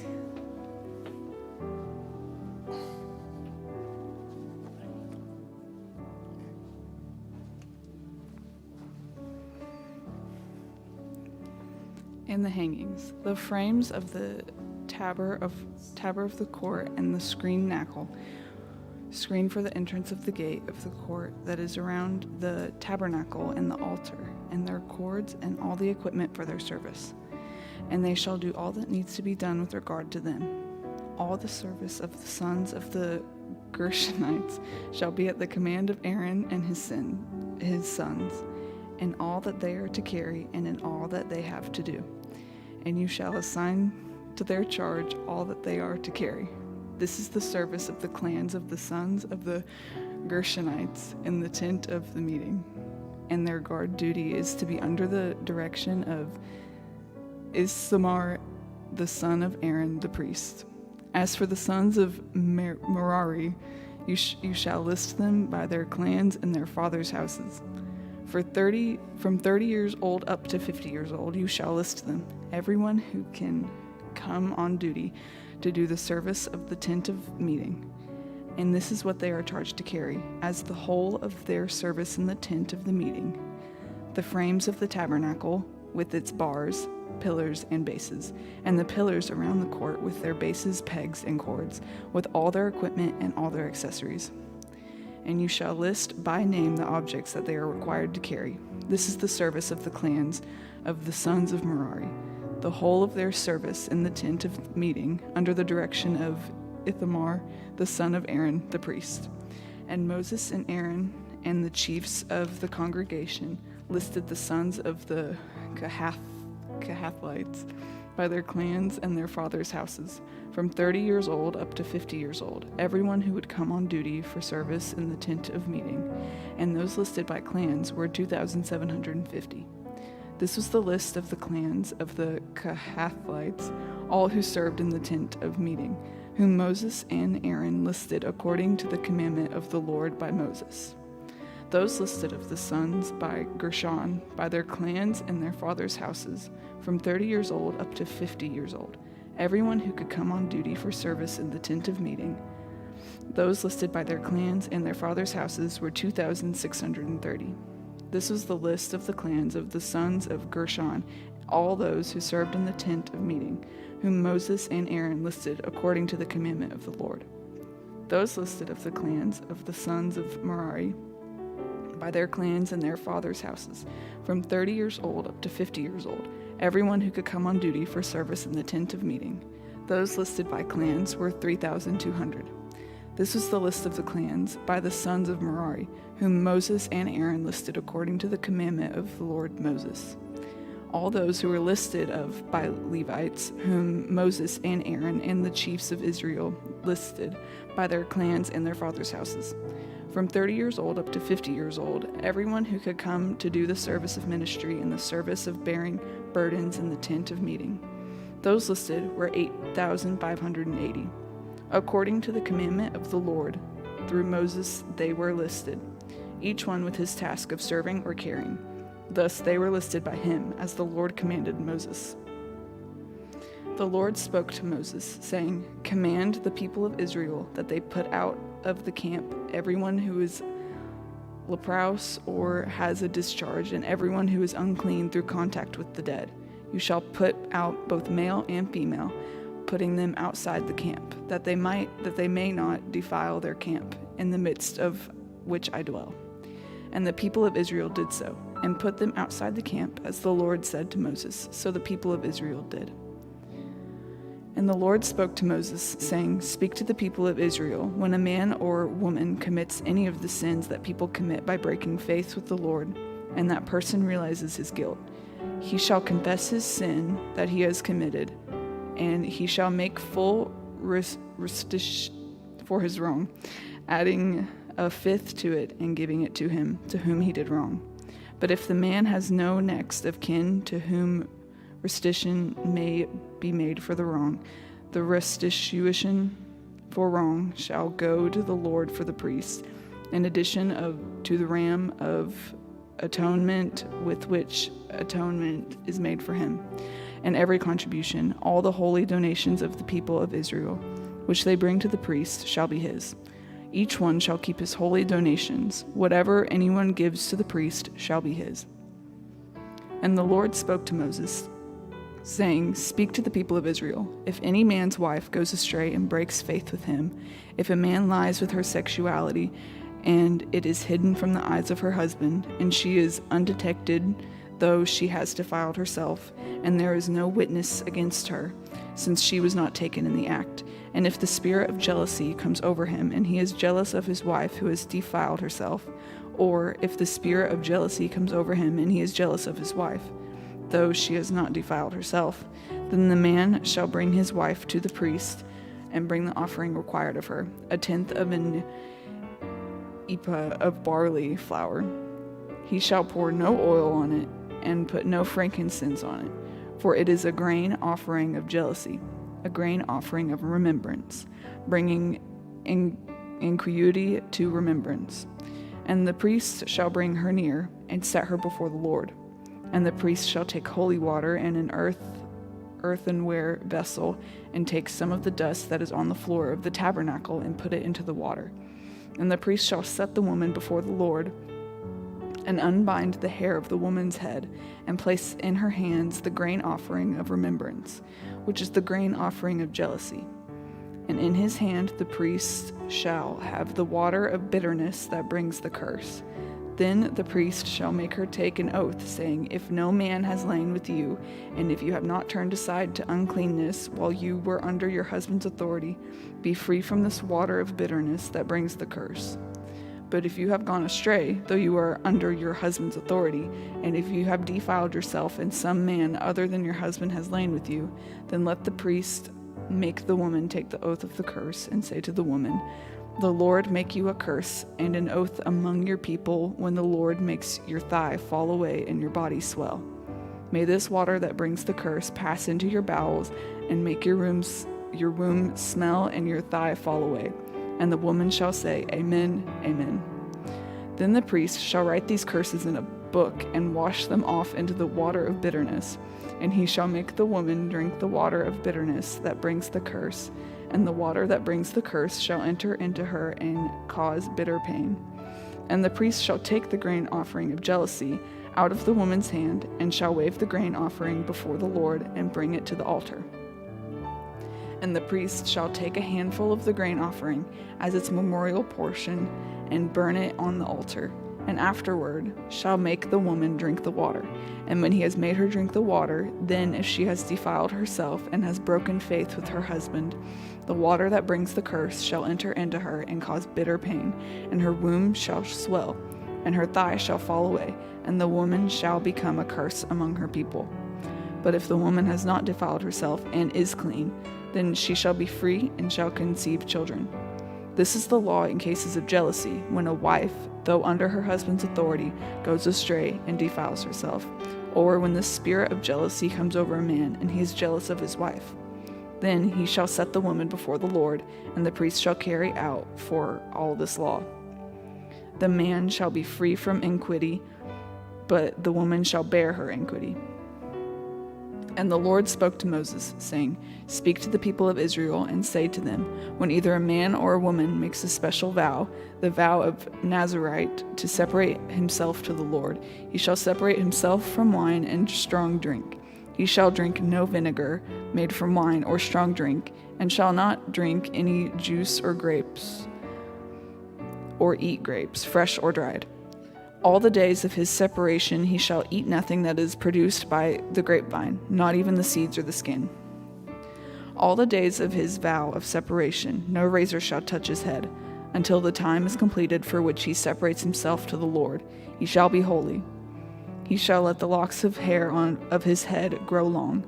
All the days that he separates himself from the Lord, he shall not go near a dead body, not even for his father or for his mother, for brother or sister. If they die, shall he make himself unclean, because his separation to God is on his head. All the days of his separation he is holy to the Lord. And if any man dies very suddenly beside him, and he defiles his consecrated head, then he shall shave his head on the day of his cleansing. On the 7th day he shall shave it. On the 8th day he shall bring 2 turtle doves or 2 pigeons to the priest to the entrance of the tent of meeting. And the priest shall offer one for a sin offering and the other for a burnt offering, and make atonement for him, because he sinned by reason of the dead body. And he shall consecrate his head that same day, and separate himself to the Lord for the days of his separation, and bring a male lamb a year old for a guilt offering. But the previous period shall be void, because his separation was defiled. And this is the law for Nazirite. When the time of separation has been completed, he shall be brought to the entrance of the tent of meeting, and he shall bring his gift to the Lord: 1 male lamb a year old without blemish for a burnt offering, and 1 ewe lamb a year old without blemish as a sin offering, and 1 ram without blemish as a peace offering, and a basket of unleavened bread, loaves of fine flour mixed with oil, and unleavened wafers smeared with oil, and their grain offerings and their drink offerings. And the priest shall bring them before the Lord, and offer his sin offering and his burnt offering. And he shall offer the ram as a sacrifice of peace offering to the Lord with the basket of unleavened bread. The priest shall offer also its grain offering and its drink offering. And the Nazirite shall shave his consecrated head at the entrance of the tent of meeting, and shall take the hair from his consecrated head, and put it on the fire that is under the sacrifice of the peace offering. And the priest shall take the shoulder of the ram when it is boiled, and 1 unleavened loaf out of the basket, and 1 unleavened wafer, and shall put them on the hands of the Nazirite, after he has shaved the hair of his consecration. And the priest shall wave them for a wave offering before the Lord. They are a holy portion for the priest, together with the breast that is waved and the thigh that is contributed, and after that the Nazirite may drink wine. This is the law of the Nazirite. But if he vows an offering to the Lord above his Nazirite vow, as he can afford in exact accordance with the vow that he takes, then he shall do in addition to the law of the Nazirite. The Lord speaks to Moses, saying, "Speak to Aaron and his sons, saying, Thus you shall bless the people of Israel. You shall say to them, The Lord bless you and keep you. The Lord make his face to shine upon you and be gracious to you. The Lord lifts up his continuance upon you and give you peace. So shall they put my name upon the people of Israel, and I will bless them." Chapter 7. On the day when Moses had finished setting up the tabernacle and had anointed and consecrated it with all its furnishings, and had anointed and consecrated the altar with all its utensils, the chiefs of Israel, heads of their fathers' houses, who were the chiefs of the tribes, who were over those who were listed, approached and brought their offerings before the Lord: 6 wagons and 12 oxen, a wagon for every 2 of the chiefs, and for each one an ox. They brought them before the tabernacle. Then the Lord said to Moses, "Accept these from them, that they will be used in the service of the tent of meeting, and give them to the Levites, to each man according to his service." So Moses took the wagons and the oxen and gave them to Levites. 2 wagons and 4 oxen he gave to the sons of Gershon according to their service. And 4 wagons and 8 oxen he gave to the sons of Merari according to their service under the direction of Ithamar, the son of Aaron the priest. But to the sons of Kohath he gave none, because they were charged with the service of the holy things that had to be carried on the shoulder. And the chiefs offered offerings for the dedication of the altar on the day it was anointed. And the chiefs offered their offering before the altar. And the Lord said to Moses, "They shall offer their offerings, one chief each day, for the dedication of the altar." He who offered his offerings the first day was Nahshon, the son of Amminadab, of the tribe of Judah. And his offering was 1 silver plate whose weight was 130 shekels, 1 silver basin of 70 shekels, according to the shekel of the sanctuary, both of them full of fine flour mixed with oil for a grain offering.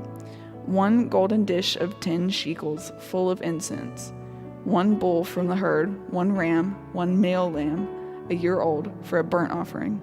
1 male goat for a sin offering, and for the sacrifice of peace offerings, 2 oxen, 5 rams, 5 male goats, and 5 male lambs a year old. This was the offering of Nahshon, the son of Amminadab. On the second day, Nathaniel, the son of Zuar, the chief of Ischar, made an offering. He offered for his offering 1 silver plate whose weight was 130 shekels, 1 silver basin of 70 shekels, according to the shekel of the sanctuary, both of them mixed full of fine flour mixed with oil for a grain offering. 1 golden dish of 10 shekels, full of incense. 1 bull from the herd, 1 ram, 1 male lamb a year old, for a burnt offering. 1 male goat for a sin offering, and for the sacrifice of peace offerings, 2 oxen, 5 rams, 5 male goats, and 5 male lambs a year old. This was the offering of Nathaniel, the son of Zuar. On the third day, Eliab, the son of Helon, the chief of the people of Zebulun, his offering was 1 silver plate whose weight was 130 shekels, 1 silver basin of 70 shekels, according to the shekel of the sanctuary, both of them full of fine flour mixed with oil for a grain offering. 1 golden dish of 10 shekels, full of incense. 1 bull from the herd, 1 ram, 1 male lamb, a year old, for a burnt offering. 1 male goat for a sin offering, and for the sacrifice of peace offerings. 2 oxen, 5 rams, 5 male goats, and 5 male lambs a year old. This was the offering of Eliab, the son of Helon. On the fourth day, Eliezer, the son of Shadir, the chief of the people of Reuben, his offering was 1 silver plate whose weight was 130 shekels, 1 silver basin of 70 shekels, according to the shekel of the sanctuary, both of them mixed full of fine flour mixed with oil for a grain offering. 1 golden dish of 10 shekels, full of incense. 1 bull from the herd, 1 ram, 1 male lamb a year old, for a burnt offering.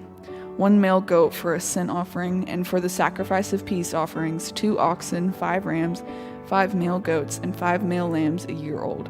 This was the offering of Eliezer, the son of Shadir. On the 5th day, Shelumiel, the son of Zurishadai, the chief of the people of Simeon, his offering was 1 silver plate whose weight was 130 shekels, 1 silver basin of 70 shekels, according to the shekel of the sanctuary, both of them mixed full of fine flour mixed with oil for a grain offering. 1 golden dish of 10 shekels, full of incense. 1 bull from the herd, 1 ram, 1 male lamb a year old, for a burnt offering. 1 male goat for a sin offering, and for the sacrifice of peace offerings, 2 oxen, 5 rams, 5 male goats, and 5 male lambs a year old. This was the offering of Shelumiel, the son of Zurishadai. On the 6th day, Eliasaph, the son of Deuel, the chief of the people of Gad, his offering was 1 silver plate whose weight was 130 shekels, 1 silver basin of 70 shekels, according to the shekel of the sanctuary, both of them mixed full of fine flour mixed with oil for a grain offering. 1 golden dish of 10 shekels, full of incense. 1 bull from the herd, 1 ram, 1 male lamb a year old, for a burnt offering. 1 male goat for a sin offering, and for the sacrifice of peace offerings, 2 oxen, 5 rams, 5 male goats, and 5 male lambs a year old. This was the offering of Eliasaph and the son of Deuel. On the 7th day, Elishama, the son of Ammihud, the chief of people of Ephraim. His offering was 1 silver plate whose weight was 130 shekels, 1 silver basin of 70 shekels, according to the shekel of the sanctuary, both of them mixed full of fine flour mixed with oil for a grain offering, 1 golden dish of 10 shekels full of incense, 1 bull from the herd, 1 ram, 1 male lamb a year old for a burnt offering, 1 male goat for a sin offering, and for the sacrifice of peace offerings 2 oxen, 5 rams, 5 male goats, and 5 male lambs a year old.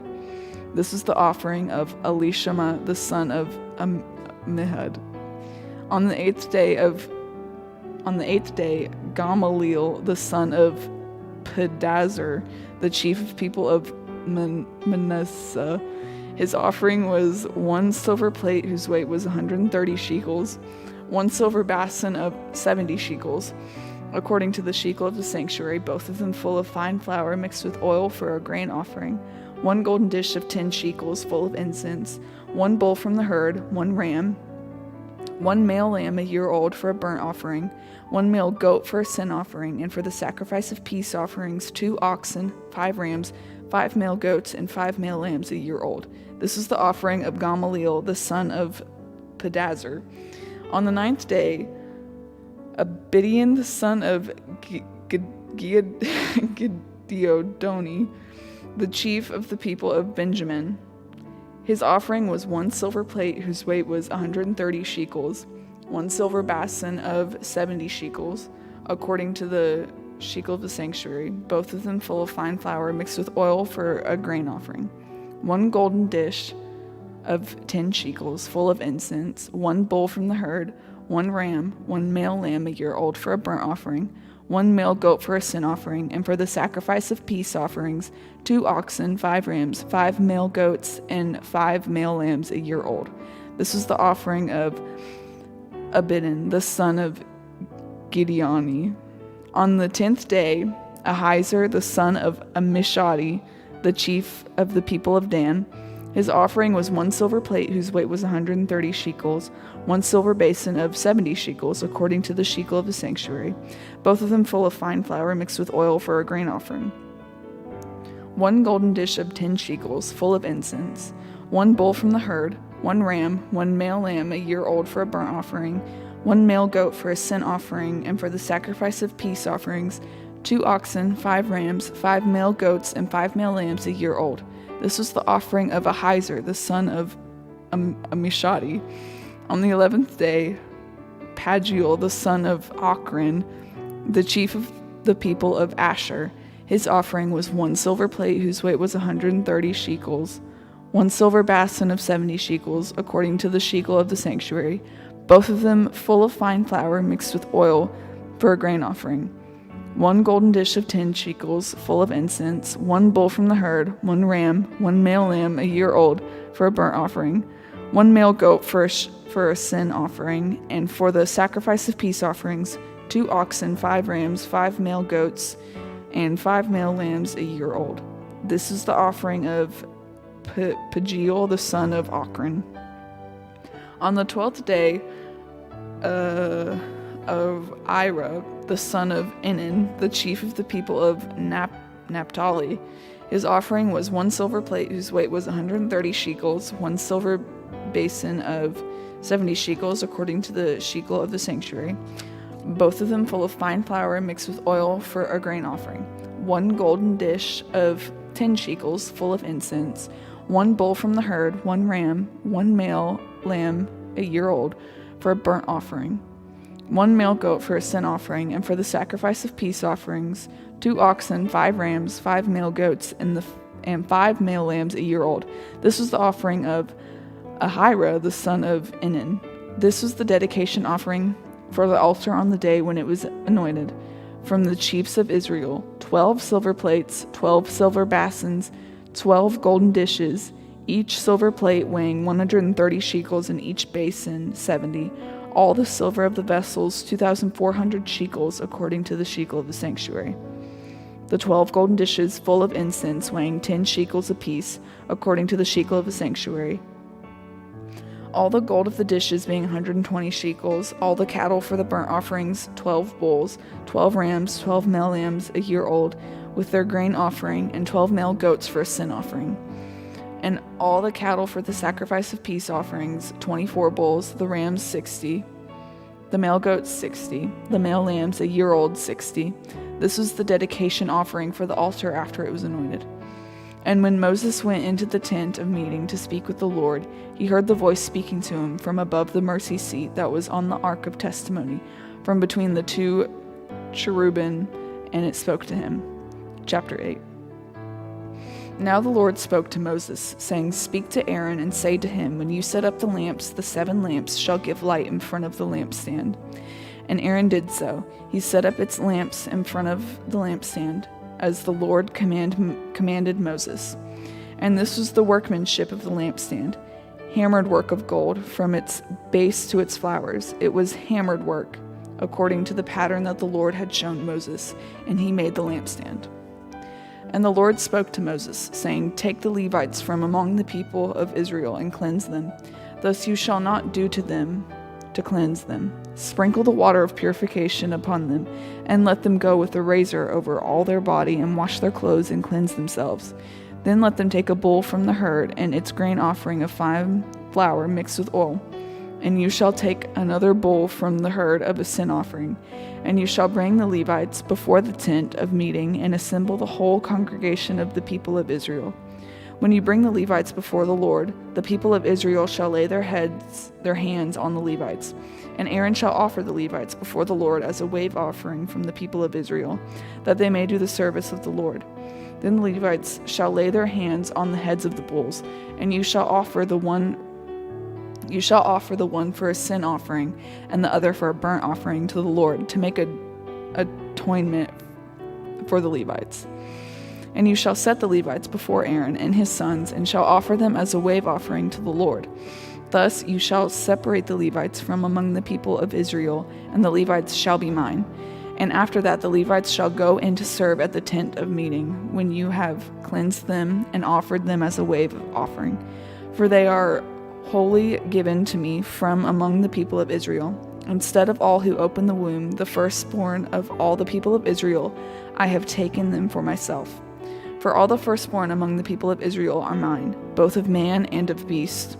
On the day that I struck down all the firstborn in the land of Egypt, I consecrated them for myself, and I have taken the Levites instead of all the firstborn among the people of Israel. And I have given the Levites as a gift to Aaron and his sons from among the people of Israel, to do the service for the people of Israel at the tent of meeting, and to make atonement for the people of Israel, that there may be no plague among the people of Israel when the people of Israel come near the sanctuary. Thus did Moses and Aaron and all the congregation of people of Israel to the Levites, according to all that the Lord commanded Moses concerning the Levites, the people of Israel did to them. And the Levites purified themselves from sin and washed their clothes, and Aaron offered them as a wave offering before the Lord. And Aaron made an atonement for them to cleanse them. And after that the Levites went in to do their service in the tent of meeting before Aaron and his sons, as the Lord had commanded Moses concerning the Levites, so they did to them. And the Lord spoke to Moses, saying, This applies to the Levites. From 25 years old and upward, they shall come to do duty in the service of the tent meeting. And from the age of 50 years, they shall withdraw from the duty of the service and serve no more. They minister to their brothers in the tent of meeting by keeping guard, but they shall do no service. Thus shall you do the Levites in assigning their duties. Chapter 9. And the Lord spoke to Moses in the wilderness of Sinai, in the first month of the second year after they had come out of the land of Egypt, saying, Let the people of Israel keep the Passover at its appointed time. On the 14th day of this month at twilight, you shall keep it at its appointed time, according to all its statutes and all its rules you shall keep it. So Moses told the people of Israel that they should keep the Passover. And they kept the Passover in the first month on the 14th day of the month at twilight, in the wilderness of Sinai. According to all that the Lord commanded Moses, so the people of Israel did. And there were certain men who were unclean through touching a dead body, so that they could not keep the Passover on that day, and they came before Moses and Aaron on that day. And those men said to him, "We are unclean through touching a dead body. Why are we kept from bringing the Lord's offering at its appointed time among the people of Israel?" And Moses said to them, "Wait, that I may hear what the Lord will command concerning you." The Lord spoke to Moses, saying, "Speak to the people of Israel, saying, if any one of you or your descendants is unclean through touching a dead body, or is on a long journey, he shall still keep the Passover to the Lord. In the 2nd month, on the 14th day at twilight, they shall keep it. They shall eat it with unleavened bread and bitter herbs. They shall leave none of it until the morning, nor break any of its bones. According to all the statute for the Passover, they shall keep it. But if anyone who is clean and is not on a journey fails to keep the Passover, that person shall be cut off from his people, because he did not bring the Lord's offering at its appointed time. That man shall bear his sin, and if a stranger sojourns among you and would keep the Passover to the Lord, according to the statute of the Passover, and according to its rule, so shall he do. You shall have one statute, both for the sojourner and for the native.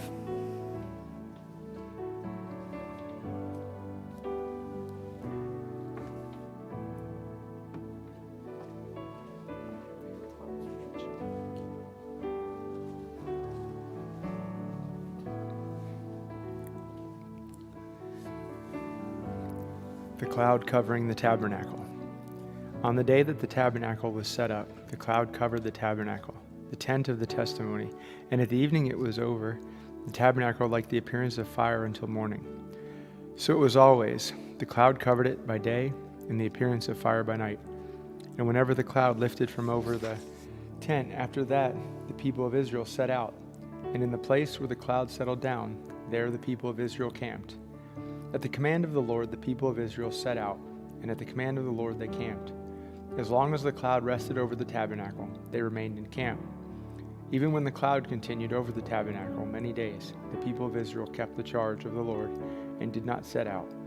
Sometimes the cloud was a few days over the tabernacle, and according to the command of the Lord, they remained in camp. Then according to the command of the Lord, they set out. And sometimes the cloud remained from evening until morning. And when the cloud lifted in the morning, they set out. Or if it continued for a day and a night, when the cloud lifted, they set out.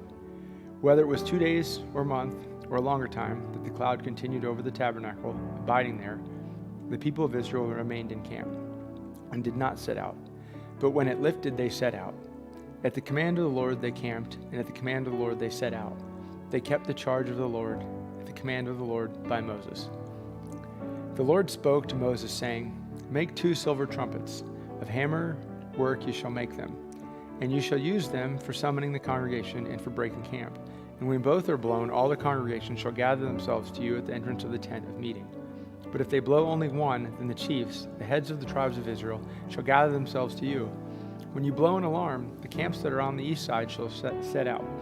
And when you blow an alarm the second time, the camps that are on the south sides shall set out. An alarm is to be blown whenever they are to set out. But when the assembly is to be gathered together, you shall blow a long blast, but you shall not sound an alarm. And the sons of Aaron, the priests, shall blow the trumpets. The trumpets shall be to you for a perpetual statute throughout your generations. And when you go to war in your land against the adversary who oppresses you, then you shall sound an alarm with the trumpets, that you may be remembered before the Lord your God. And you shall be saved from your enemies.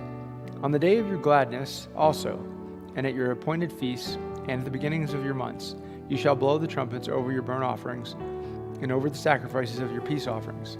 They shall be a reminder of you before your God. I am the Lord your God. In the 2nd year, in the 2nd month, or on the 20th day of the month, the cloud lifted from over the tabernacle of the testimony. And the people of Israel set out by stages from the wilderness of Sinai. And the cloud settled down in the wilderness of Paran. They set out for the first time at the command of the Lord by Moses. The standard of the camp of the people of Judah set out first by their companies, and over their company was Nashon the son of Amminadab, and over the company of the tribe of the people of Issachar was Nethanel the son of Zuar, and over the company of the tribe of the people of Zebulun was Eliab the son of Helon, And when the tabernacle was taken down, the sons of Gershon and the sons of Merari, who carried the tabernacle, set out. And the standard of the camp of Reuben set out by their companies. And over their company was Elizur, the son of Shadur. And over the company of the tribe of the people of Simeon was Shelumiel, the son of Zurishaddai. And over the company of the tribe of the people of Gad was Eliasaph, the son of Duel. Then the Kohathites set out, carrying the holy things, and the tabernacle was set up before their arrival.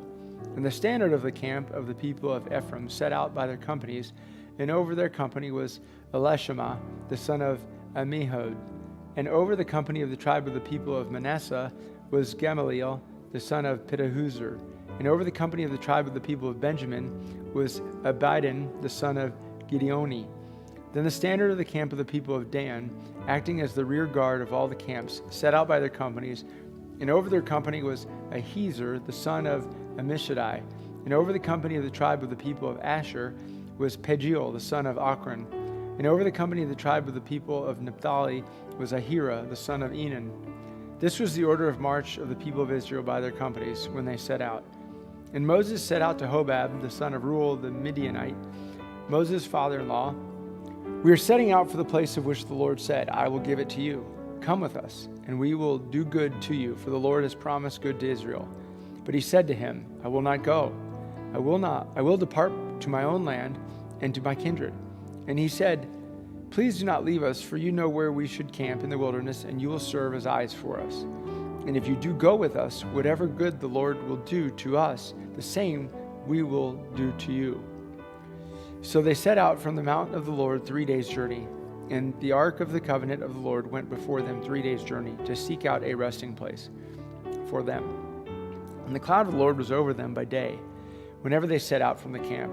And whenever the ark set out, Moses said, Arise, O Lord, and let your enemies be scattered, and let those who hate you flee before you. And when it rested, he said, Return, O Lord, to the 10,000 of Israel. And the people complained in the hearing of the Lord about their misfortunes.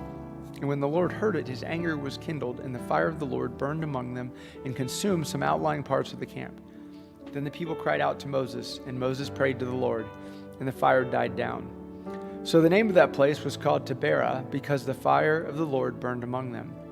Now the rabble that was among them had a strong craving, and the people of Israel also wept again and said, Oh, that we had meat to eat. We remember the fish we ate in Egypt that cost nothing, the cucumbers, the melons, the leeks, the onions, and the garlic. But now our strength is dried up, and there is nothing at all but this manna to look at. Now the manna was like coriander seed, and its appearance like that of bdellium. And the people went about and gathered it and ground it in handmills, or beat it in mortars, and boiled it in pots, and made cakes of it. And the taste of it was like the taste of cakes baked with oil. When the dew fell upon the camp in the night, the manna fell with it. Moses heard the people weeping throughout their clans, everyone at the door of his tent. And the anger of the Lord blazed hotly, and Moses was displeased. Moses said to the Lord, Why have you dealt ill with your servants, and why have I not found favor in your sight, that you lay the burden of all this people on me? Did I conceive all this people? Did I give them birth, that you should say to me, Carry them in your bosom as a nurse carrying a nurse's child, carries a nursing child, to the land that you swore to give their fathers? Where am I to get meat to give to all this people? For they weep before me and say, Give us meat that we may eat. I am not able to carry all these people alone. The burden is too heavy for me.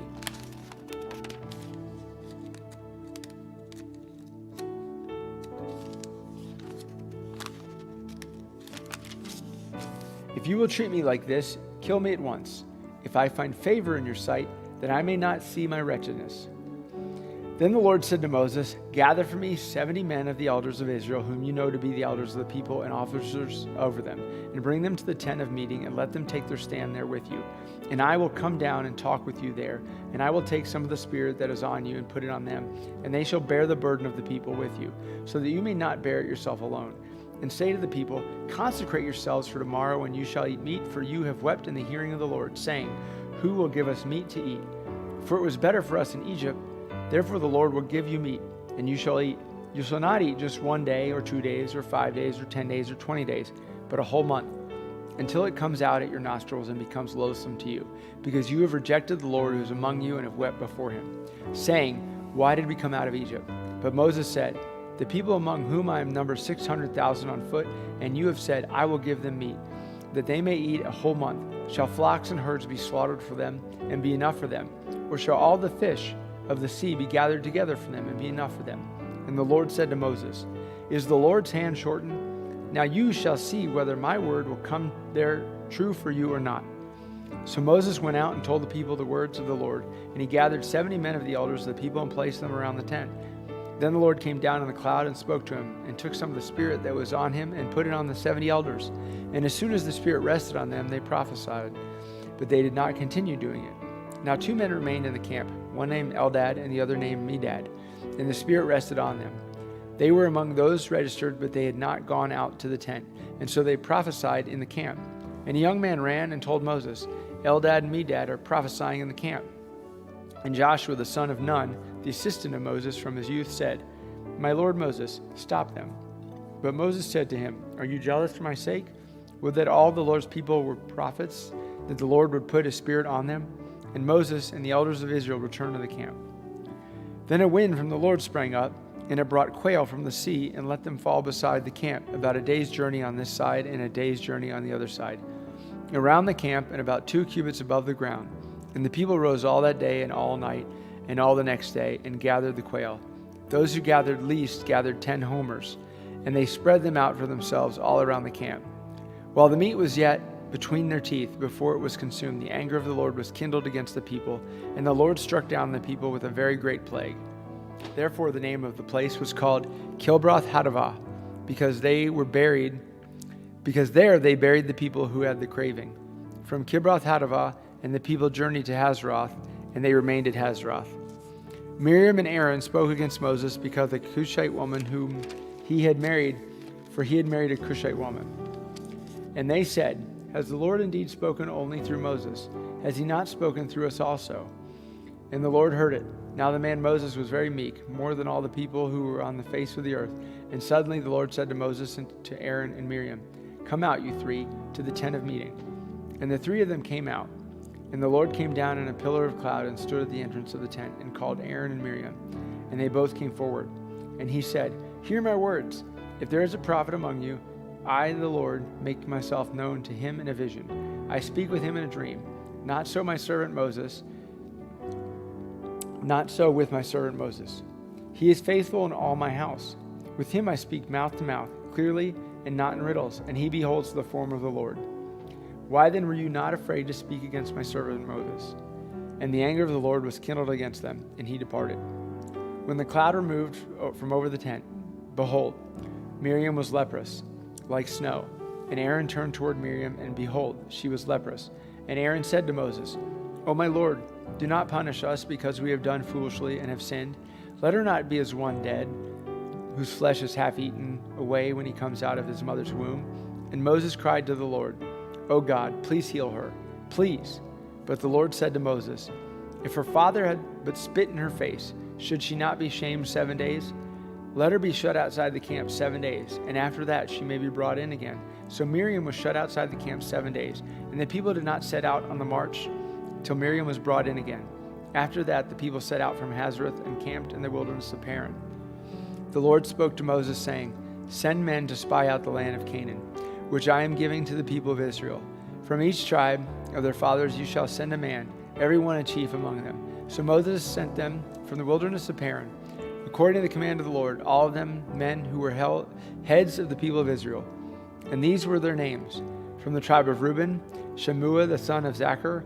From the tribe of Simeon, Shaphat the son of Hori. From the tribe of Judah, Caleb the son of Jephunneh. From the tribe of Issachar, Egal the son of Joseph. From the tribe of Ephraim, Hoshea the son of Nun. From the tribe of Benjamin, Palti the son of Raphu. From the tribe of Zebulun, Gediel the son of Zodi. From the tribe of Joseph, that is, from the tribe of Manasseh, Gadi the son of Susi. From the tribe of Dan, Emiel the son of Gemali. From the tribe of Asher, Sether the son of Michael. From the tribe of Naphtali, Nabi the son of Bosai.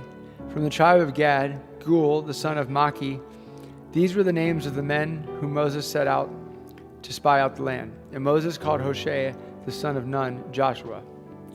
Moses sent them to spy out the land of Canaan and said to them, "Go up into the Negeb and go up into the hill country and see what the land is, and whether the people who dwell in it are strong or weak, whether they are few or many, and whether the land that they dwell in is good or bad, and whether the cities that they dwell in are camps or strongholds, and whether the land is rich or poor, and whether there are trees in it or not. Be of good courage and bring some of the fruit of the land." Now the time was the season of the first ripe grapes. So they went up and spied out the land from the wilderness of Zin to Rehob. Near Lebahamath they went up into the Negeb and came to Hebron. Eshimon, Shishai, and Talmai, the descendants of Anak, were there. Hebron was built 7 years before Zoan in Egypt, and they came to the valley of Eshcol and cut down from there a branch with a single cluster of grapes, and they carried it on a pole between two of them. They also brought some pomegranates and figs. That place was called the valley of Eshcol, because of the cluster that the people of Israel cut down from there. At the end of 40 days they returned from spying out the land, and they came to Moses and Aaron and to all the congregation of the people of Israel in the wilderness of Paran at Kadesh. They brought back word to them and to all the congregation and showed them the fruit of the land. And they told him, "We came to the land to which you sent us.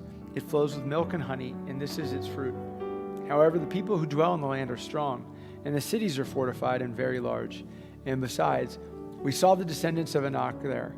The Amalekites dwell in the land of Negeb. The Hittites, the Jebusites, and the Amorites dwell in the hill country. And the Canaanites dwell by the sea and all along the Jordan." But Caleb quieted the people before Moses and said, "Let us go up at once and occupy it, for we are well able to overcome it." Then the men who had gone up with him said, "We are not able to go up against the people, for they are stronger than we are." So they brought to the people of Israel a bad report of the land, and they had spied out, saying, "The land through which we have gone to spy it out is a land that devours its inhabitants. And all the people that we saw in it are of great height. And there we saw the Nephilim, the sons of Anak, who come from the Nephilim. And we seemed to ourselves like grasshoppers, and so we seemed to them." Then all the congregation raised a loud cry, and the people wept that night. And all the people of Israel grumbled against Moses and Aaron. The whole congregation said to them, "Would that we had died in the land of Egypt, or would that we had died in this wilderness. Why is the Lord bringing us into this land to fall by the sword? Our wives and our little ones will become a prey. Would it not be better for us to go back to Egypt?" And they said to one another, "Let us choose a leader and go back to Egypt." Then Moses and Aaron fell on their faces before all the assembly of the congregation of the people of Israel. And Joshua the son of Nun and Caleb the son of Jephunneh, who were among those who had spied out the land, tore their clothes and said to all the congregation of the people of Israel, "The land which we passed through to spy it out is an exceedingly good land. If the Lord delights in us, he will bring us into this land and give it to us, a land that flows with milk and honey. Only do not rebel against the Lord, and do not fear the people of the land, for they are bread for us. Their protection is removed from them, and the Lord is with us. Do not fear them."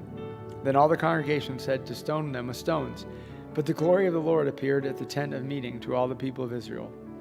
And the Lord said to Moses, "How long will this people despise me?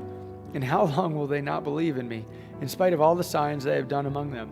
I will strike them with the pestilence and disinherit them, and I will make of you a nation greater and mightier than they." But Moses said to the Lord, "Then the Egyptians will hear of it, for you brought up this people in your might and from among them. And they will tell the inhabitants of this land, they have heard that you, O Lord, in the midst of this people for you, O Lord, are seen face to face, and your cloud stands over them, and you go before them in a pillar of cloud by day and in a pillar of fire by night. Now if you kill these people as one man, then the nations who have heard your fame will say, it is because the Lord was not able to bring this people into the land that he swore to give to them, that he has killed them in the wilderness. And now, please let the power of the Lord be great as you have promised, saying, the Lord is slow to anger and abounding in steadfast love, forgiving iniquity and transgression. But he will by no means clear the guilty, visiting the iniquity of the fathers of the children to the third and the fourth generation. Please pardon the iniquity of the people, according to the greatness of your steadfast love, just as you have forgiven this people from Egypt until now." Then the Lord said, I have pardoned according to your word. But truly as I live, and as all the earth shall be filled with the glory of the Lord, none of the men who have seen my glory and my signs that I did in Egypt and in the wilderness, and yet have put me to the test these 10 times, and have not obeyed my voice, shall see the land that I swore to give to their fathers. And none of us who despise me shall see it. But my servant Caleb, because he has a different spirit, and has followed me fully, I will bring into the land into which we went, and his descendants shall possess it. Now since the Amalekites and the Canaanites dwell in the valleys, turn tomorrow and set out for the wilderness, by the way to the Red Sea. And the Lord spoke to Moses and to Aaron, saying, How long shall this wicked congregation grumble against me? I have heard the grumblings of the people of Israel, which they grumble against me. Say to them, As I live, declares the Lord, what you have said in my hearing I will do to you. Your dead bodies shall fall in this wilderness, and all of your number, listed in the census from 20 years old and upward, who have grumbled against me. Not one shall come in a land where I swore that I would make you dwell, except Caleb the son of Jephunneh and Joshua the son of Nun. But your little ones, who you have said would become a prey, I will bring in, and they shall know the land that you have rejected. But as for you, your dead bodies shall fall in this wilderness, and your children shall be shepherds in the wilderness 40 years, and shall suffer for your faithlessness, until the last of your dead bodies lies in the wilderness.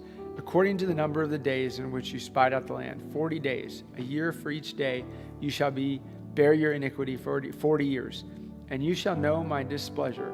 I, the Lord, have spoken. Surely this will I do to all this wicked congregation, who are gathered together against me. In this wilderness they shall come to a full end, and there they shall die. And the men whom Moses sent to spy out the land, who returned and made all the congregation grumble against him by bringing up a bad report about the land, the men who brought up a bad report of the land died by plague before the Lord. Of those men who went to spy out the land, only Joshua, the son of Nun, and Caleb, the son of Jephunneh, remained alive. When Moses told these words to all the people of Israel, the people mourned greatly, and they rose early in the morning and went up to the heights of the hill country, saying, Here we are, we will go up to the place that the Lord has promised, for we have sinned. But Moses said, Why now are you transgressing the command of the Lord, when that will not succeed? Do not go up.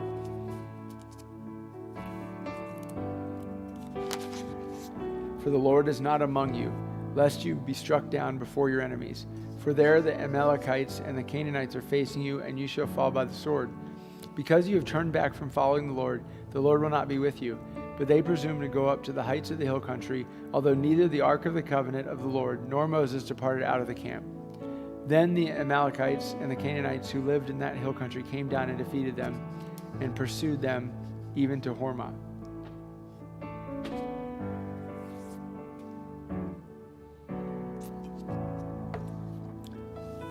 The Lord spoke to Moses, saying, Speak to the people of Israel, and say to them, When you come into the land you are to inhabit, which I am giving you, and you offer to the Lord from the herd or from the flock a food offering or a burnt offering, or sacrifice to fulfill a vow, or as a free will offering, or at your appointed feast to make a pleasing aroma to the Lord. Then he who brings his offering shall offer to the Lord a grain offering of 1/10 of an ephah of fine flour, mixed with 1/4 of a hin of oil. And you shall offer with the burnt offering, or for the sacrifice, 1/4 of a hin of wine for the drink, offering for each lamb. Or for a ram, you shall offer for a grain offering 2/10 of an ephah of fine flour mixed with 1/3 of a hin of oil.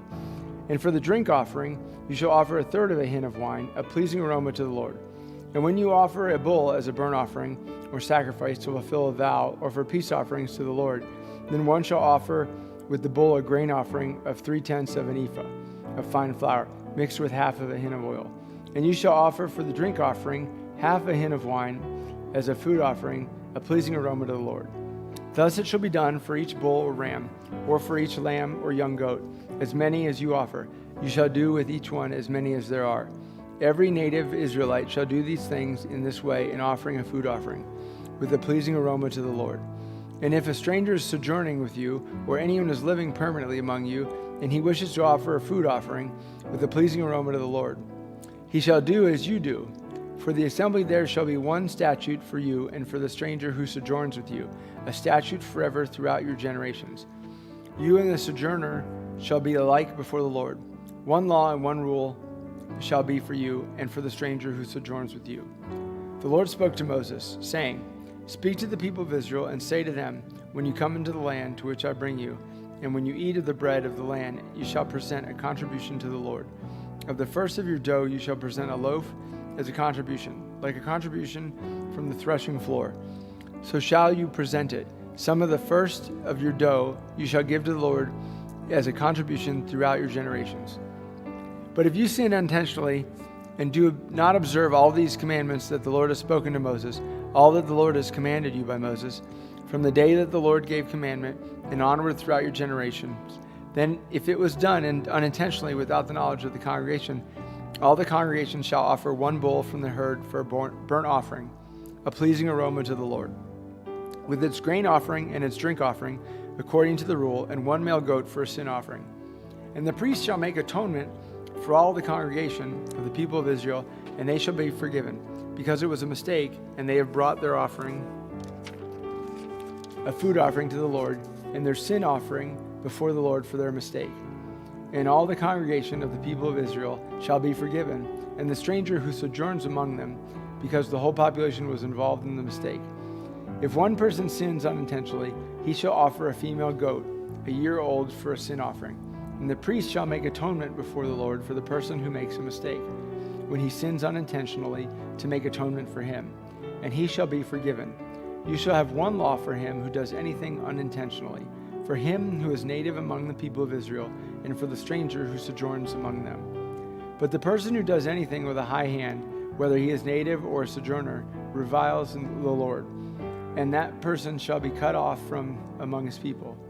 Because he has despised the word of the Lord and has broken his commandment, that person shall be utterly cut off.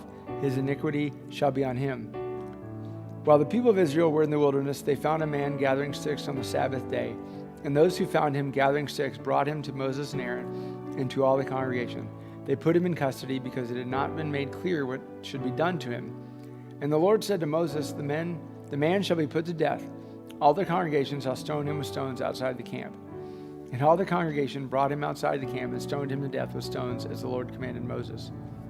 The Lord said to Moses, Speak to the people of Israel and tell them to make tassels on the corners of their garments throughout their generations, and to put a cord of blue on the tassel of each corner, and it shall be a tassel for you to look at and remember all the commandments of the Lord, to do them, not to follow after your own heart and your own eyes, which you are inclined to whore after. So you shall remember and do all my commandments and be holy to your God. I am the Lord your God, who brought you out to the land of Egypt to be your God. I am the Lord your God.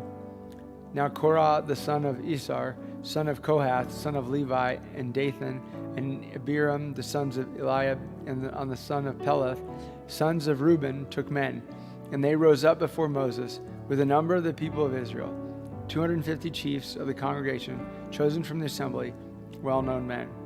They assembled themselves together against Moses and against Aaron, and said to them, You have gone too far, for all in the congregation are holy, every one of them, and the Lord is among them. Why then do you exalt yourselves above the assembly of the Lord? When Moses heard it, he fell on his face, and he said to Korah and all his company, In the morning the Lord will show who is his and who is holy, and will bring him near to him. The one whom he chooses he will bring near to him. Do this, take censers, Korah and all his company. Put fire in them, and put incense on them before the Lord tomorrow, and the man whom the Lord chooses shall be the Holy One. You have gone too far, sons of Levi. And Moses said to Korah, Hear now, you sons of Levi, is it too small a thing for you that the God of Israel has separated you from the congregation of Israel, to bring you near to himself, to do service in the tabernacle of the Lord, and to stand before the congregation to minister to them? And that he has brought you near him, and all your brothers the sons of Levi with you. And would you seek the priesthood also? Therefore, it is against the Lord that you and all your company have gathered together. What is Aaron that you grumble against him? And Moses sent to call Dathan and Abiram, the sons of Eliab, and they said, We will not come up. Is it a small thing that you have brought us up out of the land of flowing with milk and honey, to kill us in the wilderness, that you must also make yourself a prince over us?